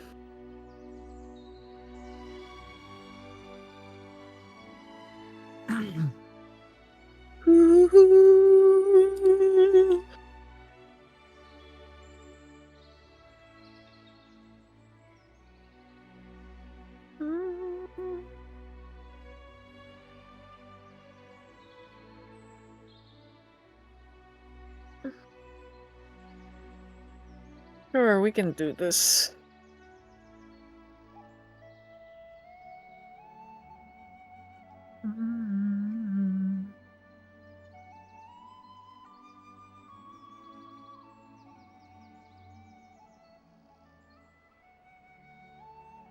The two of you reach out together, trying to give shape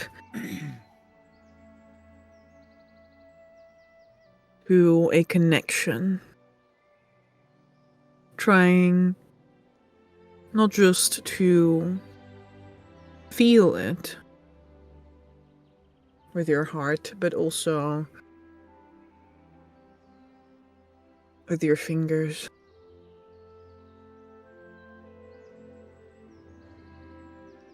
Despite the fact that beneath your fingertips is the hard shell of an egg.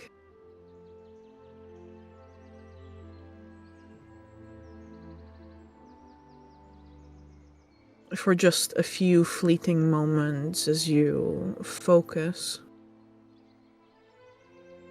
it is almost as though your fingers sink through a barrier and run across wet feathers. Feel soft, keratinous claws.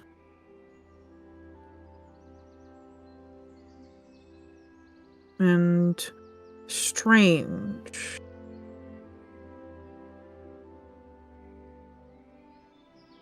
Scale?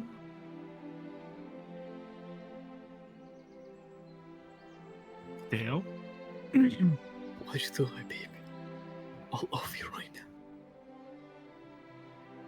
You feel tiny little scales. You feel membranous wings. And a soft beak.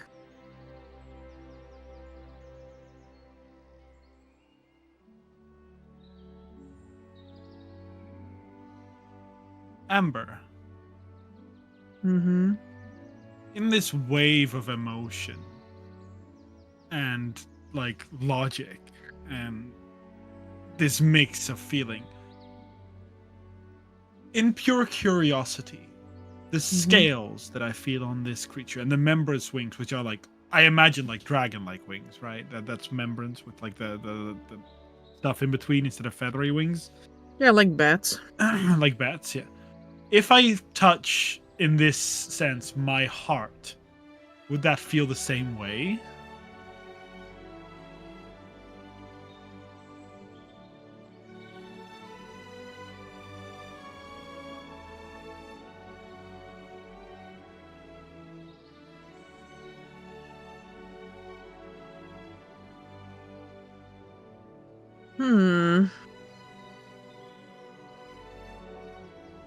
In some ways,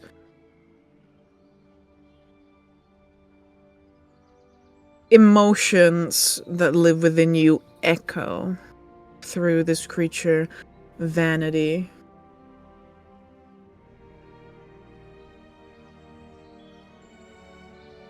But in other ways, there is unprecedented curiosity and dedication that cannot be found in your admittedly rather dark heart. Yeah. But vanity and cunning do live within membranous wings, even if they meet with a feathered body. I imagine if we're so closely linked, Tokus can just hear or feel the word dragon in his head. Tokus probably is onto it the same moment you are, but in a more concerned way, because it's like, dragon? Huh? Definitely Zarius' dragon is probably a lot more prideful than your Tokus' worried dragon one. is concerned, like, a parent would be if they found that their child had malaria. My child has malaria. What? Imagine Oh. calling dragon blood malaria. It's like what you're saying is imagine finding out if my child actually had like demigod DNA in comparison. Fuck, I'd be super terrified. I'm like, who the fuck put you out of this earth? Yeah, I'd be terrified too. Azarius, I imagine kind of like that shocks us out of it. At least There is officially a in my head. little bit of a flinch mentally and psychically as Tokus kind of comes to the conclusion. Yeah, as the moment I've noticed that flinch, Zarius will pull out because I don't want to connect to this creature and then just become chaos. Yeah, and Tokus will do the same. I've always been chaos. I look Tokus in the eyes and my eyes kind of go wide, like He's like looking down. He's not even looking at you. He's like down, eyes wide. He looks up at you. What the fuck was that? that was a dragon. This is not a dragon. It's a griffin. No, it's not a dragon, but it's. I guess Zari's still with his hand on it. It's like there's part of a dragon in here. Tokus does the pointing with both hands gesture. How is there a part of a dragon in a griffin? I don't know. I just experienced the same way you did. Well, yeah, but it makes no sense. But did someone piece like a piece of a dragon and just plopped it in there? Amber, what? Okay, I know this is going to be an extremely hard check, and I doubt Zarius is going to know. But what would Zarius know about dragons making children with not dragons? You guys have met a dragon ogre. Yeah, I've met the dragon ogre, but if I actively think about it, like, would that make sense? Because in Zarius' mind, we've met the dragon ogre, but part of me is like, we did find out that is actually a combination. Yeah, no, actually, that makes sense. I'll dragons can make babies with not dragons. I look at Tokus. His eyes go deadpan. He's like, why would a dragon fuck a griffin? You weren't there with the dragon ogre, were you? Why would a dragon fuck an ogre? That's just like we fought one. Well, not fought is a big word. We ran away from one after I. My question Scared still it. stands. I don't know, but clearly something went on. I am both terrified and curious, but mostly terrified. I mean, no, but everybody knows that you don't need necessarily to have two creatures breed to make a chimera, you know? Yeah, well, I know that you can make artificial chimeras. I never heard of the fucking natural ones that don't come out of two different parents. Well, that's because most species are not compatible with one another. Like, what would make a dragon be able to do that when other creatures cannot? Zarius leans forward and sort of says, "You will be glorious." Well, that is of course. We say my that. child. Do you want to see a picture? What do you Yes. feel? I have been drawing. Oh, Yes, yeah, I would. see. It is, and I hope you raise him right with a pride that comes with being that of greater blood. Oh, that's actually really cute. There's a little scale on top of the head. Oh, They have like scales down the back of the neck. damn. It's going to be glorious, Tokas. I have never been a parent, but also never. What do I train it as? A dragon? As a griffin? You want help? Sorry, it's kind of like squints.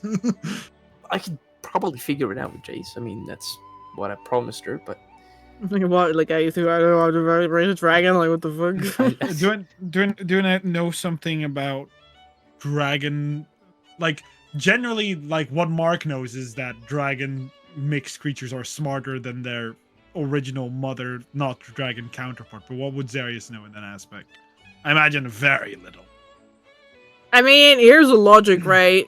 If you believe that dragonborns like were descended from dragons and you're smarter than you think you're better than the regular humans, then certainly that must come from somewhere. Amber, it's what do you evidently mean come from. think? I know I'm better. Yeah, you know that you're better than humans. So that means, that there's something that you have that humans don't. I look at Tokas with like, you just notice a glint in Zarius' eyes of like, I imagine that he's still carrying his own griffin, like on his. Yeah, the child is like on his belly, like I am better. The fucking hovercraft ball next to Zorius. I mean, like he's just like caring for it, like petting it, but it just is like, if it is what I think it is, it's going to be stronger, smarter, better than a regular griffin. It's going to be the first of its kind and possibly the strongest. Are you sure you want to feed magic into this thing? Zarius, I don't know if this thing is going to topple worlds or it's going to fly at the speed of sound. All I know is that I want to take care of this baby. And I don't fucking know what's gonna happen because I just hope it can have a normal life, as normal as I can give it in a fucking place where we keep adventuring and going into, I don't know, pox-ridden towns and ending worlds and seas of fucking magic. Well, if it is anything like our creation, there's one thing I really recommend you get. What, like a acid-proof Either costume? an acid-proof costume, a fire-proof costume, a cold-proof, like an ice-proof costume, a lightning-proof costume. Well, Togas has like a acid-proof sleeve for his book. That's something. Or like a gas mask. Any of those. Why would I need a gas mask? Well, a green dragonborn breathed poison. I mean, I have something of the kind, but I guess I'll have to invest in it. I'm going to line the hovercraft with also elemental proof material. I don't know how strong Jace is. I know this sounds mean, but for her own safety, maybe keep this thing away from Jace at the beginning. I can't do that. I made a promise, and it's our baby, so to speak. I'll be there to make sure that nothing happens. But it's going to be absolutely glorious. And then Zarius kind of goes, pets the griffin on his stomach. He's like, and so are you. The thing just goes beep, beep. Yes, my evil schemes. I will be the godfather of the world, and I was just like, and I'm not going to put magic free. Although that is a cool idea. Maybe we should see what happens. But also, Victoria probably wouldn't agree with that. So we're gonna keep you nice and normal. Honestly, I think it might work. It's the theory that I wrote down behind it is that creatures like dragons, right? They are born innately magical because physiologically they possess organs able to process magic. They have the ability through their body to interact with the weave. The only reason why animals don't cast magic is because they don't. They don't have the intellect that humans, use to channel the weave, nor the organs or the biological requirements to do so that dragons and innately magical creatures do.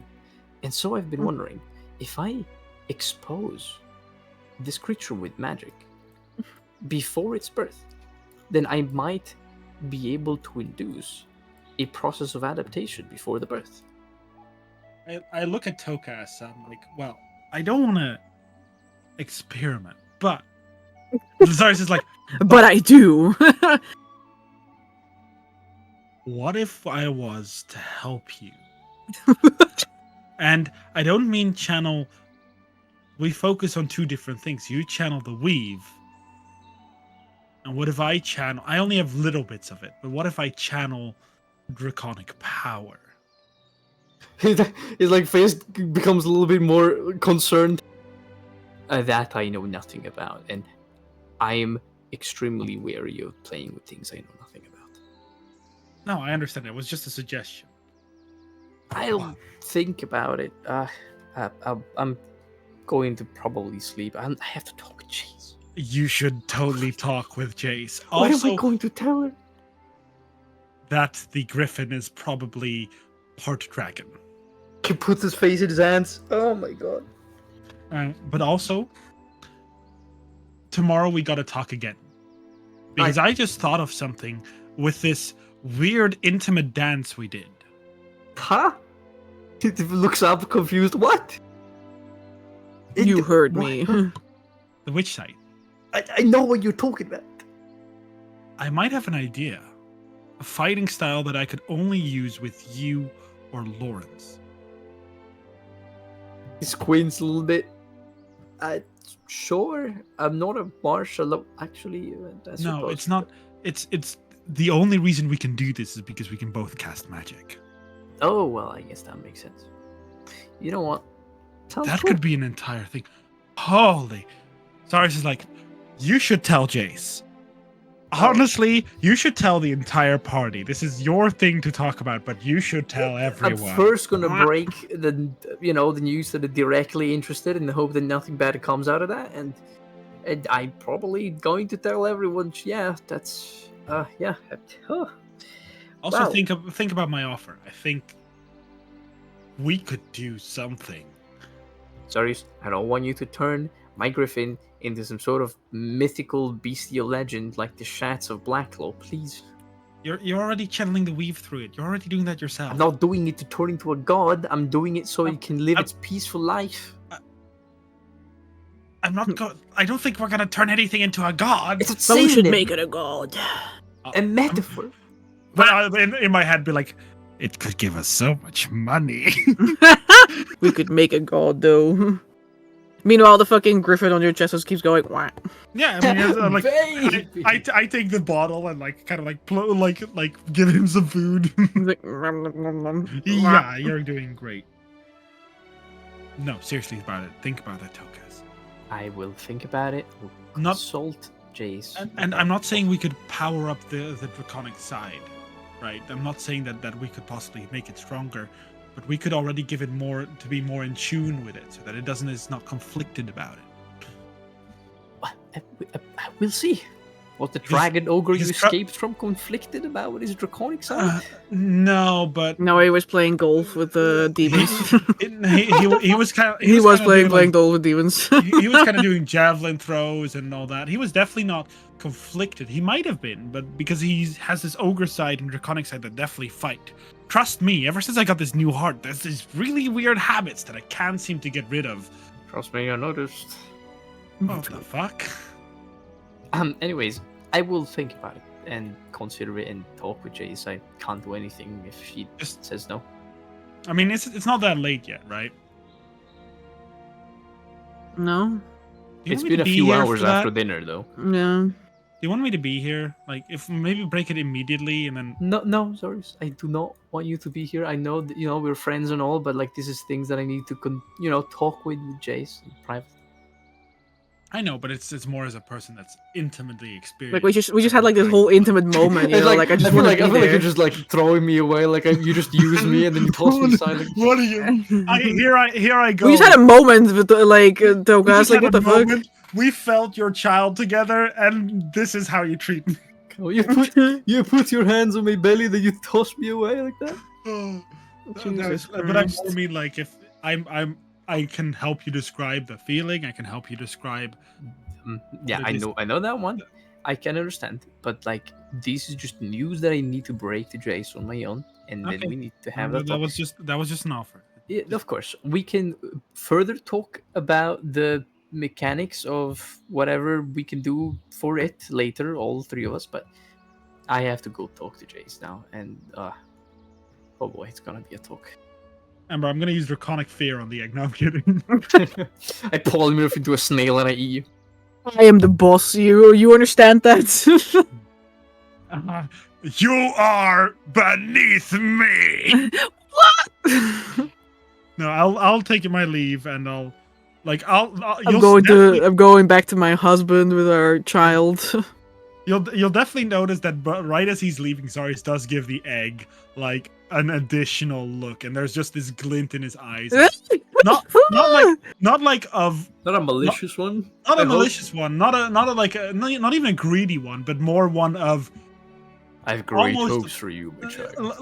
like pride and admiration / expectation, like those three emotions that you could read out of his eyes. Oh, this poor fucking child is gonna be born with sky high expectations and then get depressed. And he's literally just there like, "Wah!" Skiompa! Skiompa, I'm so confused. He just has like a bunch of scales on its body and nothing changed, and it's like, Oh, yeah. oh, you will. And then become a Douglas is man like, I'm for- going to awaken, and the thing's like, sentient! Food! I'm just hungry. I'll give it all the food in the world, even if he kills me. I now gain 2.5 pounds a day. There will be no cutting, only bulking. Literally. The Uh, cutting will before I completely leave, I will tell Tokus that I'll keep my mouth shut until he reveals it himself to the party. Togus puts his hands in front of him and he nods, and in Draconic he says, "Thank you, Zarius." That's what friends are for. And then he waits for a moment. At least I hope we're friends, seeing as you Yeah, you why always say don't- acquaintances. Can you pulls down the hat, he hides his face. Can you like, stop talking about that one? Thank you. He will laugh and he's like, "See, that's how you make fun of people." Yeah, I can see that you're making You fun kinda of me. fist the Yeah. Griffin. Okay, and I'll go back to Vittorio and I'll go to sleep. Vittorio Zaris comes back with your child. Vittorio's like in bed with a scowl. Where have you been? It's already late. The child should have been in bed. What? Not quite. But he is probably sitting in a corner. With some parchment. And then when he come back, he's like,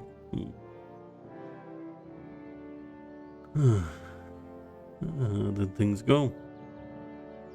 Very, very well. I mean, he was the talk of the town, weren't you?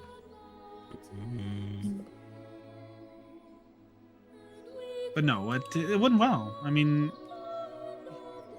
how did he behave, Amber? Very curious, just to see like if there was a hint of personality there.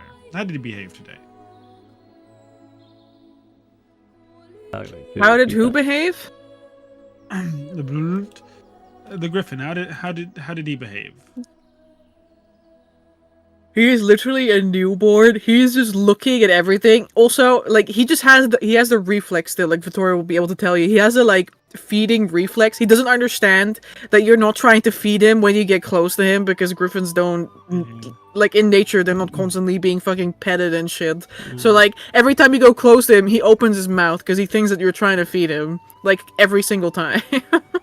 That is very cute. It will take a little while for that to wean off before he starts, looking for the more defined shape of, a beak to feed him. The bottle. But yeah, I mean, he eats from the bottle. He chews that shit up. Yeah. Because I mean- his beak is like very soft, like the claws in the beak are very soft when they are born, and then they harden like under the. Yeah, it's okay. It's a chew toy. That's why you're just giving it, another way to harden its beak. I mean, yeah. No, it went well. He's getting so used to the attention, which is very important. It is important to expose him, at least like from a distance, to people and object and Yeah. places, It is. accommodate, acclimate. It's important that he knows that people are somewhat not dangerous. Yeah. That's We wanna true. If we want to move him around town, he needs to be calm around people. So we went into some busy places, and I mean, it's probably because he's young, but he didn't really get spooked. He did ask a lot of people for food, and they really. I had to stop like at least 5 people from feeding him whole-sized meals that I probably couldn't fit in my mouth.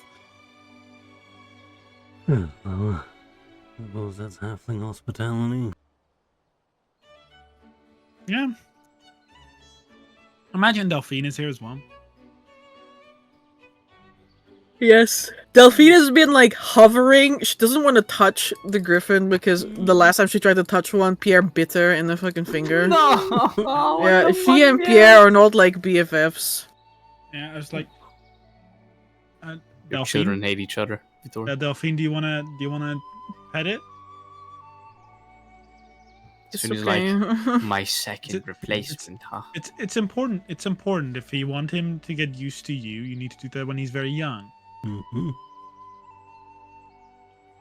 That's very true.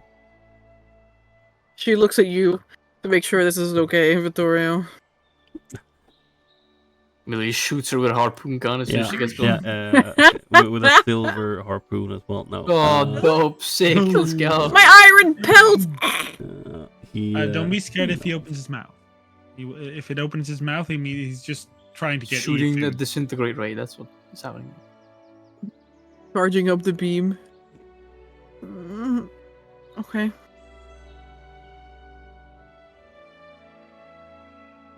Roll Delphine animal will... handling. Yeah, she will... Veteran. You're asking...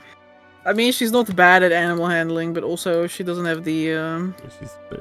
She's good at dealing with wolves. Yeah. If you're a wolf, then it's all good, you know, but... Oh boy. No. Don't say that. I don't know.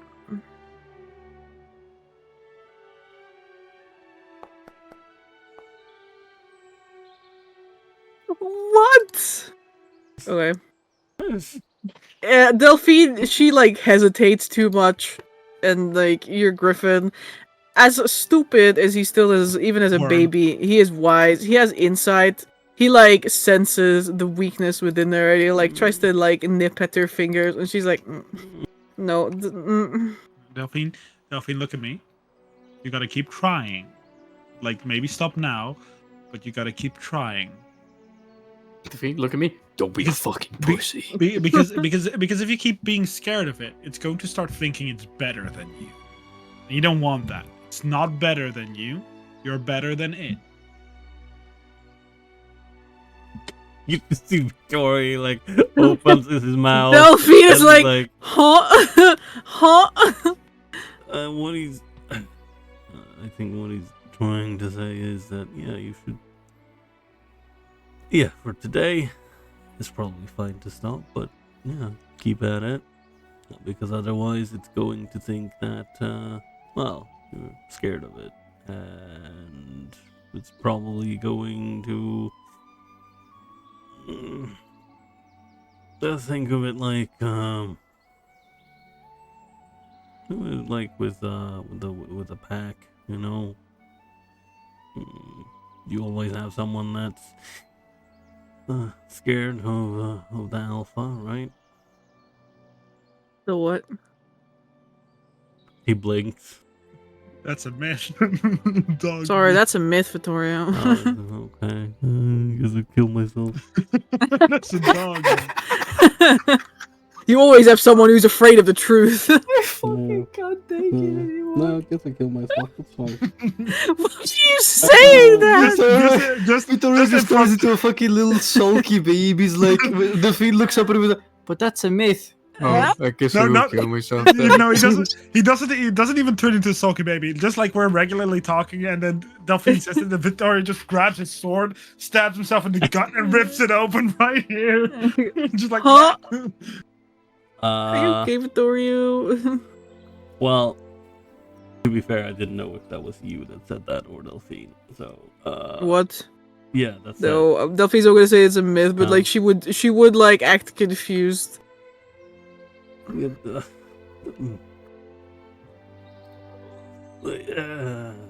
Just, tomorrow you can try again, and we'll just keep What if they at it. just don't like me? Well, you're a very likable kid, so I doubt that's gonna be a problem. Pierre doesn't like me. That's probably mostly because I was gone for 4 months and couldn't take care of him. I understand. Yeah, I don't think he meant to bite you or scratch you. He like looks to wherever Pierre is in the Pierre's room. like turns his head away. Like, Pierre's like, I can't is- believe you have not one but is- 2 replacements now. isn't that right, Pierre? You didn't mean to bite or scratch her. Pierre says nothing if you expected your bird to respond to you. Flicks his tail at you. Hmm. I will give him scritches.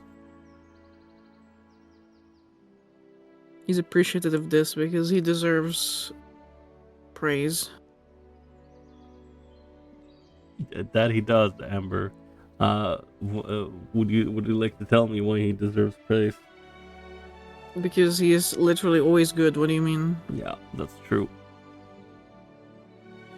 Never seen this bird not do something praiseworthy. What a guy. No, he's good. Which reminds me that I need to also get him to integrate with the new boy. Hello, bird. Meet baby bird. Pretty much.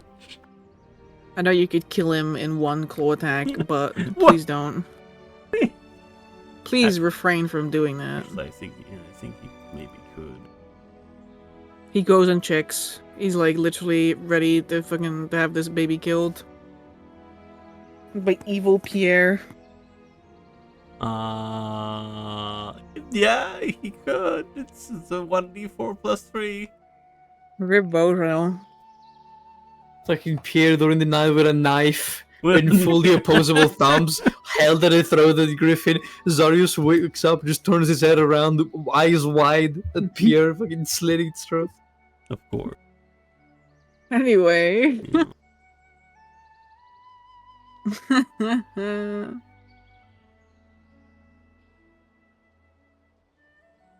Anywho, Tokas, you can go and have your tool with chase. Yeah. Ozarius and Vittorio have their own.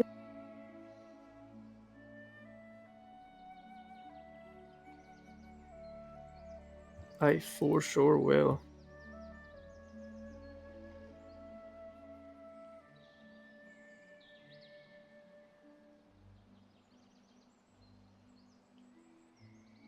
Can I hear this talk? I really want to be privy to this talk. What the fuck? No, go away. No. I'm not saying Zarius. I'm saying Mark wants to hear this talk. Oh, well, I'm wondering if Ember wants to roleplay now, or it was like an invitation to end the session. Goosey goosey.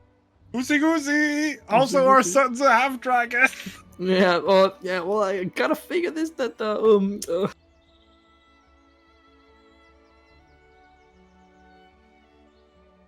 Ember's fallen on speed. Oh, sorry. I literally replied like 3 times, and I wondered why nobody was like responding to me. But I sorry. accidentally tapped my mic to mute myself. And I know. I was happy to do it outside of session, but if you really want to, we can do it now. We can do it outside of session and I'd in love the to like. hear it in session. I think that's so cool, though. Hey, Oh, there you go. Yeah, I was gonna say, if you do it outside of session, you should do it in the public RP channel. I was about to offer that. Yeah. I mean, if you want, we can do it now. It's no problem. Yeah, sure. Well, it's not gonna take much because right after that, Tokus is going to walk out of the room and find Jace, most likely. Probably in their chamber. That's where they sleep. Mm-hmm. He's gonna knock the door twice. Wait a few moments. Yes. Creaks open the door. He peeks. Hello. Hi. There a reason you're sneaking around? No, not really. Yeah, just done preparation, getting ready to sleep. Grace is wearing her pajama onesie. She's he reading a book nearly on the bed. stumbles forward. She as you begin wandering and like that, she puts her book down and she says, "What did you do?" Okay, I didn't actually do anything. This was beyond my control. I want you to know this as Spit it a out, Tokas. Okay. Bluntly, very, very our son is a half dragon.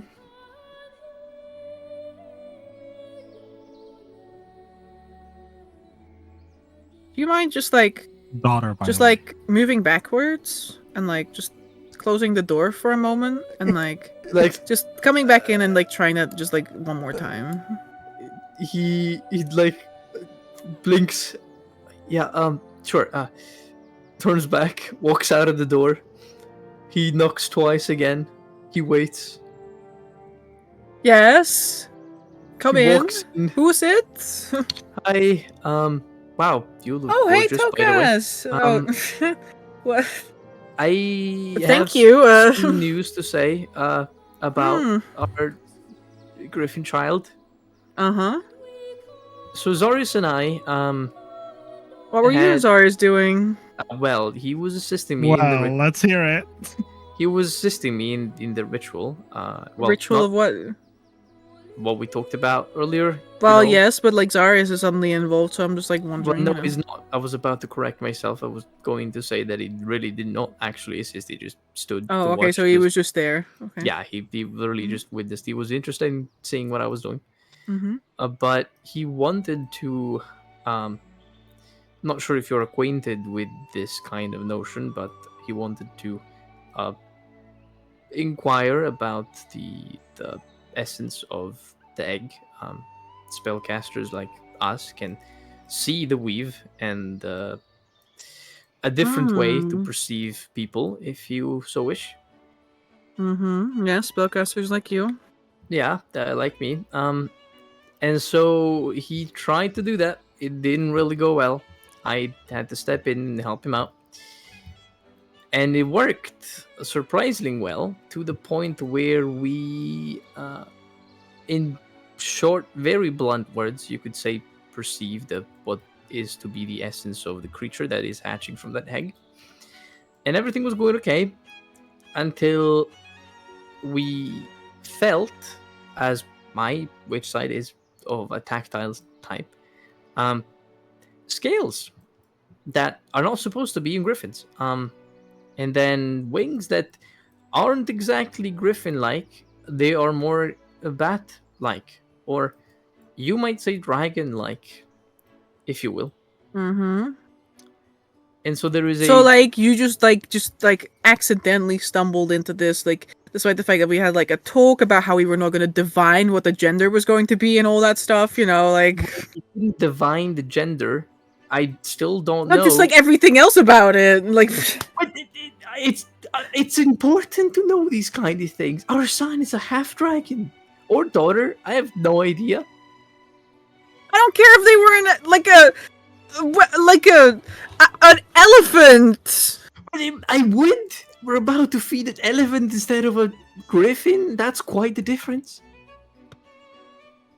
When you're going to have a child, you need to be ready for anything. Am I supposed to be ready to have any kind of child? Yeah. His eyes widened huh? This is just how it is. How is that feasible? How can parents do that? What the fuck? What am I looking at? Oh my god. That is just a slander to my size, to be honest. I look like a fucking baby griffin there. For a second, I thought you were a baby griffin wearing a hat. Yes, man. Oh my lord. Oh my god. It's like, Dokas, can you reach? So cursed. Anyway. Woo. Sorry, continue. But that's the first thing that popped in my head every time I see that scene. Anyway, you should be ready for anything. Okay, this might be an unpopular opinion, but I don't think that if I am having a child with someone, I should expect my consort to be to sire a dragon, for example. Why? Because I'm a gnome. Yes, so what? Well, by Nomendel's laws, the child that is to be takes the genetic heritage of the parents, not of a. Did you see their parents? You bought an egg off the market. He puts his fucking face in his hands. How can I expect for a dragon to fuck a griffin? What did you say? Damn, he's How do you think a half dragon, half griffin has come to be in an egg? Just can't believe you would say stuff like that. What am I supposed to say? I don't know. He like lifts up his forehead, which is the thing Are that they he- at least his- healthy? He lifts up his his hair that he never does because it reveals a brightly or dimly glowing mark of a divination eye on his forehead as he pulls his hair back into concern. Yes, they are healthy, perhaps too healthy, dare I say. It doesn't matter that they're a half dragon. It doesn't matter if they're a giant or they're going to be a water leviathan. It's going to be your child. It's going to be okay. And he comes up and he gives Jace a hug. We're just gonna treat it like we're going to treat it, even if it wasn't a half dragon being. It's okay. I was gonna do that anyway. Good. But then it's okay. But I thought that you could have. Well, I thought that you had to know the fact that, it's not just a griffin in that egg. Well, I guess it was kind of large. Well, all eggs can be kind of large. I mean, Vittorio's kind of large, but it's not like he's. He's like, little born from an egg, Tokas. I'm not stupid. But but that's not what I was trying to say. I know it's not because I'm actually pretty smart. That I know you're so smart. But anyways, it's going to be a little bit more difficult. Zarius told me that. Well, I also know by books, but Zarius did teach me that dragons have some characteristics that differ from usual griffins. But it's okay. I'm sure they will do great, nonetheless. I believe so too. Yeah. We're already. A few months ago, I was just living in my life in Black Hole Mountain. Yeah, I'm very sorry about all of this. About what? You know, all the mess that I put you through all the time. I mean, I think I'm living the most exciting life, any small folk has lived. Some call it exciting, some call it exhausting. I'm glad that you see it the first way. I used to be an adventurer like you. Until Maybe that's a story for another Blinks. time. Yeah, I suppose so. It's quite late. Well, we'll manage nonetheless. We've built an impenetrable cradle anyways, so what's gonna happen? Nothing. Right. Nothing's gonna happen. We're just gonna go into the village tomorrow. We're gonna encounter no guards, no resistance. Get in, get your parents in Find my safety. parents. Exactly. Then Get everyone their letters and supplies. Scold whoever's doing all of this and send them away. And then come back. And it's going to be fine.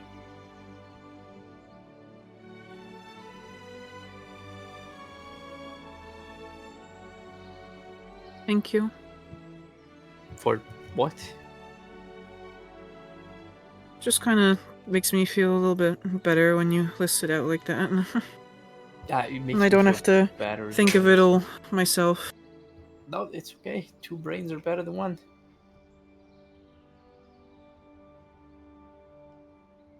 Yeah, I think so too.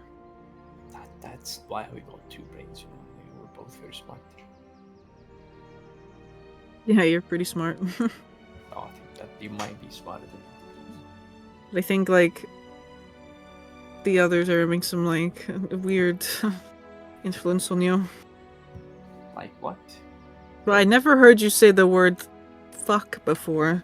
That's, like, a new one. Oh, yeah. Kind of looks to the side a little bit. I'm sure it was Vittorio. A little bit of a blush. I try to, you know, I don't think cussing and slurs are a sign of, well, a composed behavior and a good vocabulary. Swearing is something that everyone can do. I try to avoid it, but also I'm very stressed. Let's just go to bed. Yeah, we can. And then tomorrow and the day after, we'll figure out how to deal with, well, what's ahead. It's not like we can change things as they are now, so No, that's this is true. just going to be us. Yeah, and we're gonna do great. Gonna do amazing. It's gonna go super well.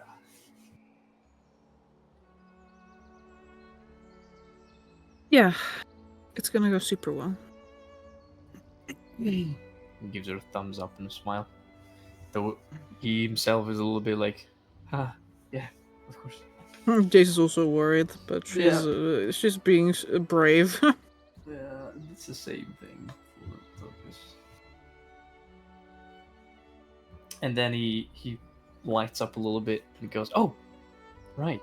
We didn't have a conversation about that, but since it's on topic, do you want to hear the names that I thought?"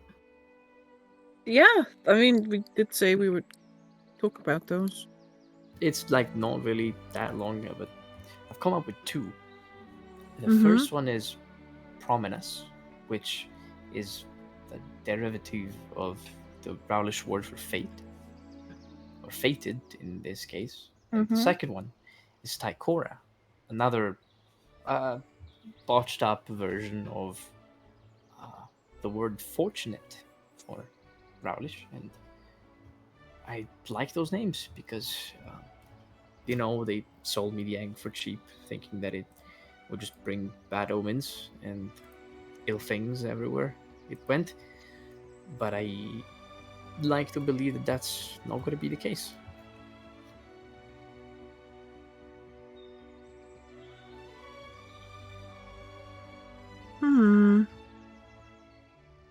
I do like both. Yeah, so do I. My mother always told me that when you look into their eyes, you'll just know. Then Well, again, they did name their ram Toffee, so. Well, Toffee's not a bad name. No, it's not. I'm just glad that I'm not named Toffee. I think Toffee would have been a beautiful name for you too.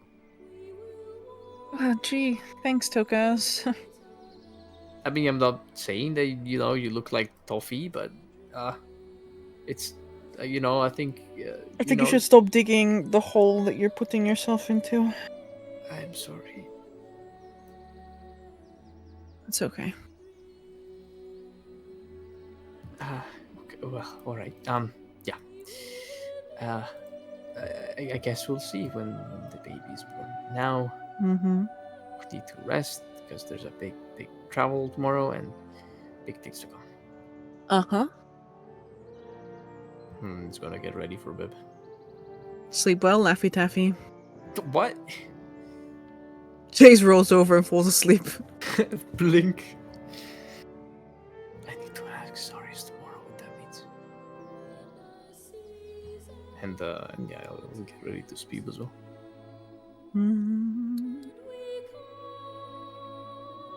Alright. The party speebs. Yumps. An absolute speeb of a day. Indeed, what a speeb of a day it is. And this is probably where we can close for tonight. As you Yeah. guys start fresh the next day. Cloud Tide, 23rd of 9/25. Oh, Then throw it again. Mm-hmm. The egg hatches immediately. Oh, 69, let's go.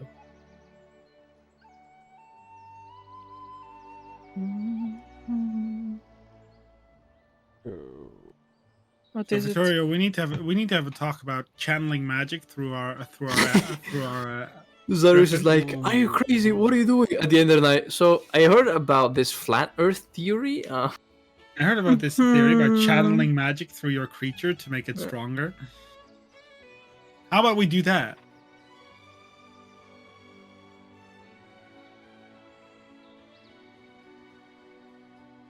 He looked very confused. No, I mean, we can role play it out, but that was more of a joke. But sorry, we definitely Uh-oh. talked about what was happening. Yeah, probably. Yeah.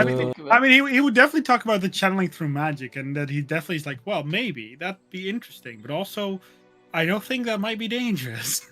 So the Zara is talking about to Victoria about giving his baby vitamin D supplements in the form of spell slots every day. Every day, I'm not using spell slots. Pump a total of 12 levels into it. Just like, Yeah. My general perception of it was that Tokus is taking at least 1 hour per spell slot level to make sure that it's safe, that he doesn't fucking blast it with the water pressure of a hydraulic pump. Hydro pump. hydro pump. So we're gonna turn the stream off. I Well, think yes, so. we Yeah. are. Thank you for hosting, Amber. Thank you guys for playing. And thank you for all of you who are watching, be that live or on YouTube. We'll see you guys next week again. Until then, have a good one. Bye bye. Night, Bye good night. bye. Bye bye.